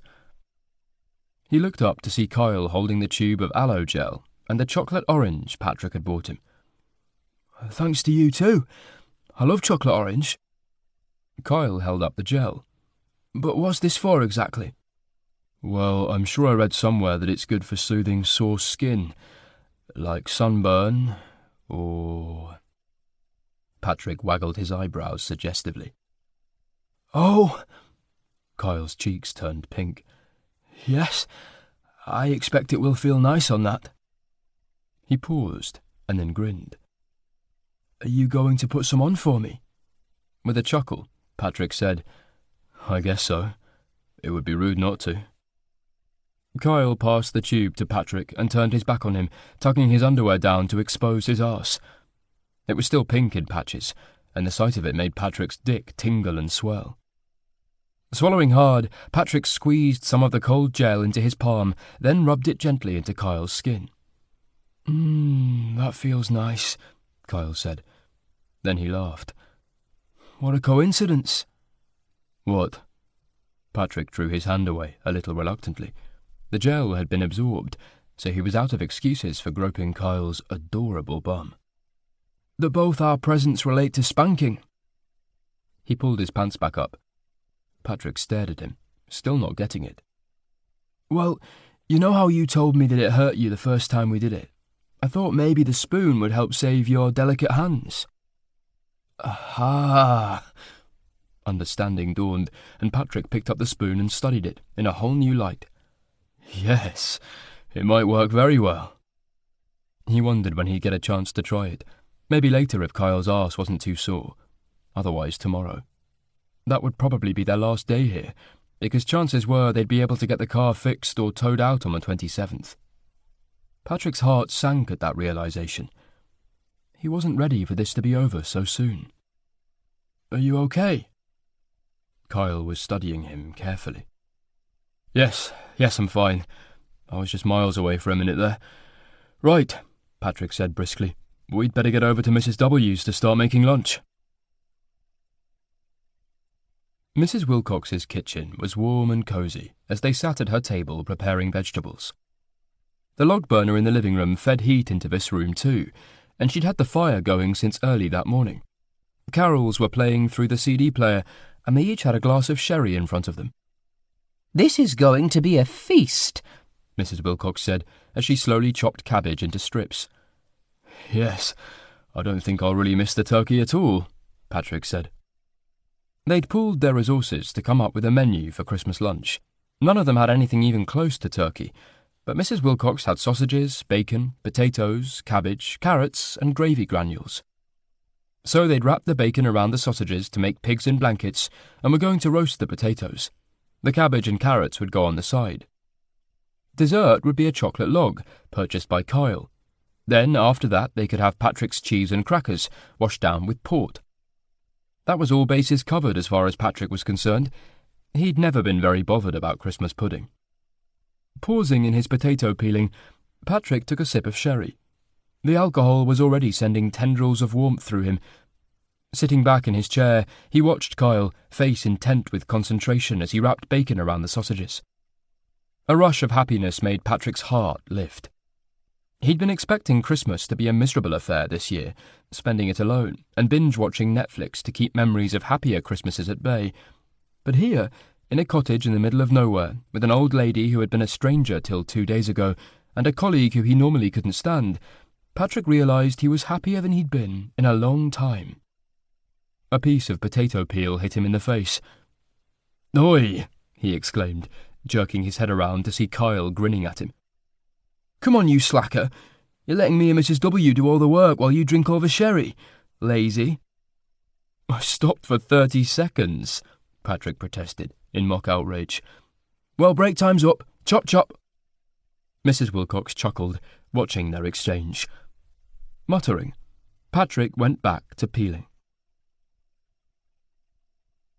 They ate lunch around the table in the kitchen. Mrs. Wilcox lit some candles, and with the main light turned off and the string of fairy lights over the archway, it looked pretty and festive. The food was excellent. Delicious meaty sausages and bacon went perfectly with crispy roast potatoes, prepared under Mrs. Wilcox's instructions, and the vegetables and gravy finished it off to a T. Patrick opened a bottle of red wine with lunch, and they shared it between them. Once the main course was done, Kyle and Patrick insisted on clearing away and wouldn't let Mrs. Wilcox help. "No, you stay put. We've got this," Kyle said. "All right, if you insist." "Are you ready for some chocolate log?" Kyle asked. "Just a tiny piece for me," she said. "I'm full already." There's still cheese to go, Patrick reminded her. "I won't need to eat again till New Year's Day at this rate." She patted her stomach. Kyle cut up the Yule log, while Patrick made a pot of tea. Mrs. Wilcox got a small piece, as requested, but the ones Kyle served himself and Patrick were huge. After they were done with that, even Patrick had to admit he didn't have room for cheese. "Not yet, but later. I'll let this settle first." There was no way Patrick was missing out on cheese and crackers. "Shall we go and sit in the living room now?" Mrs. Wilcox suggested. "Maybe watch a bit of telly while we let our food go down?" That sounded nice and relaxing to Patrick, so he agreed readily. "I might do a bit of washing up first, and then I'll join you," Kyle said. "Oh, leave that. We can do it later." Mrs. Wilcox got to her feet. "I don't mind. I like tidying up." Kyle grinned. "Just ask Patrick. I'm always annoying him by rearranging his desk." Patrick snorted. It was true. Kyle's tendency for neatness extended to other people's belongings as well as his own. It had been a bone of contention between them more than once. "Oops," Mrs. Wilcox stumbled, grabbing the edge of the table for support. "That's a bit more alcohol than I normally have. It's gone to my legs." "Let me..." Patrick hurried to her side, handing her stick, and offering his arm too. He started guiding her to the doorway. "I'll come back and help in a minute, Kyle." "No need. It won't take me long. I'll just do as much as I can fit in the rack now, and then I'll let that dry. We can do more later." Keen to put his feet up, Patrick wasn't going to argue. So once he'd installed Mrs. Wilcox in her chair by the fire, he added a couple of fresh logs to the burner and made himself comfortable on the couch. "Anything you want to watch?" Mrs. Wilcox asked. "No, anything's fine." Sleepy and full of food, Patrick was happy with whatever she picked. She hopped through a couple of channels and stopped on something that was instantly recognisable as The Sound of Music. "Oh, this'll do." "It's a Christmas classic," Patrick agreed. He'd lost count of how many times he'd watched it over the years. They sat for a while, lost in the charm of the old film, until a clattering sound from the kitchen reminded Patrick that Kyle was still busy in there. Mrs. Wilcox glanced across. "He's been a while." "Knowing Kyle, he's got carried away doing far more than he said he would. You'll probably get back in there and find your kitchen has been reorganised." Patrick rolled his eyes, remembering the time Kyle decided to revamp Patrick's filing system. He can't help himself. Once he gets started on something, he tends to get a bit carried away. Best if we leave him to it." She chuckled. "You two are funny." "Are we?" "How so?" Patrick asked in surprise. "The way you tease each other. You remind me of an old married couple. Have you been together long?" Taken aback, Patrick stared at her. She knew they were colleagues, and he'd assumed she'd think they were straight. Most people, especially of her generation, didn't usually consider that someone might be gay unless it was completely obvious. Tracking back, he tried to remember if they'd shown any signs of affection in her presence, but no, they'd barely touched each other outside of sex, unless Patrick was holding Kyle up to stop him falling in the snow. So why on earth would she think they were a couple? "I'm sorry. Did I speak out of turn? Maybe I'm mistaken, but it seems like you're sweet on each other." The old-fashioned expression was charming and amusingly innocent considering the nature of Patrick and Kyle's relationship. No, Patrick hurried to reassure her. "No, it's fine, and you're not completely off the mark. But we're not really together, not in any serious way." She studied him, beady eyes like currants in her wrinkled face. "But there's something between you?" "Yes." A blush crept over Patrick's cheeks that he couldn't blame on the wine or the warmth of the fire. "There's definitely something, but I don't think it's going to last." "Why not?" "We're too different, and we want different things." She shrugged. Well, sometimes what people want changes. I should know. Why's that? I never wanted to get married. I thought that was for other girls, not for me. I didn't want to cook and clean and have babies. I wanted to train sheepdogs and not have to answer to a man. So what happened? I met the right man. He was happy for me to follow my dreams.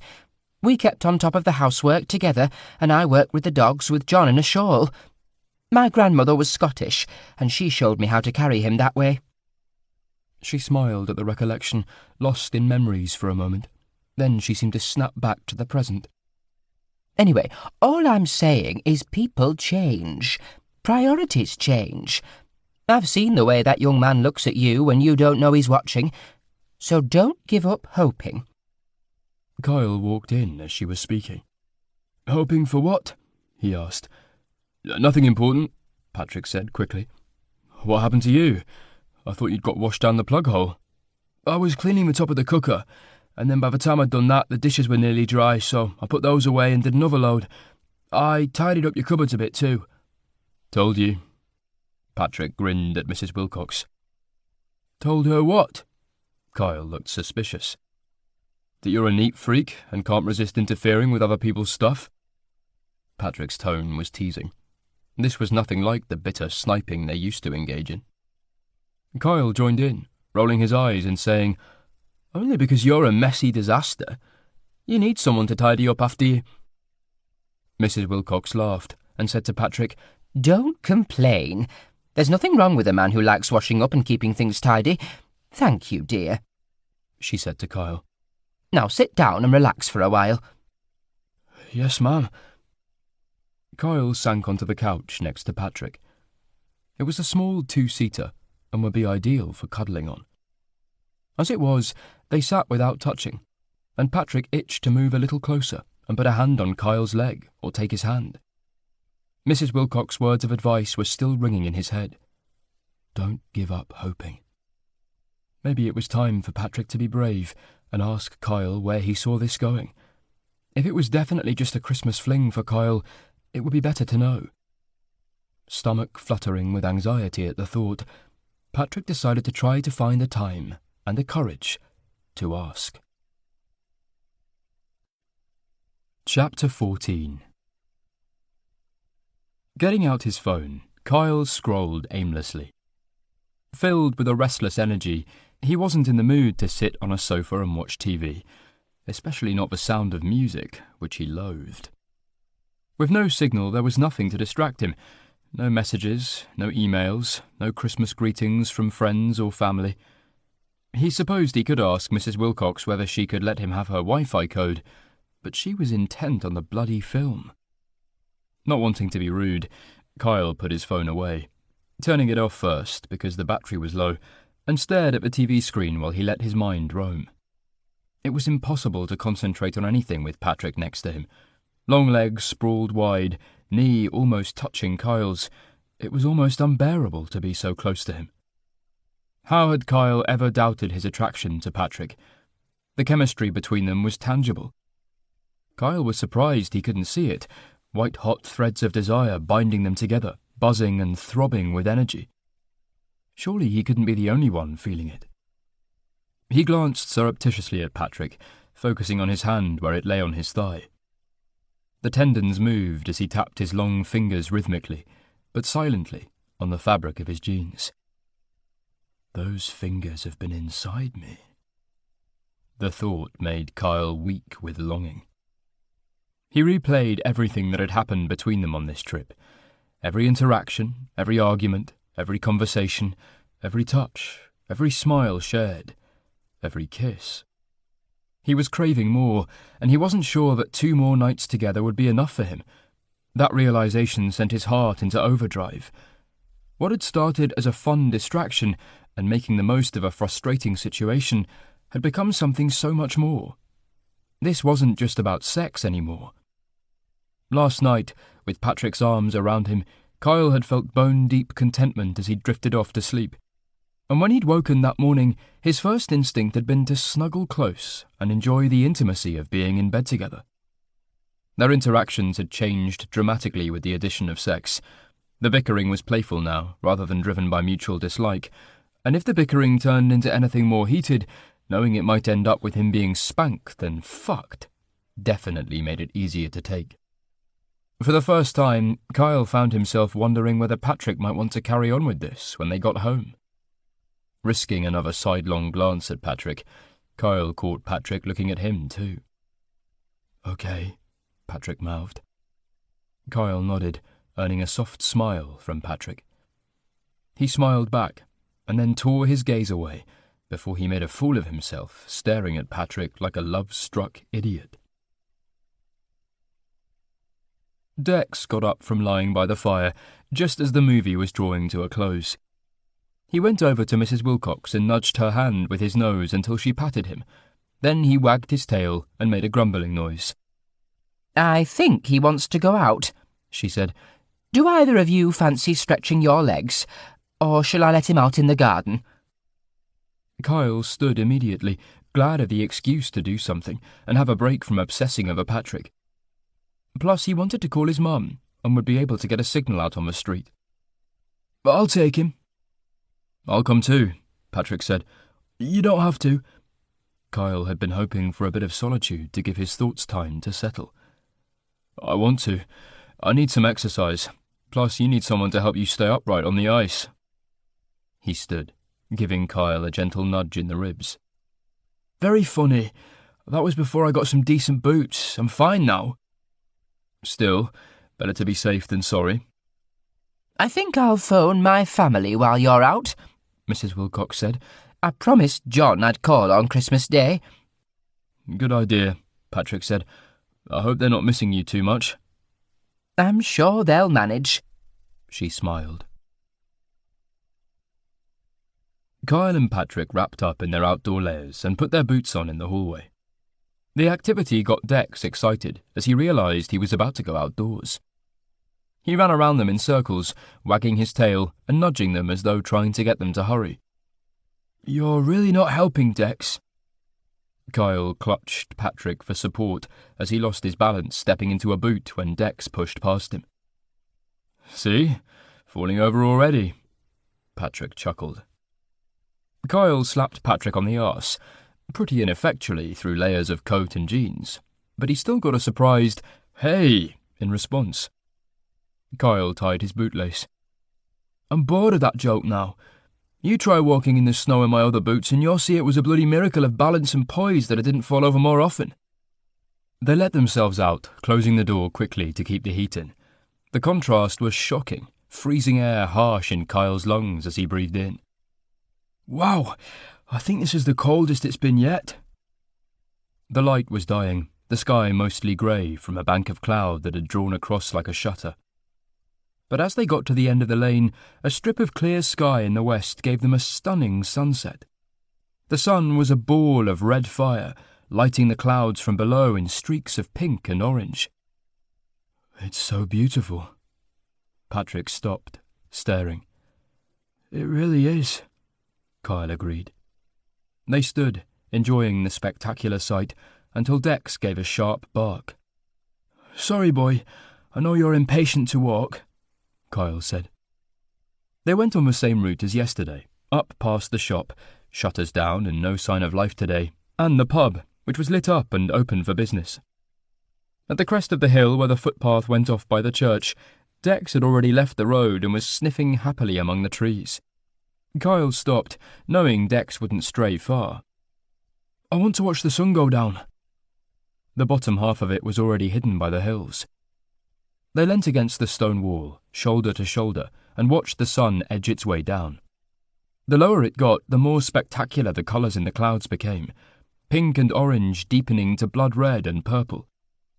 Kyle shivered, cold now they'd stopped, but not wanting to miss the moment the sun disappeared. Patrick put an arm around his shoulder and pulled him close. "Is that better?" he asked. "Yes, much." Kyle snuggled close, wrapping his arm around Patrick's waist. With the height difference, they fitted perfectly like this.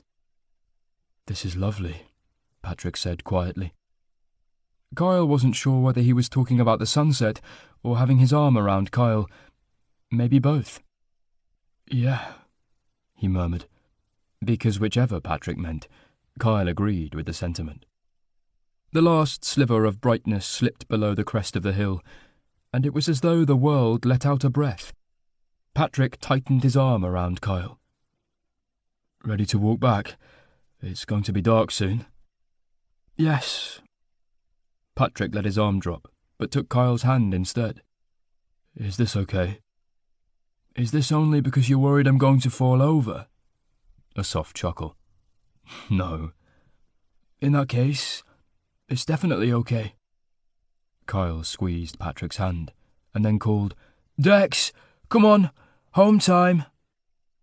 As they walked back past the shop, Kyle suddenly stopped. "Oh, I just remembered that I want to give my mum a quick call to say Happy Christmas. You can go on if you like, I'll catch you up." "I don't mind waiting," Patrick said, "unless you want some privacy." "No, it's fine. Hang around and keep an eye on Dex. I won't be long." Patrick released Kyle's hand and moved to read the posters in the shop window. Dex trotted beside him and sniffed around the steps. Kyle got his phone out and powered it up. As the signal kicked in, it started to buzz with notifications for messages. Smiling, Kyle read through texts from his mum, his sisters, and a couple of his mates from uni. He replied to his sisters and friends, and then called his mum. Hello, love. Merry Christmas. There was upbeat Christmas music in the background, and he heard a shriek and a giggle. Shh, it's Kyle, his mum said. Happy Christmas, his sisters yelled in unison. Kyle grinned. Say Happy Christmas back from me. Are you having a nice day? Lovely, thanks, but we miss you. I miss you too. Kyle glanced at Patrick's back. With his shoulders hunched and his hands in his pockets, he made a lonely figure standing by the deserted shop. It was telling that Patrick wasn't bothering to even text his family. They really must not be very close. Kyle felt a rush of affection for him, glad that they were together for Christmas, even though it meant Kyle didn't get to see his own family. Are you managing to have a nice time? Yeah, it's been really great actually. Patrick, that's the guy from work, and I spent the day with Mrs. Wilcox, the old lady who rented us somewhere to stay. She's on her own because of the snow, so we're keeping her company and helping her out a bit. Oh, how lovely. I'm glad that's worked out. So he's nice after all then, is he, this Patrick? Yes, he is. Patrick glanced over his shoulder at Kyle, as though sensing he was the topic of discussion. When he caught Kyle's eye, he turned away quickly. Kyle wondered what his family would make of Patrick. They'd probably love him. When Patrick turned on the charm, he was pretty irresistible. He had a fleeting image of Patrick joining in with Kyle's usual family Christmas, sitting at the dining table wearing a paper hat, playing Pictionary or Twister, vegging on the sofa in front of the Doctor Who Christmas special. The thought made something swell inside him, a desire he didn't want to articulate. Kyle? His mum was trying to get his attention. Are you still there? Yes, sorry, the signal's a bit dodgy. It was his thoughts that had been miles away, travelling down dangerous paths. I was asking if you were going to come to us for New Year's Day. Gran and Grandad will be coming over. I'm doing roast beef.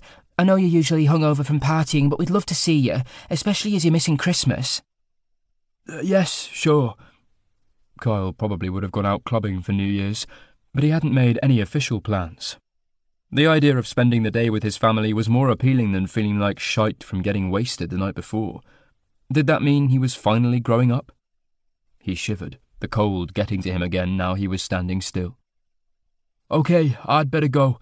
It's freezing out here and getting dark now. Enjoy the rest of the day and I'll see you next week. Okay, love. Bye for now. Let me know when you're home safe. Will do. Kyle ended the call and put his phone back in his pocket. Okay, I'm done, he called over to Patrick, who turned and strolled back towards him.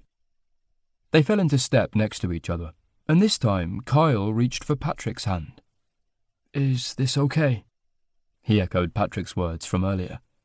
Yes, Patrick said, the squeeze of his hand making a small glow of happiness warm Kyle from the inside. Just then, his phone chimed, with the familiar sound of a grinder alert. Kyle faltered, pausing for a second before deciding to ignore it. Grinder could wait. Patrick was here right now, and that was more important. But Patrick let go of Kyle's hand, putting a little space between them, as he said casually, "Aren't you going to look?" "I wasn't going to bother, no." His phone chimed again. "You can if you want." Patrick shrugged. The tone sounded for the third time. "Okay." Stung by Patrick's apparent indifference, Kyle got his phone out to look. 3 messages. He unlocked his phone so he could read them. It was hung top 80 again. "When do you want to meet? I can't wait to fuck that sexy little ass. I'm free on the 27th. My partner's away, so I can host." Kyle frowned. This was the first mention of a partner. Sure enough, a quick check on Hung Top's profile showed that he was claiming to be single. Having been on the other side of being cheated on, Kyle didn't want to be the guy who inadvertently caused that kind of hurt if he could help it. Disappointment wiped out the warmth of before. It might have been nice to have rebounded onto Hung Top 80 when he and Patrick went their separate ways after Boxing Day. "Not interested, thanks." He pressed send, aware of Patrick watching him in the way that someone does when they're trying to be subtle about it but failing. Maybe Patrick cared more than he was letting on. Kyle couldn't resist the urge to try to make him jealous. "Sorry about that. Just an admirer trying to arrange a hookup. Sounds like he might be fun to play with." Patrick didn't answer. Head down, he walked a little faster. Wanting a reaction, Kyle carried on. "He's not single, though. Why do I always seem to get the married or partnered guys hitting on me on there?" Kyle wanted Patrick to see that he was in demand. It might make him seem more desirable. "I wouldn't know. I have no interest in those apps. They're a cesspit." Patrick snapped, rounding on Kyle, who flinched back from the sudden fury on Patrick's features. "And I'm not interested in hearing about your conquests, especially if you're the sort of arsehole who hooks up with guys in relationships." "Whoa! Hang on a minute." Kyle raised his voice, trying to defend himself and explain, but Patrick interrupted, not letting him speak. "I should have known. I can't believe I was starting to form a better opinion of you. I'm such a fucking idiot." He stormed away, muttering to himself, and leaving a shocked Kyle standing in the snow trying to process what had just happened. After running over the conversation in his head a couple of times, Kyle's shock morphed into anger and indignation as he realized the incorrect assumptions Patrick had made. How fucking dare Patrick assume that Kyle was the sort of guy who'd deliberately hook up with married men? Did he really think that badly of him? After everything? A whine made him look down to see Dex sitting beside him, head cocked. Kyle held out his hand, and Dex licked his glove. "Sorry, boy." Kyle patted him. "Did you not like the argument?" "Me neither. But it's okay. Patrick was just being a judgmental wanker and jumping to conclusions. Well, fuck him." With that, Kyle stomped off towards Mrs. Wilcox's house, not trying to catch up with Patrick, who was already a couple of 100 yards ahead, and walking fast, without looking back. Chapter 15. Patrick let himself in, keeping the door on the latch for Kyle. He took his boots off, stomach churning with too many emotions. He was already regretting his outburst, not because he didn't mean every word of it, but because by reacting angrily he'd revealed his own weakness. If Patrick didn't care about Kyle, he wouldn't have been so disappointed that Kyle had proven Patrick's first impressions right, that he was frivolous and thoughtless, not caring who he hurt in the pursuit of his own gratification. He leant against the wall in the hallway, trying to compose himself. Getting close to Kyle was a huge mistake. He felt foolish for letting his libido lead him astray, and even more stupid for allowing himself to develop feelings for someone who was only out for a quick fuck. He should never have let his guard down. The crunch of footsteps outside alerted him to Kyle's return. Hurrying back into the living room to avoid another potential confrontation, Patrick greeted Mrs. Wilcox and took his seat on the couch again. She was watching one of the Harry Potter films and doing some knitting. "Did you lose Kyle in the snow?" she asked, lips quirking into a grin. No, he's just taking his boots off. Ah, glad to hear it. Her knitting needles clicked rhythmically as Patrick pretended to be watching the movie. Kyle came in a couple of minutes later. Completely ignoring Patrick, he said to Mrs. Wilcox, "I think Dex is hungry. Can I feed him?" Yes, it's time for his dinner. His food is in the cupboard beside the back door. He gets 1 can and a handful of dry food. OK. Would you like some tea? Actually, I think I'm ready for some cheese, and maybe a little port to go with it. She turned to Patrick with a smile. I think I saw you'd brought a bottle. Yes, I did. The thought of cheese now turned Patrick's stomach, but he didn't want her to see something was wrong. Would you mind bringing it through? We can eat in front of the telly if that's okay with you. That's fine. It suited Patrick perfectly, as it would save the need for too much conversation. In the kitchen, they moved around each other in frosty silence. Kyle fed Dex, slamming doors and drawers with unnecessary force, while Patrick put the cheeses onto a board and assembled plates, knives and crackers. Need me to carry anything? The hostility in Kyle's voice didn't match his offer of help. The cheese board, thanks. God, that Stilton smells like something died, Kyle muttered.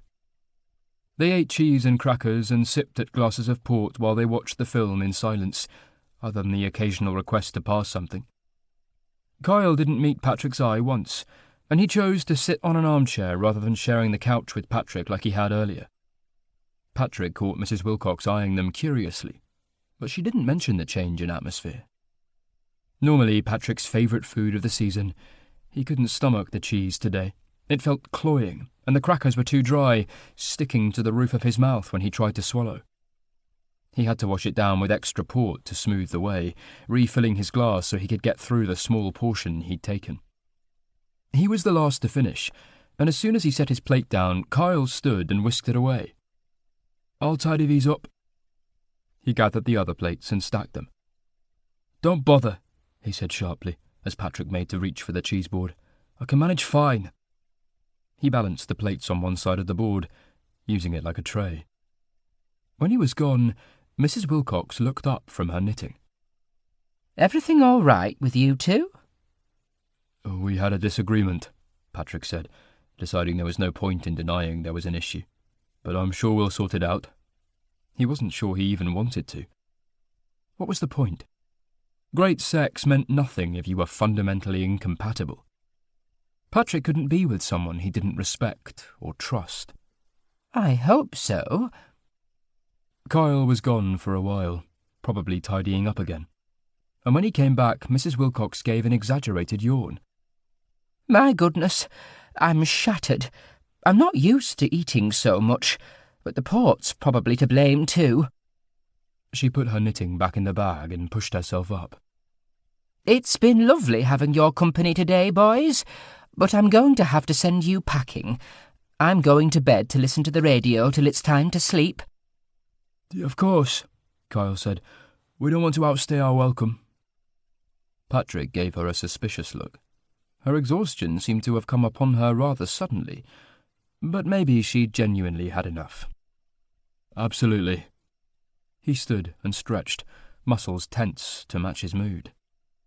She went over to check the log burner, giving it a poke and then closing the door on it to make sure no sparks could escape as it burnt down.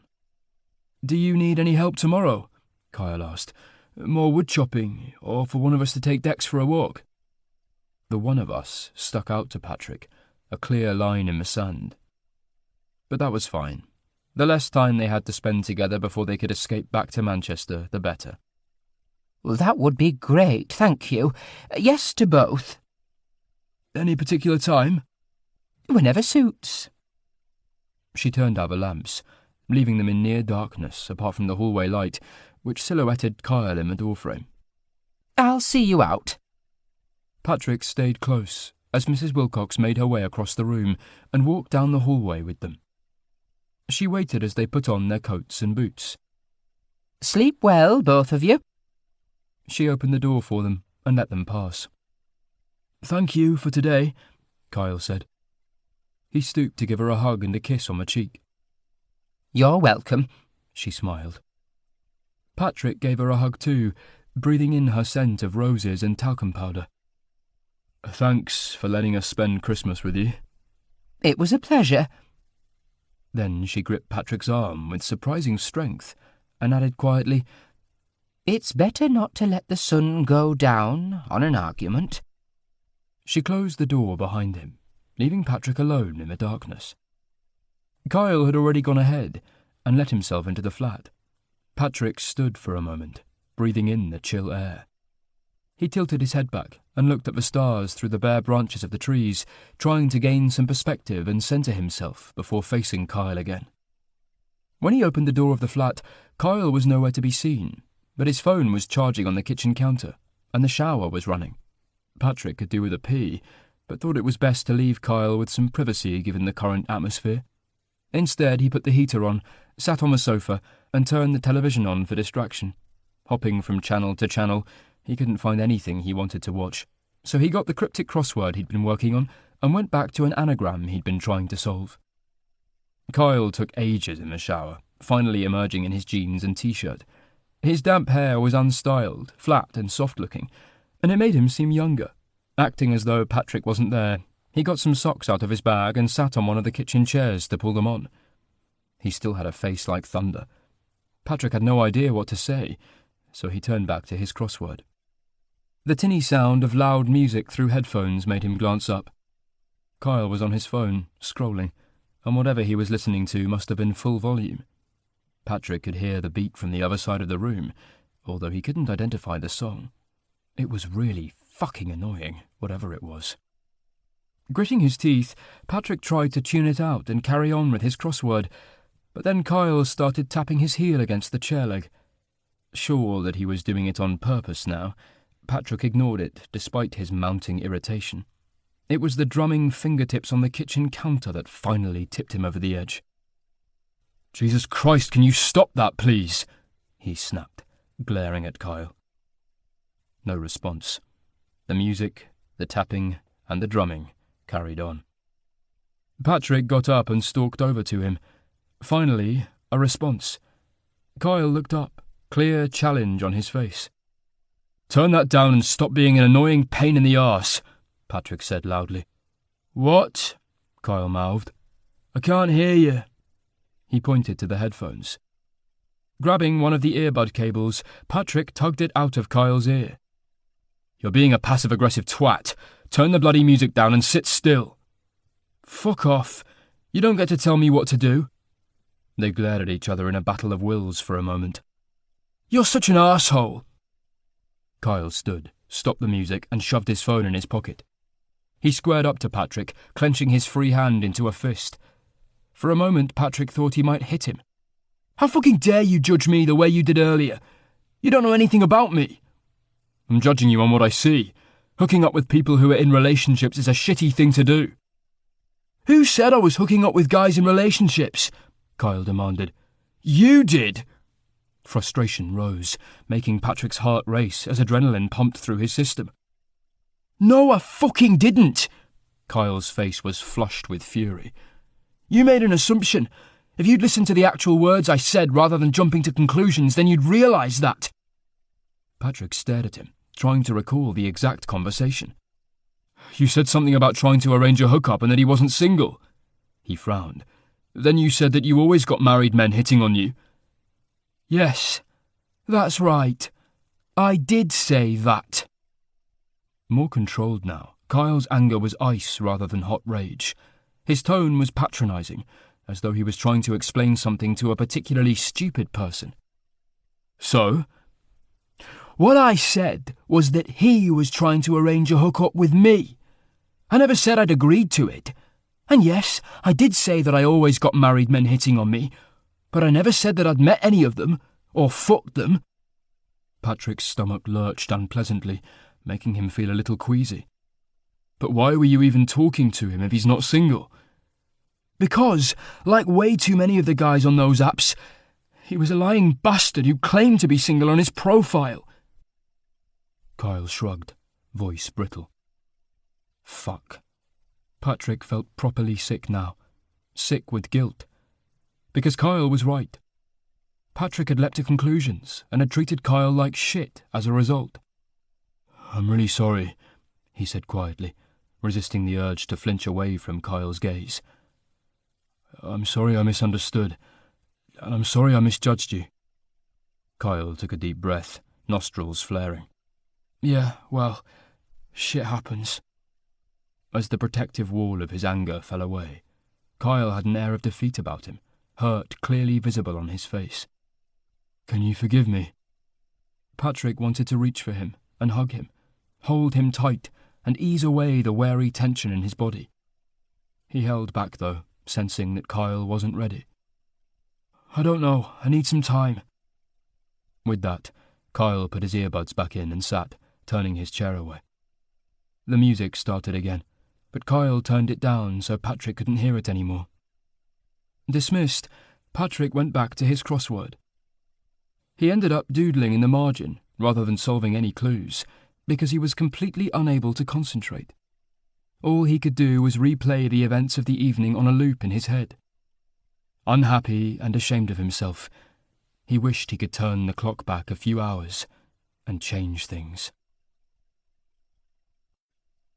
Chapter 16. Kyle listened to music and read the thriller on his Kindle app, trying to give his brain a break from thinking. But despite his best efforts, his mind kept wandering from the words on the page and coming back to Patrick and what had happened earlier. His attempt to provoke a little jealousy had backfired horribly, resulting in a rift between them that Kyle wasn't even sure he wanted to fix. Patrick's apology was a start, but it wasn't enough. For the first time in years, Kyle had allowed himself to be vulnerable. He'd given up control in every possible way, physically, but also emotionally. Because he'd allowed himself to care about Patrick in a way that he hadn't with any other guy since Chris.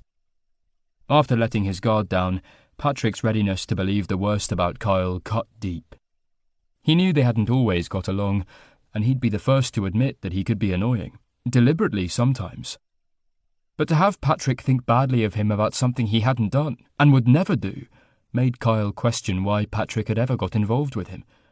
All that talk about wanting respect and connection had made Kyle start to hope that their tentative foray into a physical relationship might start to mean something. It clearly meant shit if Patrick was capable of believing that Kyle was a heartless wanker who was happy to sleep around and not care about who might be hurt as a result. Patrick was obviously a giant hypocrite. He was led by his dick as much as the next guy while trying to cling on to the moral high ground. Respect and connection, my arse. Leaning back on the uncomfortable upright wooden chair, Kyle yawned, wiped out by the emotional roller coaster that Christmas Day had been. He was longing for his own bed at home, wanting to hide under the covers and let sleep give him a break from thinking. But when he had to share a bed with Patrick, sleep would be hard to come by. Deciding that if he got a head start, he might manage to doze off before Patrick joined him, Kyle went to brush his teeth. That done, he paused the music and took one earbud out. As he passed Patrick, he said, "I'm knackered, I'm going to bed." "I could sleep on the sofa, if you like," Patrick offered, in the tone of one who was hoping his suggestion would be refused. "That would be great, thanks. You can have the blanket." Kyle put his earbud back in, pressed play, and climbed the ladder without looking back. He chucked the blanket over the edge so it landed on the floor and pulled the duvet up around his ears. Eyes closed, music playing, he shut out Patrick and the rest of the world, waiting for sleep to roll in and bless him with sweet oblivion for a while. Monday the 26th of December. Boxing Day. Kyle woke properly after a restless night to the sound of the kettle coming to the boil and the clink of a teaspoon in a mug. Patrick was trying to be quiet, but in a small space like this, it was impossible to get up and move around without disturbing the other person. Warm and relaxed, Kyle rolled over and stretched his arm across the mattress. For a brief moment, Kyle was confused about why the bed beside him was cold. Then he remembered their row the night before, and his stomach turned over. Suddenly wide awake, the hurt and anger of yesterday flooded back, not quite as strong as at the time, but the echo was still unpleasant. Not in the mood to face Patrick, Kyle rolled back to face the wall and lay still, wishing he could fall asleep again. But unhappy and unsettled, it wasn't going to happen. Instead, he listened to the sounds of Patrick moving about until the smell of toast and the lure of tea was too much. They were stuck together for another day at least, so he'd have to get this over with sometime. Easing himself out from under the covers, Kyle descended the ladder and picked up his jeans to pull on. "Morning," he said, voice rough from sleep. He couldn't bring himself to look at Patrick. "Good morning." Patrick's tone was muted. "Did you sleep okay?" Kyle finally glanced over at him and noticed dark circles under his eyes. He looked rough, but the sight of him still made Kyle's chest tighten with longing. "Yes, great, thanks." It could have been worse, considering. "You?" Not the best. This sofa's not really designed for a full-grown man to sleep on. He rolled his shoulders. "Yeah, I guess not." Patrick wouldn't have been able to stretch out on it, but that wasn't Kyle's problem. It had been Patrick's idea to sleep there, so Kyle wasn't going to apologise. He went into the bathroom and had a piss, and then put the kettle on. Normally he'd have asked Patrick if he wanted more tea, but he didn't bother this morning. After a couple of pieces of toast, Kyle felt slightly better. Still gutted about what had happened, he resolved to keep busy today and make the best of things. "I'm going to go over and see Mrs. Wilcox soon," he said. "See if she needs me to take Dex out." "Do you want company?" Patrick asked hopefully. "I'd like a walk too. It looks nice out today, sunny and clear." "No, I'd rather go alone." Not ready to accept Patrick's tentative olive branch, Kyle needed to protect himself, like a snail retreating into its shell. Perhaps he'd feel differently later, but he wanted time to lick his wounds. He was afraid that if he spent time with Patrick, he'd forgive him for the wrong reasons. The pull of desire, a constant tug in the pit of his belly, might make him weaken. "Oh, okay." Patrick didn't try to hide his disappointment. "Kyle, I already said I'm sorry. Maybe I should have—" "I get it. I know you're sorry.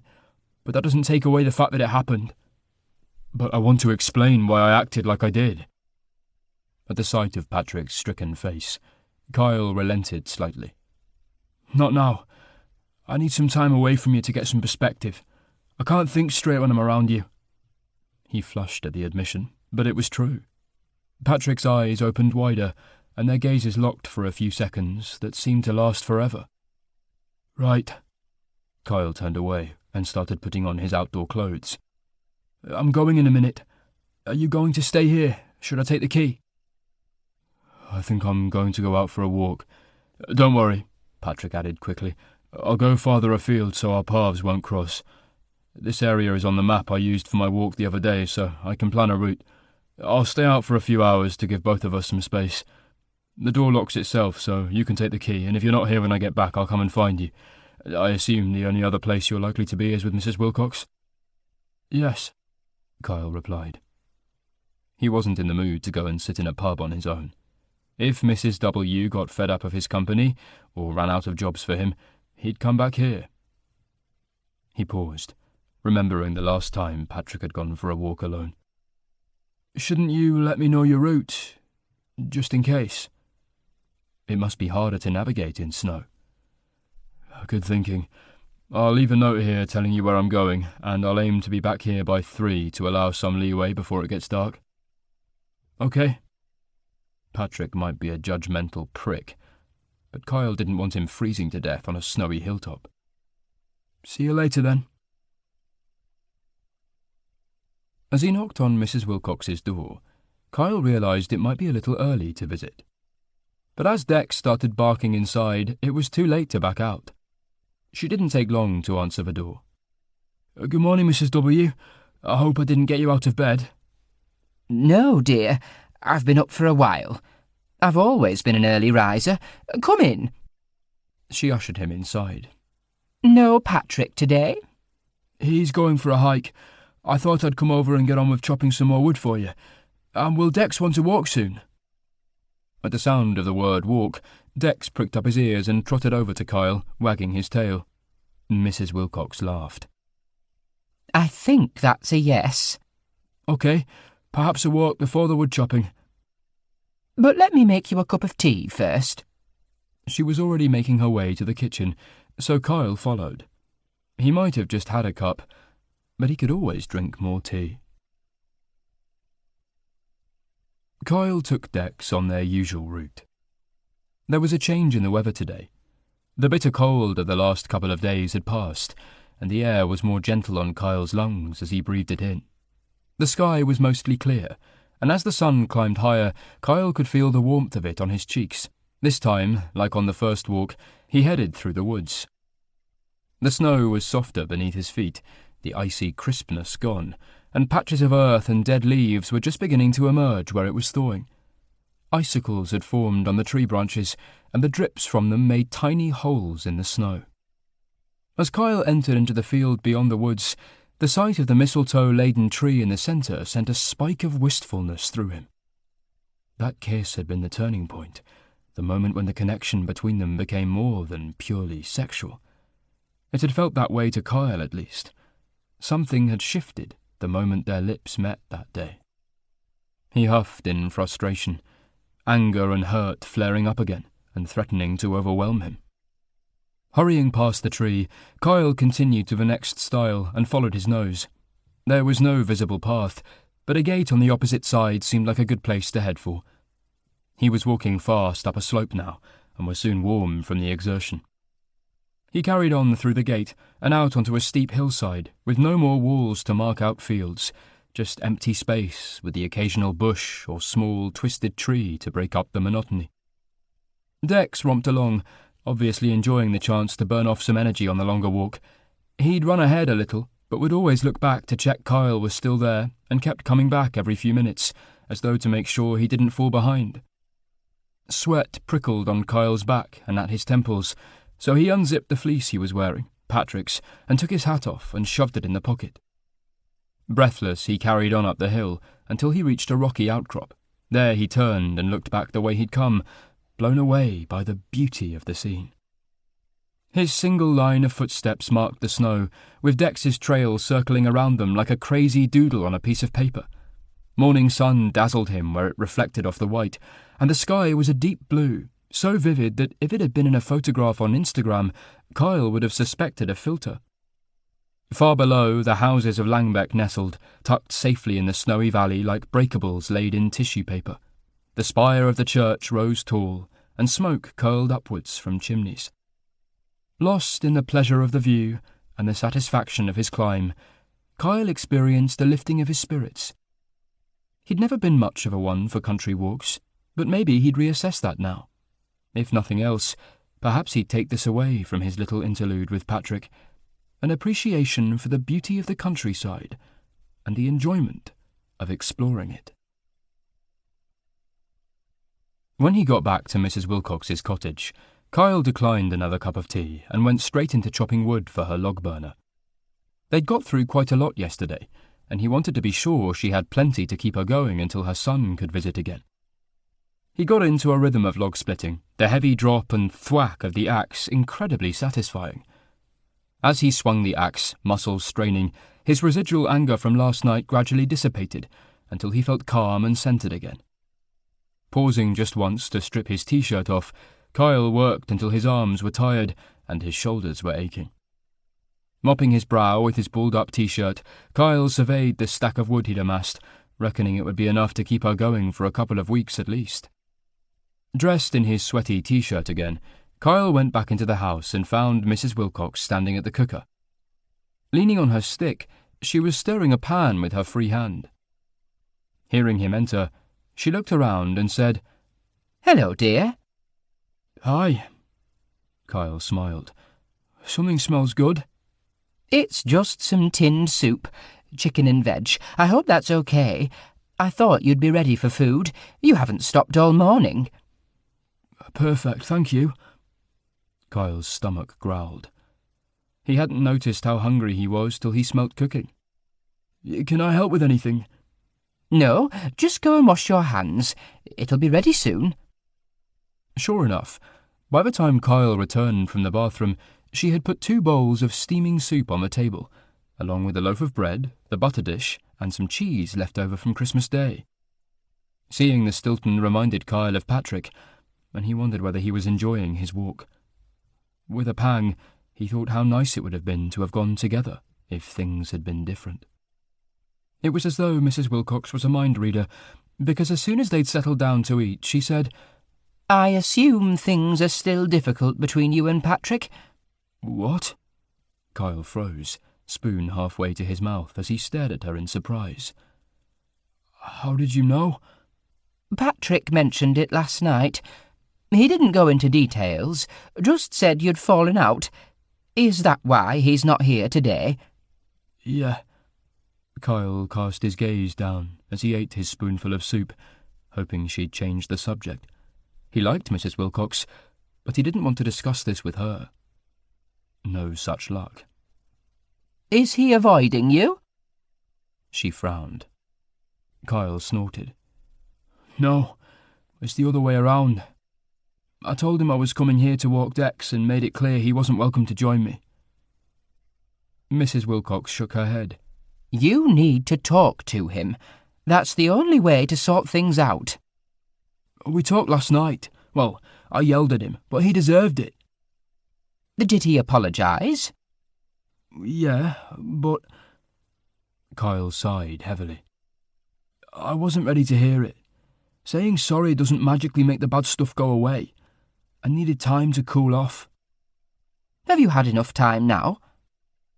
Taking another spoonful of soup to give himself time to think, Kyle eventually said, I don't know. Maybe. Well, I don't know what he did, and I'm not going to ask because that's not my business. Her expression was troubled. But I do know what 2 people who care about each other look like. Patrick seems like a good man, and I've seen how you look at him. So if you want my opinion, you should think twice before throwing away a chance at something special. The fervour in her tone made Kyle meet her eyes, and the conviction there only gave more strength to her words.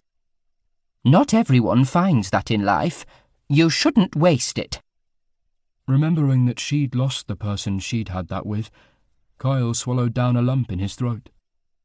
Yeah, you might be right. His voice came out a little husky. Thanks for the advice. It's free.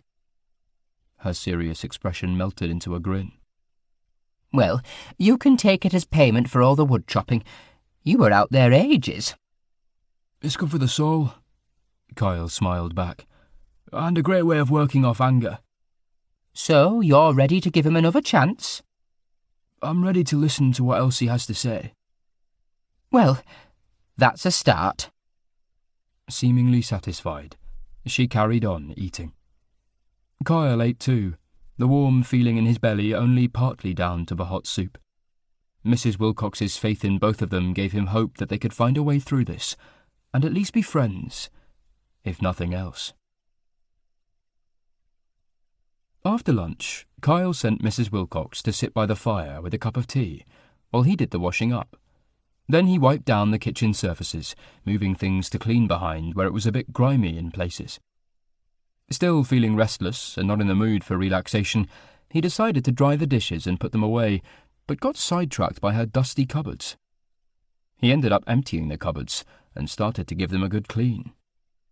What on earth are you doing?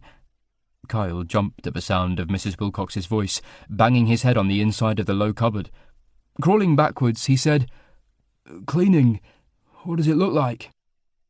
Then, standing to face her, he added sheepishly, Sorry, I got a bit carried away. So I can see. Her lips twitched, and then she chuckled. I don't mind. Feel free. It's hard for me to get to them these days, especially the low ones. My back doesn't appreciate it. I should have asked, though. Don't worry, as long as you put everything away where you found it. Are you sure? Because I thought it might make more sense to put your plates and bowls up here and move... I like things where they are, she said, firmly. Okay. Thwarted in his plans to reorganise, Kyle admitted defeat. But if you feel the urge to do more cleaning, the bathroom could do with a once-over, and the hallway needs sweeping. Kyle grinned. Consider it done.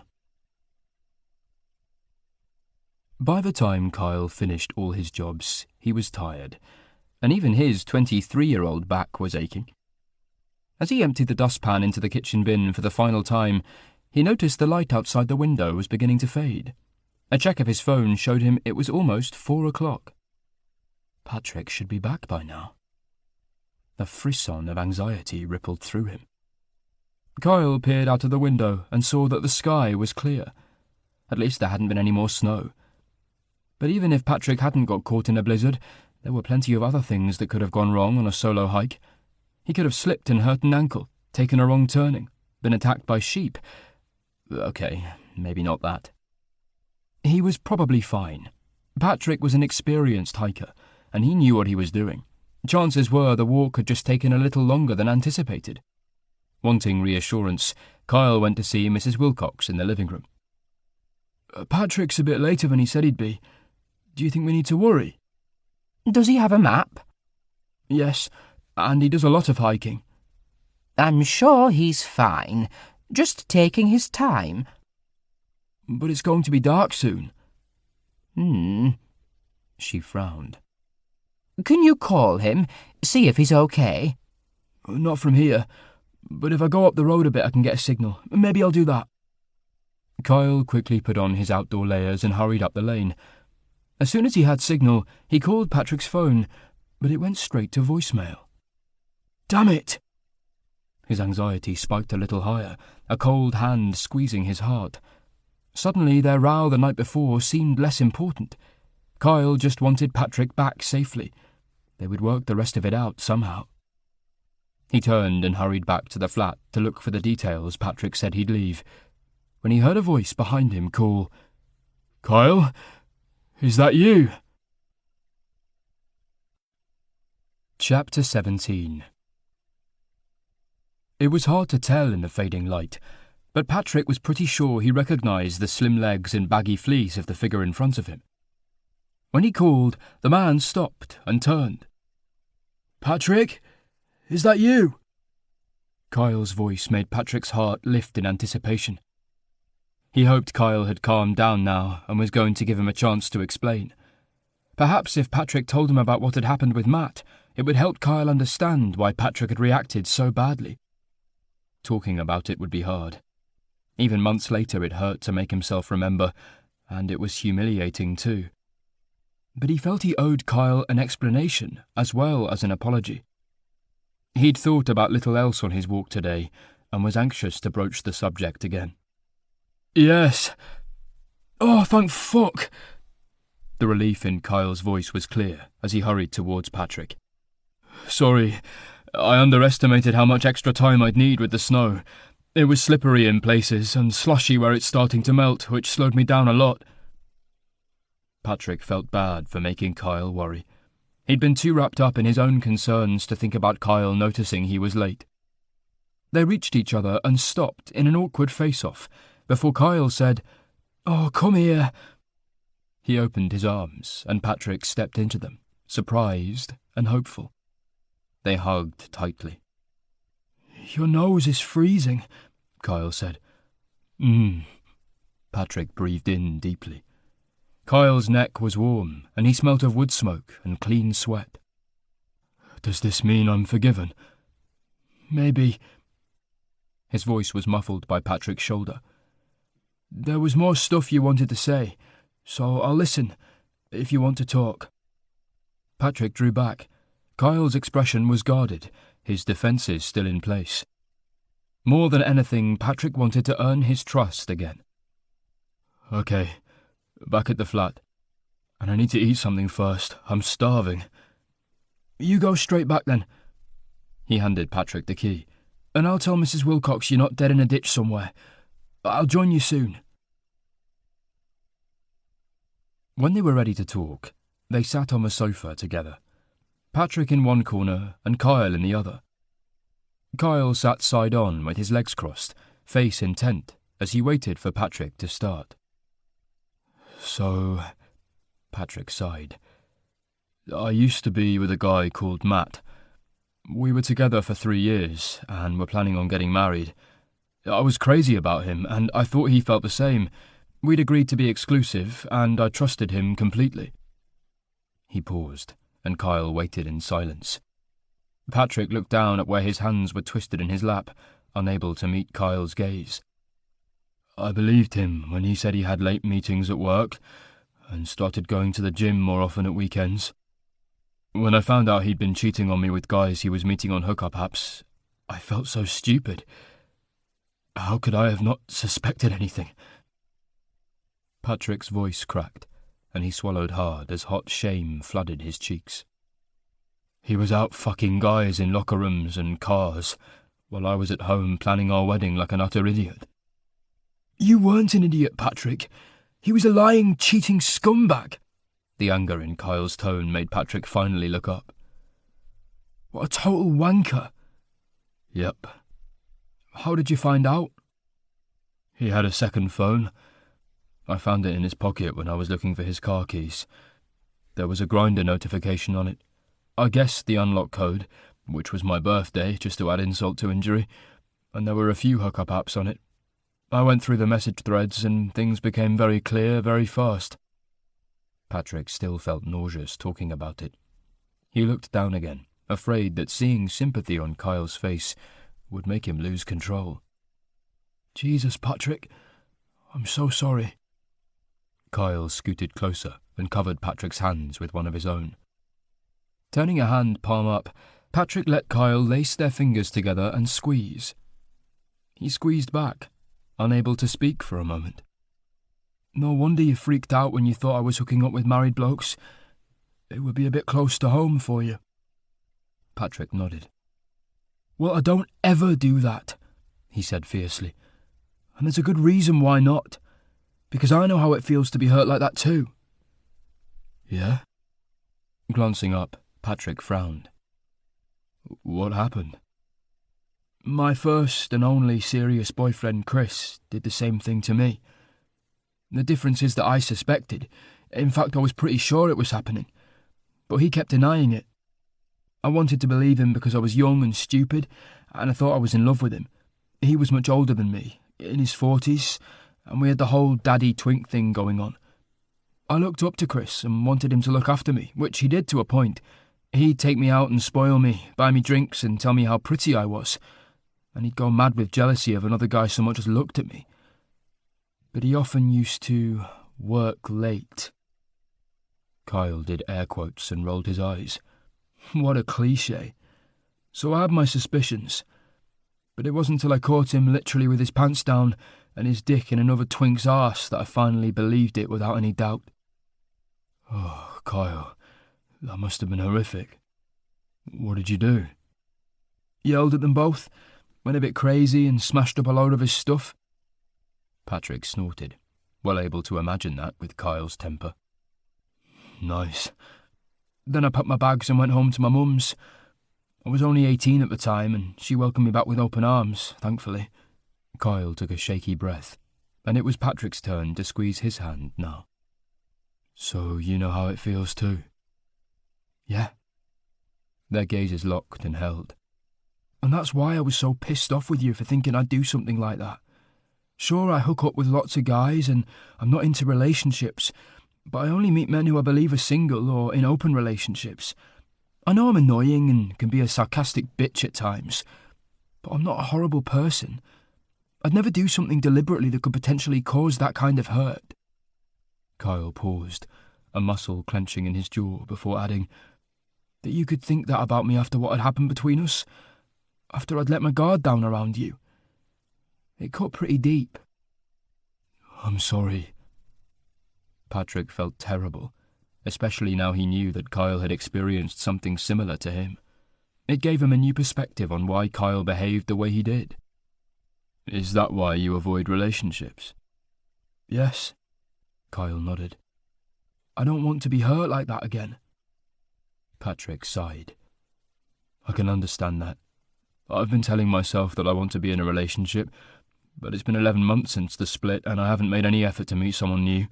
It's hard to imagine making that leap of faith. Exactly. So we've both been hurt before, Patrick said. Kyle gave a huff of laughter that sounded bitter rather than amused. And we're both fucked up about it. There was a long pause. What does that mean for us? Patrick finally asked. Kyle raised his eyebrows. Is there an us? His tone was wary. Gathering up the courage, Patrick decided to be honest. I think there could be. I'd like there to be an us, if you want that too.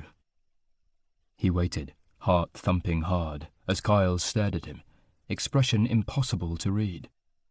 I don't know, Kyle said, and Patrick's stomach sank with disappointment.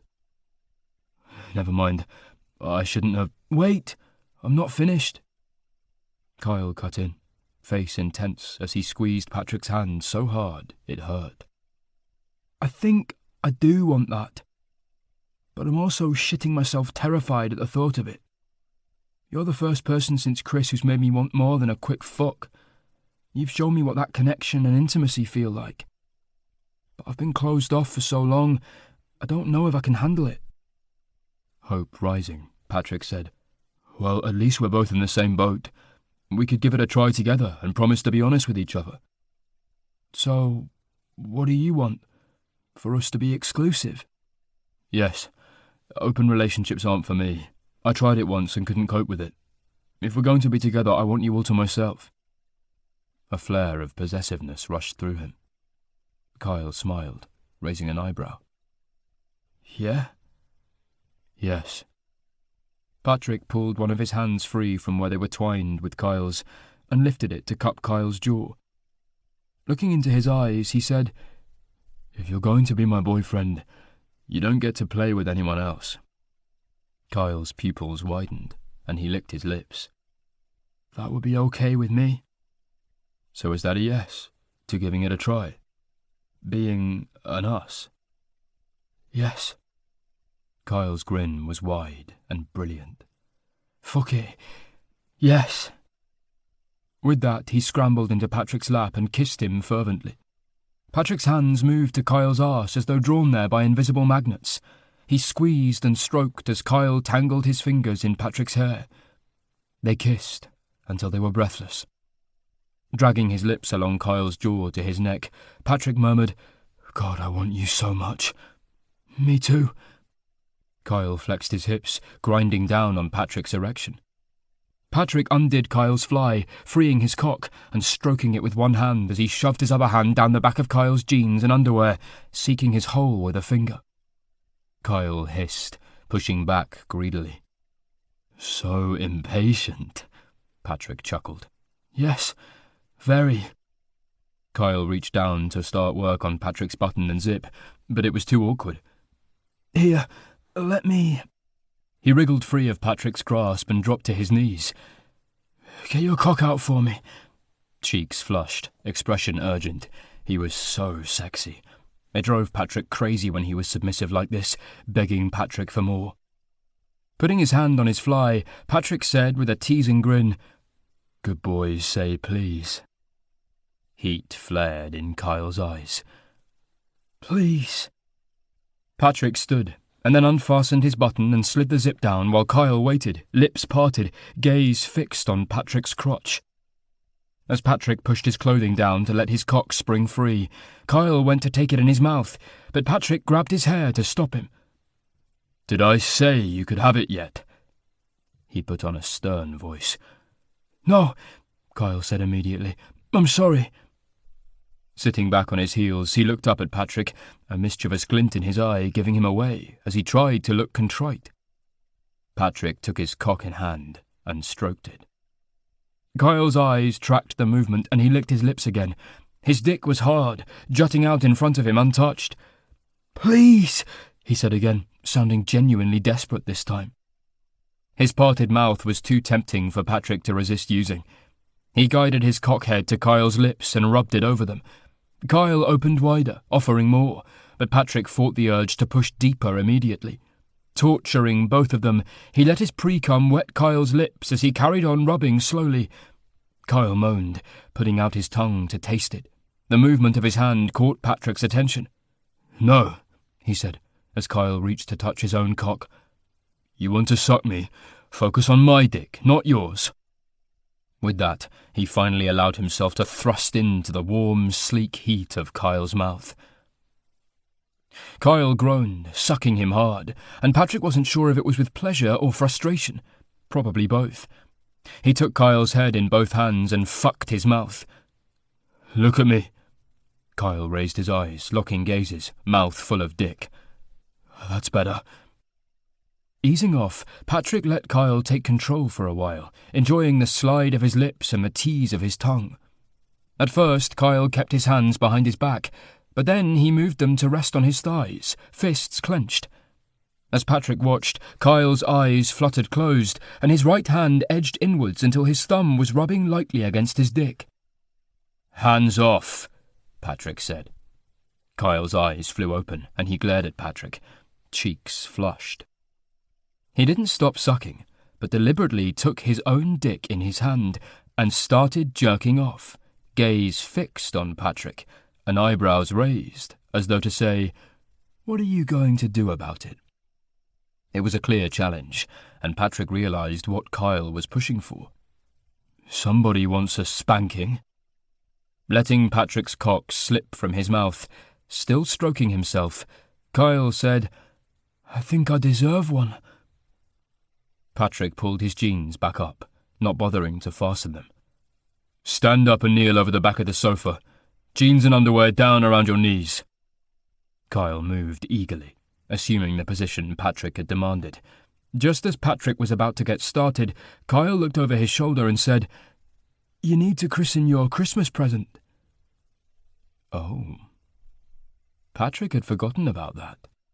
Now seemed like a perfect opportunity. "Stay where you are."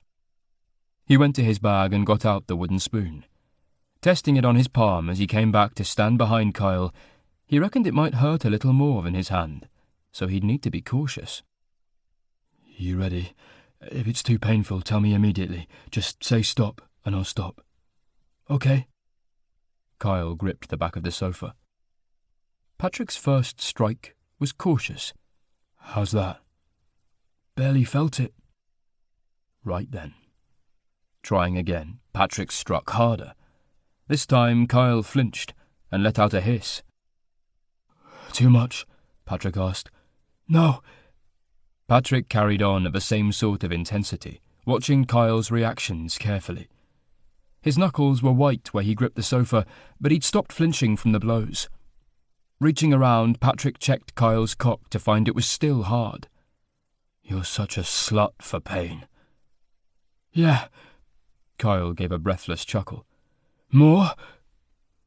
"This is supposed to be a punishment, you know," Patrick said, amused. Of course that was the game, but if he wasn't sure that Kyle loved this as much as he did, then Patrick wouldn't want to do it. He spanked him with the spoon a few more times.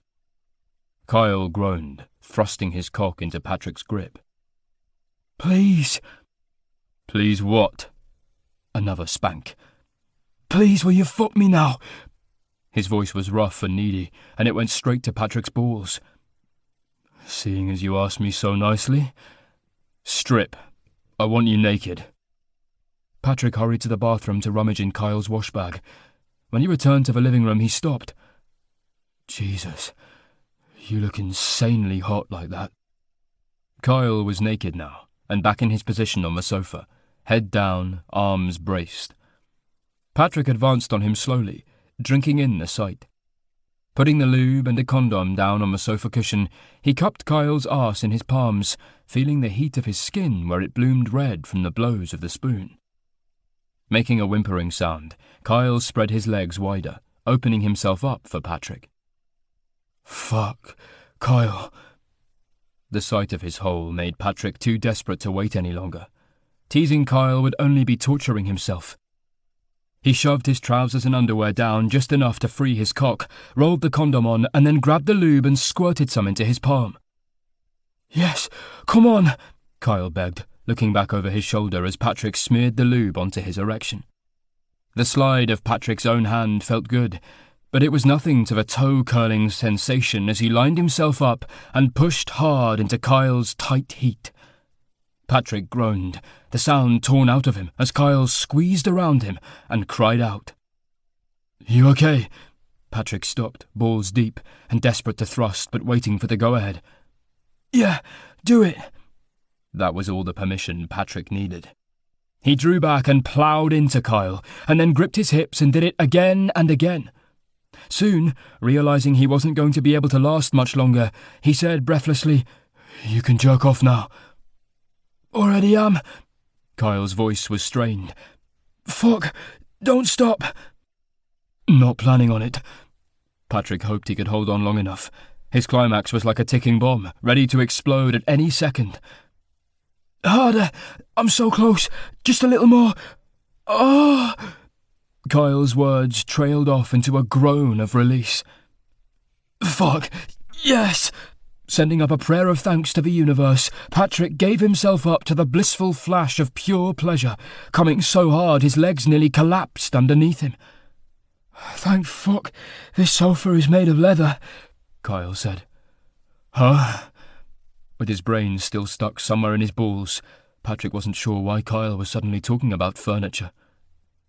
"It's wiped clean. I've got cum all over it." "Oh." Patrick chuckled. "Yeah, oops."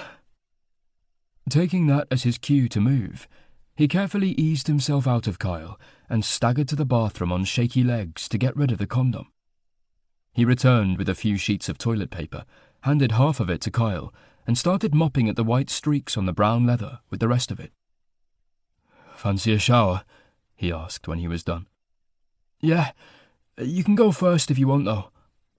"I thought we could shower together." Kyle smiled. "You sure? It'll be pretty cozy." Not wanting to lose the new intimacy between them, Patrick leant close and kissed Kyle lightly on the lips. "I'm okay with that." Chapter 18. Kyle glanced sideways at Patrick again, enjoying the way his heart flip-flopped every time he remembered that they were a thing now. After their shower, Patrick had rubbed some of the aloe gel he'd given Kyle for Christmas into the tender skin of Kyle's sore ass. The coolness had taken away some of the sting, but Kyle could still feel it every time he shifted position on the sofa. Once they were both dressed, they'd eaten some of the food they had left, and spent the rest of the evening cuddled up in front of the TV. It felt weirdly natural to have Patrick's arm around him, his hand on Patrick's thigh, and his head on Patrick's shoulder. The occasional kisses they exchanged felt like promises, reminders that the boundaries had changed. Every now and again, Kyle had a moment of doubt. Is this okay? Is this really what I want? What if... But then he'd look at Patrick, willing him to turn until Patrick looked back at him and smiled, and the affection in Patrick's eyes reassured him every time. Eventually they both started yawning, and when Patrick suggested bedtime, Kyle was very happy to agree. When they were cuddled up in bed together, with Patrick on his back and Kyle curled in beside him, Kyle asked, "Are we going to tell people at work?" "Do you want to?" "Maybe not at first. Can we see how things go? Unless you think we ought to tell Brian." Anxiety prickled through Kyle at the thought. Although their boss would be happy they were getting along better, he might not be thrilled that they were an item now. "There's no need. We won't be working closely together anymore. It's nobody else's business unless it would affect our work." "I'm sure we can keep things professional," Kyle said. "I can keep it in my pants in the office if you can." A quiet huff of amusement made Patrick's chest lift. "Probably best if we do." "And if I piss you off at work, you'll just have to save the spanking for the evening. Shame, though, because the idea of you spanking me over your desk at work is pretty fucking hot." Patrick agreed. "But I have an office desk at home we can use for that." "Will you wear your suit?" if you'll wear yours. Deal. Kyle grinned as he imagined it. I'll have to make sure I find plenty of ways to annoy you then. I'm sure you'll manage it. Patrick tightened his arm around Kyle and pressed a kiss to his hair. Brat. Sleepy now, Kyle gave a happy sigh and let the silence fall around them, the only sound the quiet huff of their breathing and the steady thud of Patrick's heart. Tuesday, the 27th of December. They slept in a bit the next morning, probably because they'd woken in the small hours and given each other blowjobs before going back to sleep, and Kyle was finally woken by Patrick slipping out of bed and climbing down the ladder. "Where are you sneaking off to?" Kyle asked sleepily. "Sorry, I didn't mean to wake you." "Not doing a runner, are you?" "Definitely not." Patrick peered over the edge of the bed and grinned. "You don't get rid of me that easily. I was going to go outside where there's phone signal so I can call the AA." "Oh, okay." Kyle had a sense of sand trickling through an hourglass, this precious time together running out fast. He lay back down as Patrick dressed. Even though they'd agreed they were going to carry on with this once they got home, Kyle couldn't help being afraid that it would change. Here they were in a little bubble outside of their normal lives. Stuck together with few other distractions, it had been easy to focus on each other, to shake off their roles of mentor and trainee, to forget they were colleagues. Being with each other 24/7 had fast-tracked their relationship to an intensity that could never have happened under normal circumstances. What if it didn't stand the test of reality? How was it going to work? Would they go on dates? Would they sleep together at night? If so, how often? There were so many unknowns. Kyle didn't like uncertainty, but he didn't want to put too much pressure on Patrick either. "I won't be long." Patrick interrupted Kyle's ruminating. "Will you come back to bed for a bit after?" "Sure." Patrick was back within 10 minutes or so. Kyle had just dozed off again, curled on his side facing the wall, when he heard the door open and close, and the sound of Patrick shedding clothing, and probably dropping it all over the floor, knowing him. Back in nothing but boxer briefs, Patrick climbed up the ladder. "Shove over." Kyle yelped as an icy cold hand made contact with his arse. "Fucking hell, you're freezing." "Sorry," Patrick said, but he didn't sound very apologetic. "So, what's the news on the AA?" Kyle asked, trying to ignore the misgivings still clamouring for attention in his head. "They can get to us today by about noon, and they'll relay us home if they can't fix the car on the roadside." "Right." Instead of feeling relieved at the news, Kyle felt an odd sense of hollowness. "What time is it now?" 9:30. Kyle turned and put his arms around Patrick, snuggling back into his favourite position with his head on his chest. Trying to push away the fears crowding into his brain, he breathed in the scent of Patrick's skin. But his thoughts wouldn't shut up. "What's up?" As though Patrick could sense his mood, he wrapped his arm around Kyle, holding him close. "Dunno. Just a bit worried about how we'll adjust to being home and how we'll fit having a relationship around working together and stuff." "We'll work it out." He squeezed Kyle more tightly, pressing a kiss to the top of his head. "I have a good feeling about this." "Yeah?" Kyle tilted his head to meet Patrick's gaze and smiled, liking how certain he sounded. Patrick smiled back, warm and full of affection. "Yes, we'll take it one day at a time." After they'd packed their stuff, they went to see Mrs. Wilcox to tell her they'd be leaving later. "Oh, well, I'm glad you can both get home," she said. "But at the same time, I'll be sorry to see you go. Dex will, too." The dog had greeted them both with tail wagging and hand licks today, and had barely barked when they knocked on the door. "Everything good with you two again now?" she asked, looking at where they stood close, elbows touching. "Yes," Kyle replied, and was rewarded with a smile that made her eyes dance.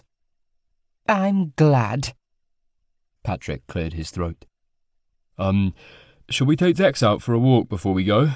We've got to walk up to the shop anyway because Kyle has boots to return to Mike. That would be great, thank you. Then maybe stay for a quick cuppa, if you have time. Checking his watch, Patrick saw they still had an hour before the AA were due to pick them up. Absolutely. What did she say to you last night? Patrick asked as they walked down the lane with Dex. She told me you're a good man and encouraged me to give you a chance. Patrick grinned. I should buy her flowers. We both should. Kyle took his hand as they turned into the main road through the village and headed up towards the shop. Mike was behind the counter as they entered. Good morning, gents. How are you?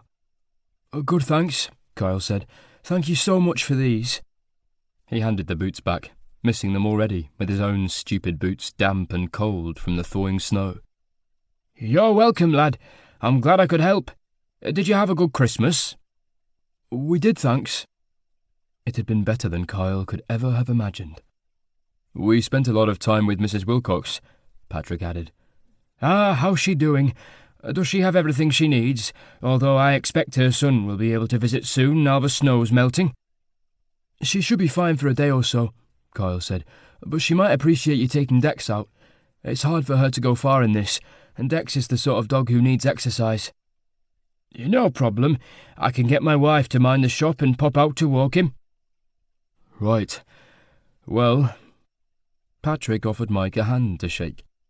I guess it's goodbye then. Thanks for everything, Mike. Bye. I hope you have a trouble-free journey back. Mike shook Patrick's hand, and then Kyle's.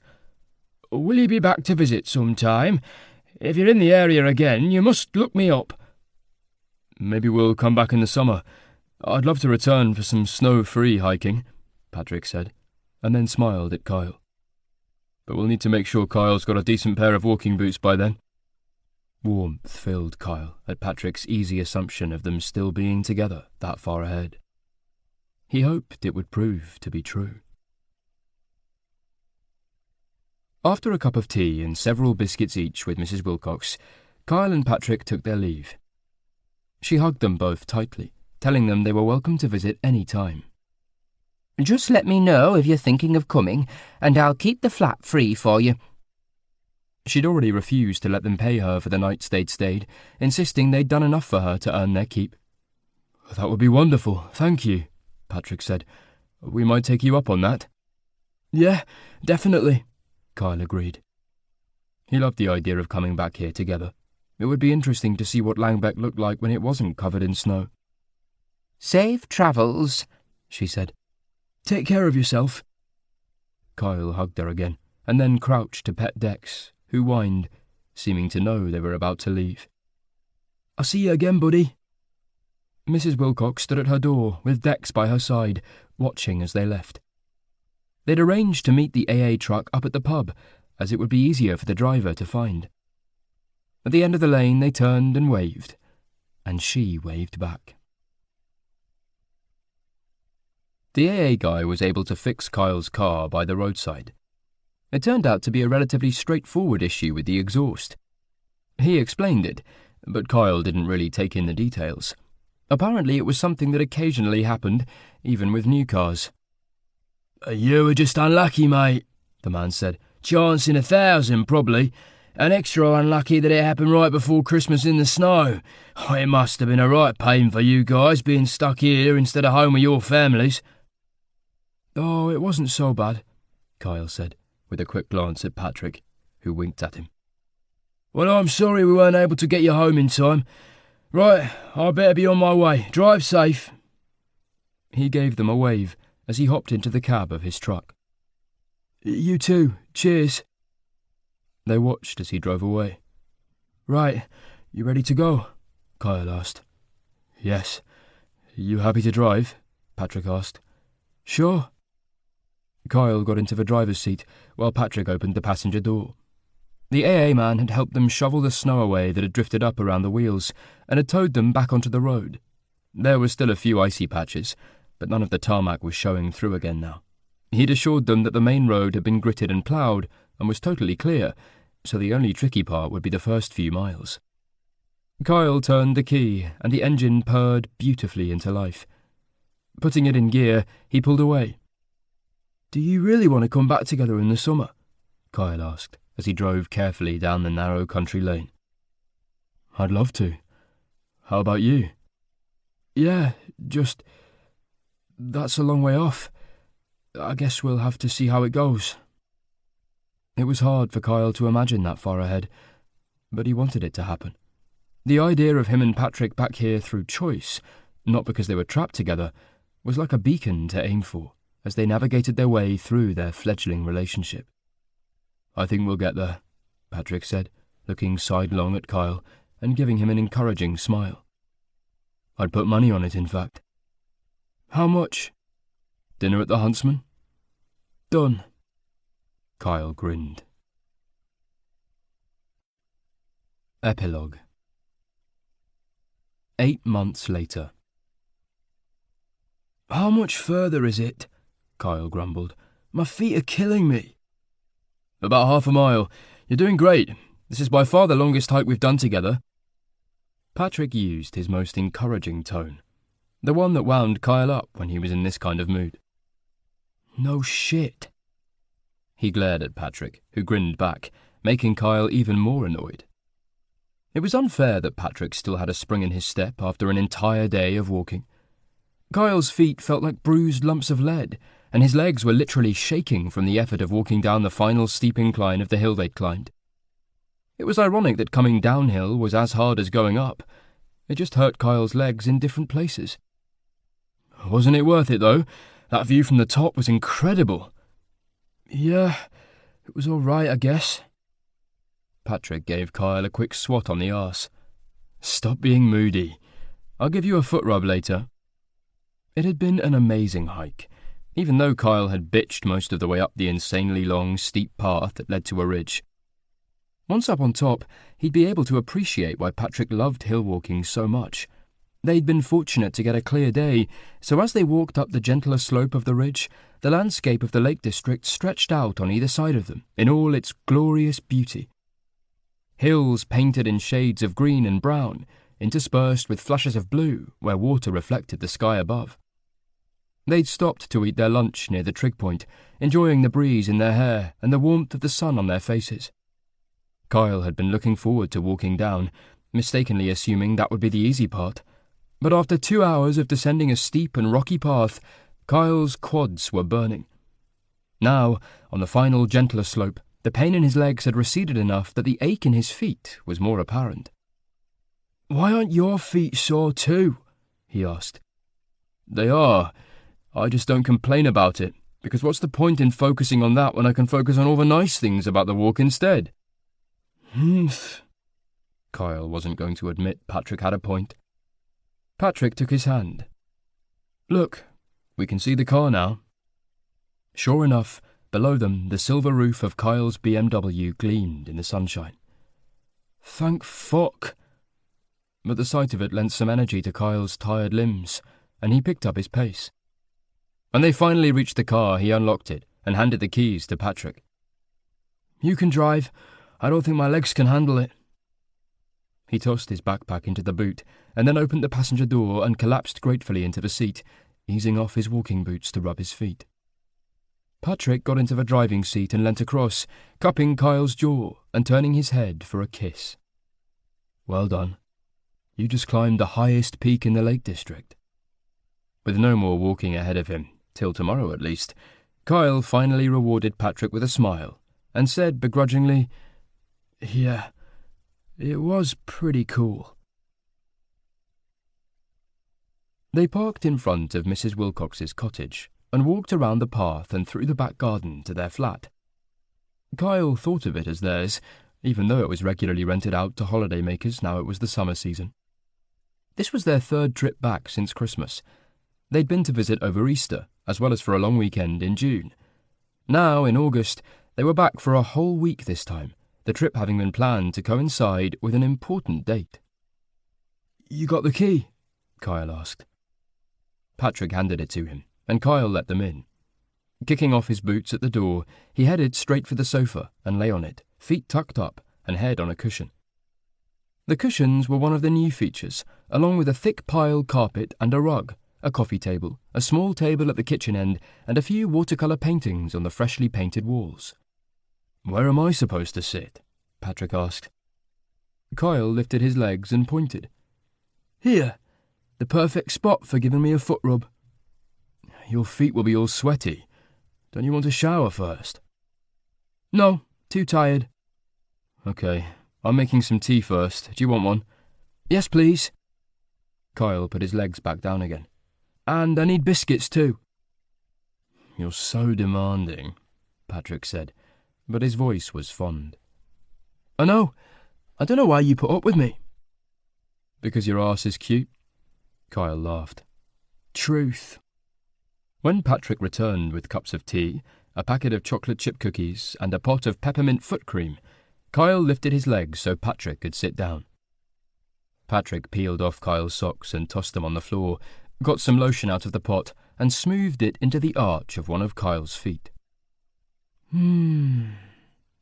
Kyle closed his eyes. "Does that feel good?" "Perfect." Patrick drummed his fingers impatiently on his thigh and checked the time on his watch again. "Hurry up, or we're going to be late."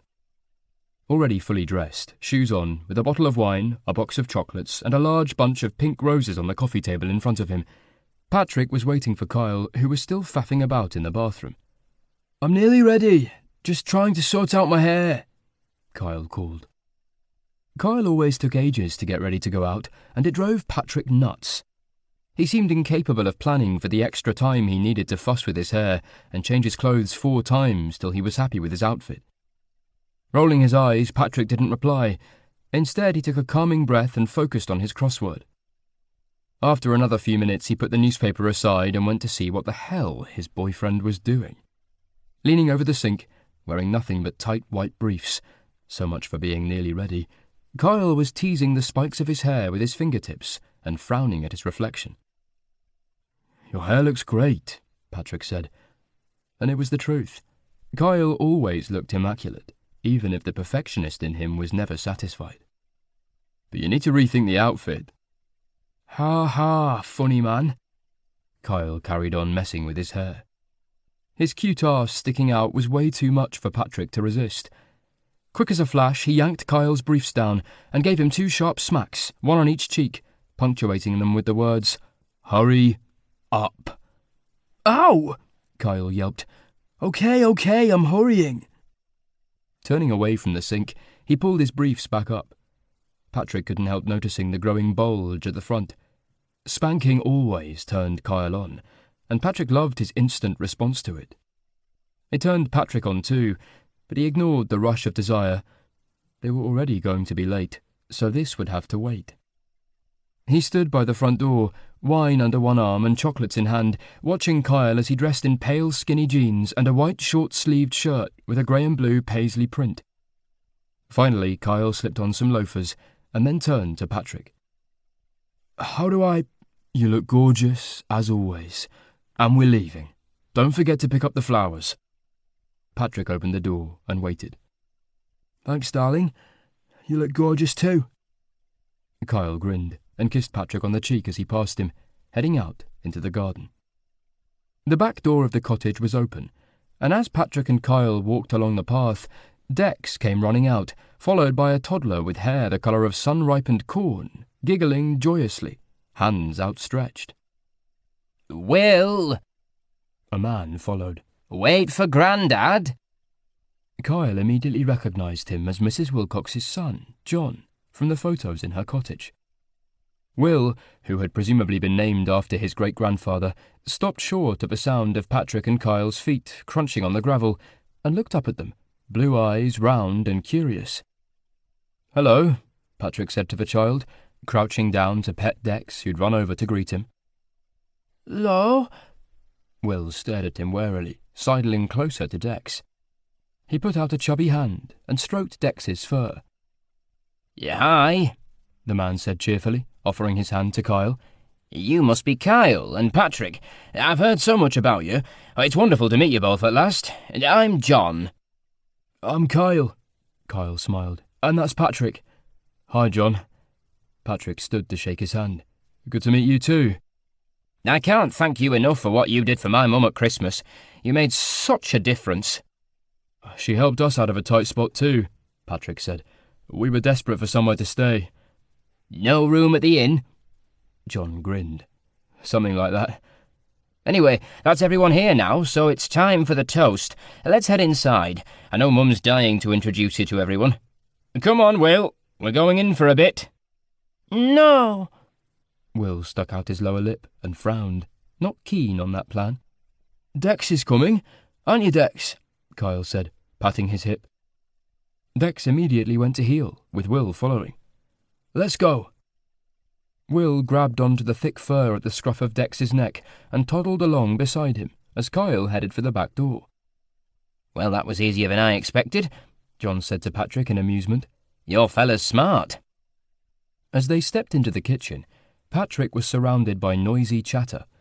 The scent of something savoury and delicious emanated from the oven. Here they are. Delight shone in Mrs. Wilcox's eyes as she caught sight of Kyle and Patrick. She eased herself out of her chair to greet them, hugging them with one arm, leaning on her stick with the other.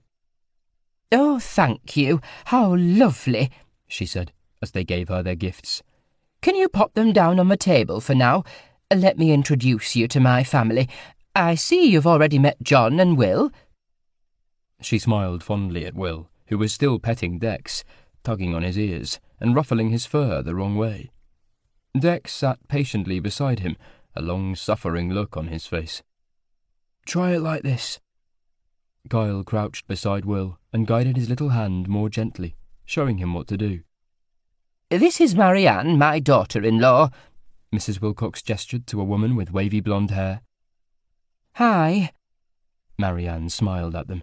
And then there's Paul and Kate. A couple who looked to be in their late 20s or early 30s greeted them next. Patrick assumed they must be Will's parents. And last but not least, this is Robert. A man who looked so like Paul they could only be brothers gave them a nod.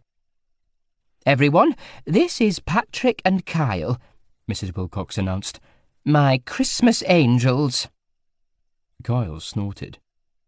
I've never been called an angel before. Everyone laughed. You're right. John clapped his hands. Now we're all here, let's pop open the bubbly. It's time for a toast. The next couple of minutes were a bustle of activity, with Paul and Robert assembling glasses on the kitchen table, while John got a couple of bottles of champagne out of the fridge. He handed one to Patrick. Can you do the honours? Once both corks were popped and the glasses had been filled, they handed them around to everyone. An expectant hush fell. Do I have to make a speech? Mrs. Wilcox asked, glass in hand. I just want to drink it. That was greeted with laughter, and John said, Well, given that it's your 80th birthday, Mum, I think you can do what you damn well want. We should sing, though, Kate suggested. There were murmurs of agreement, and then an awkward silence before Robert began singing, and the rest of them joined in.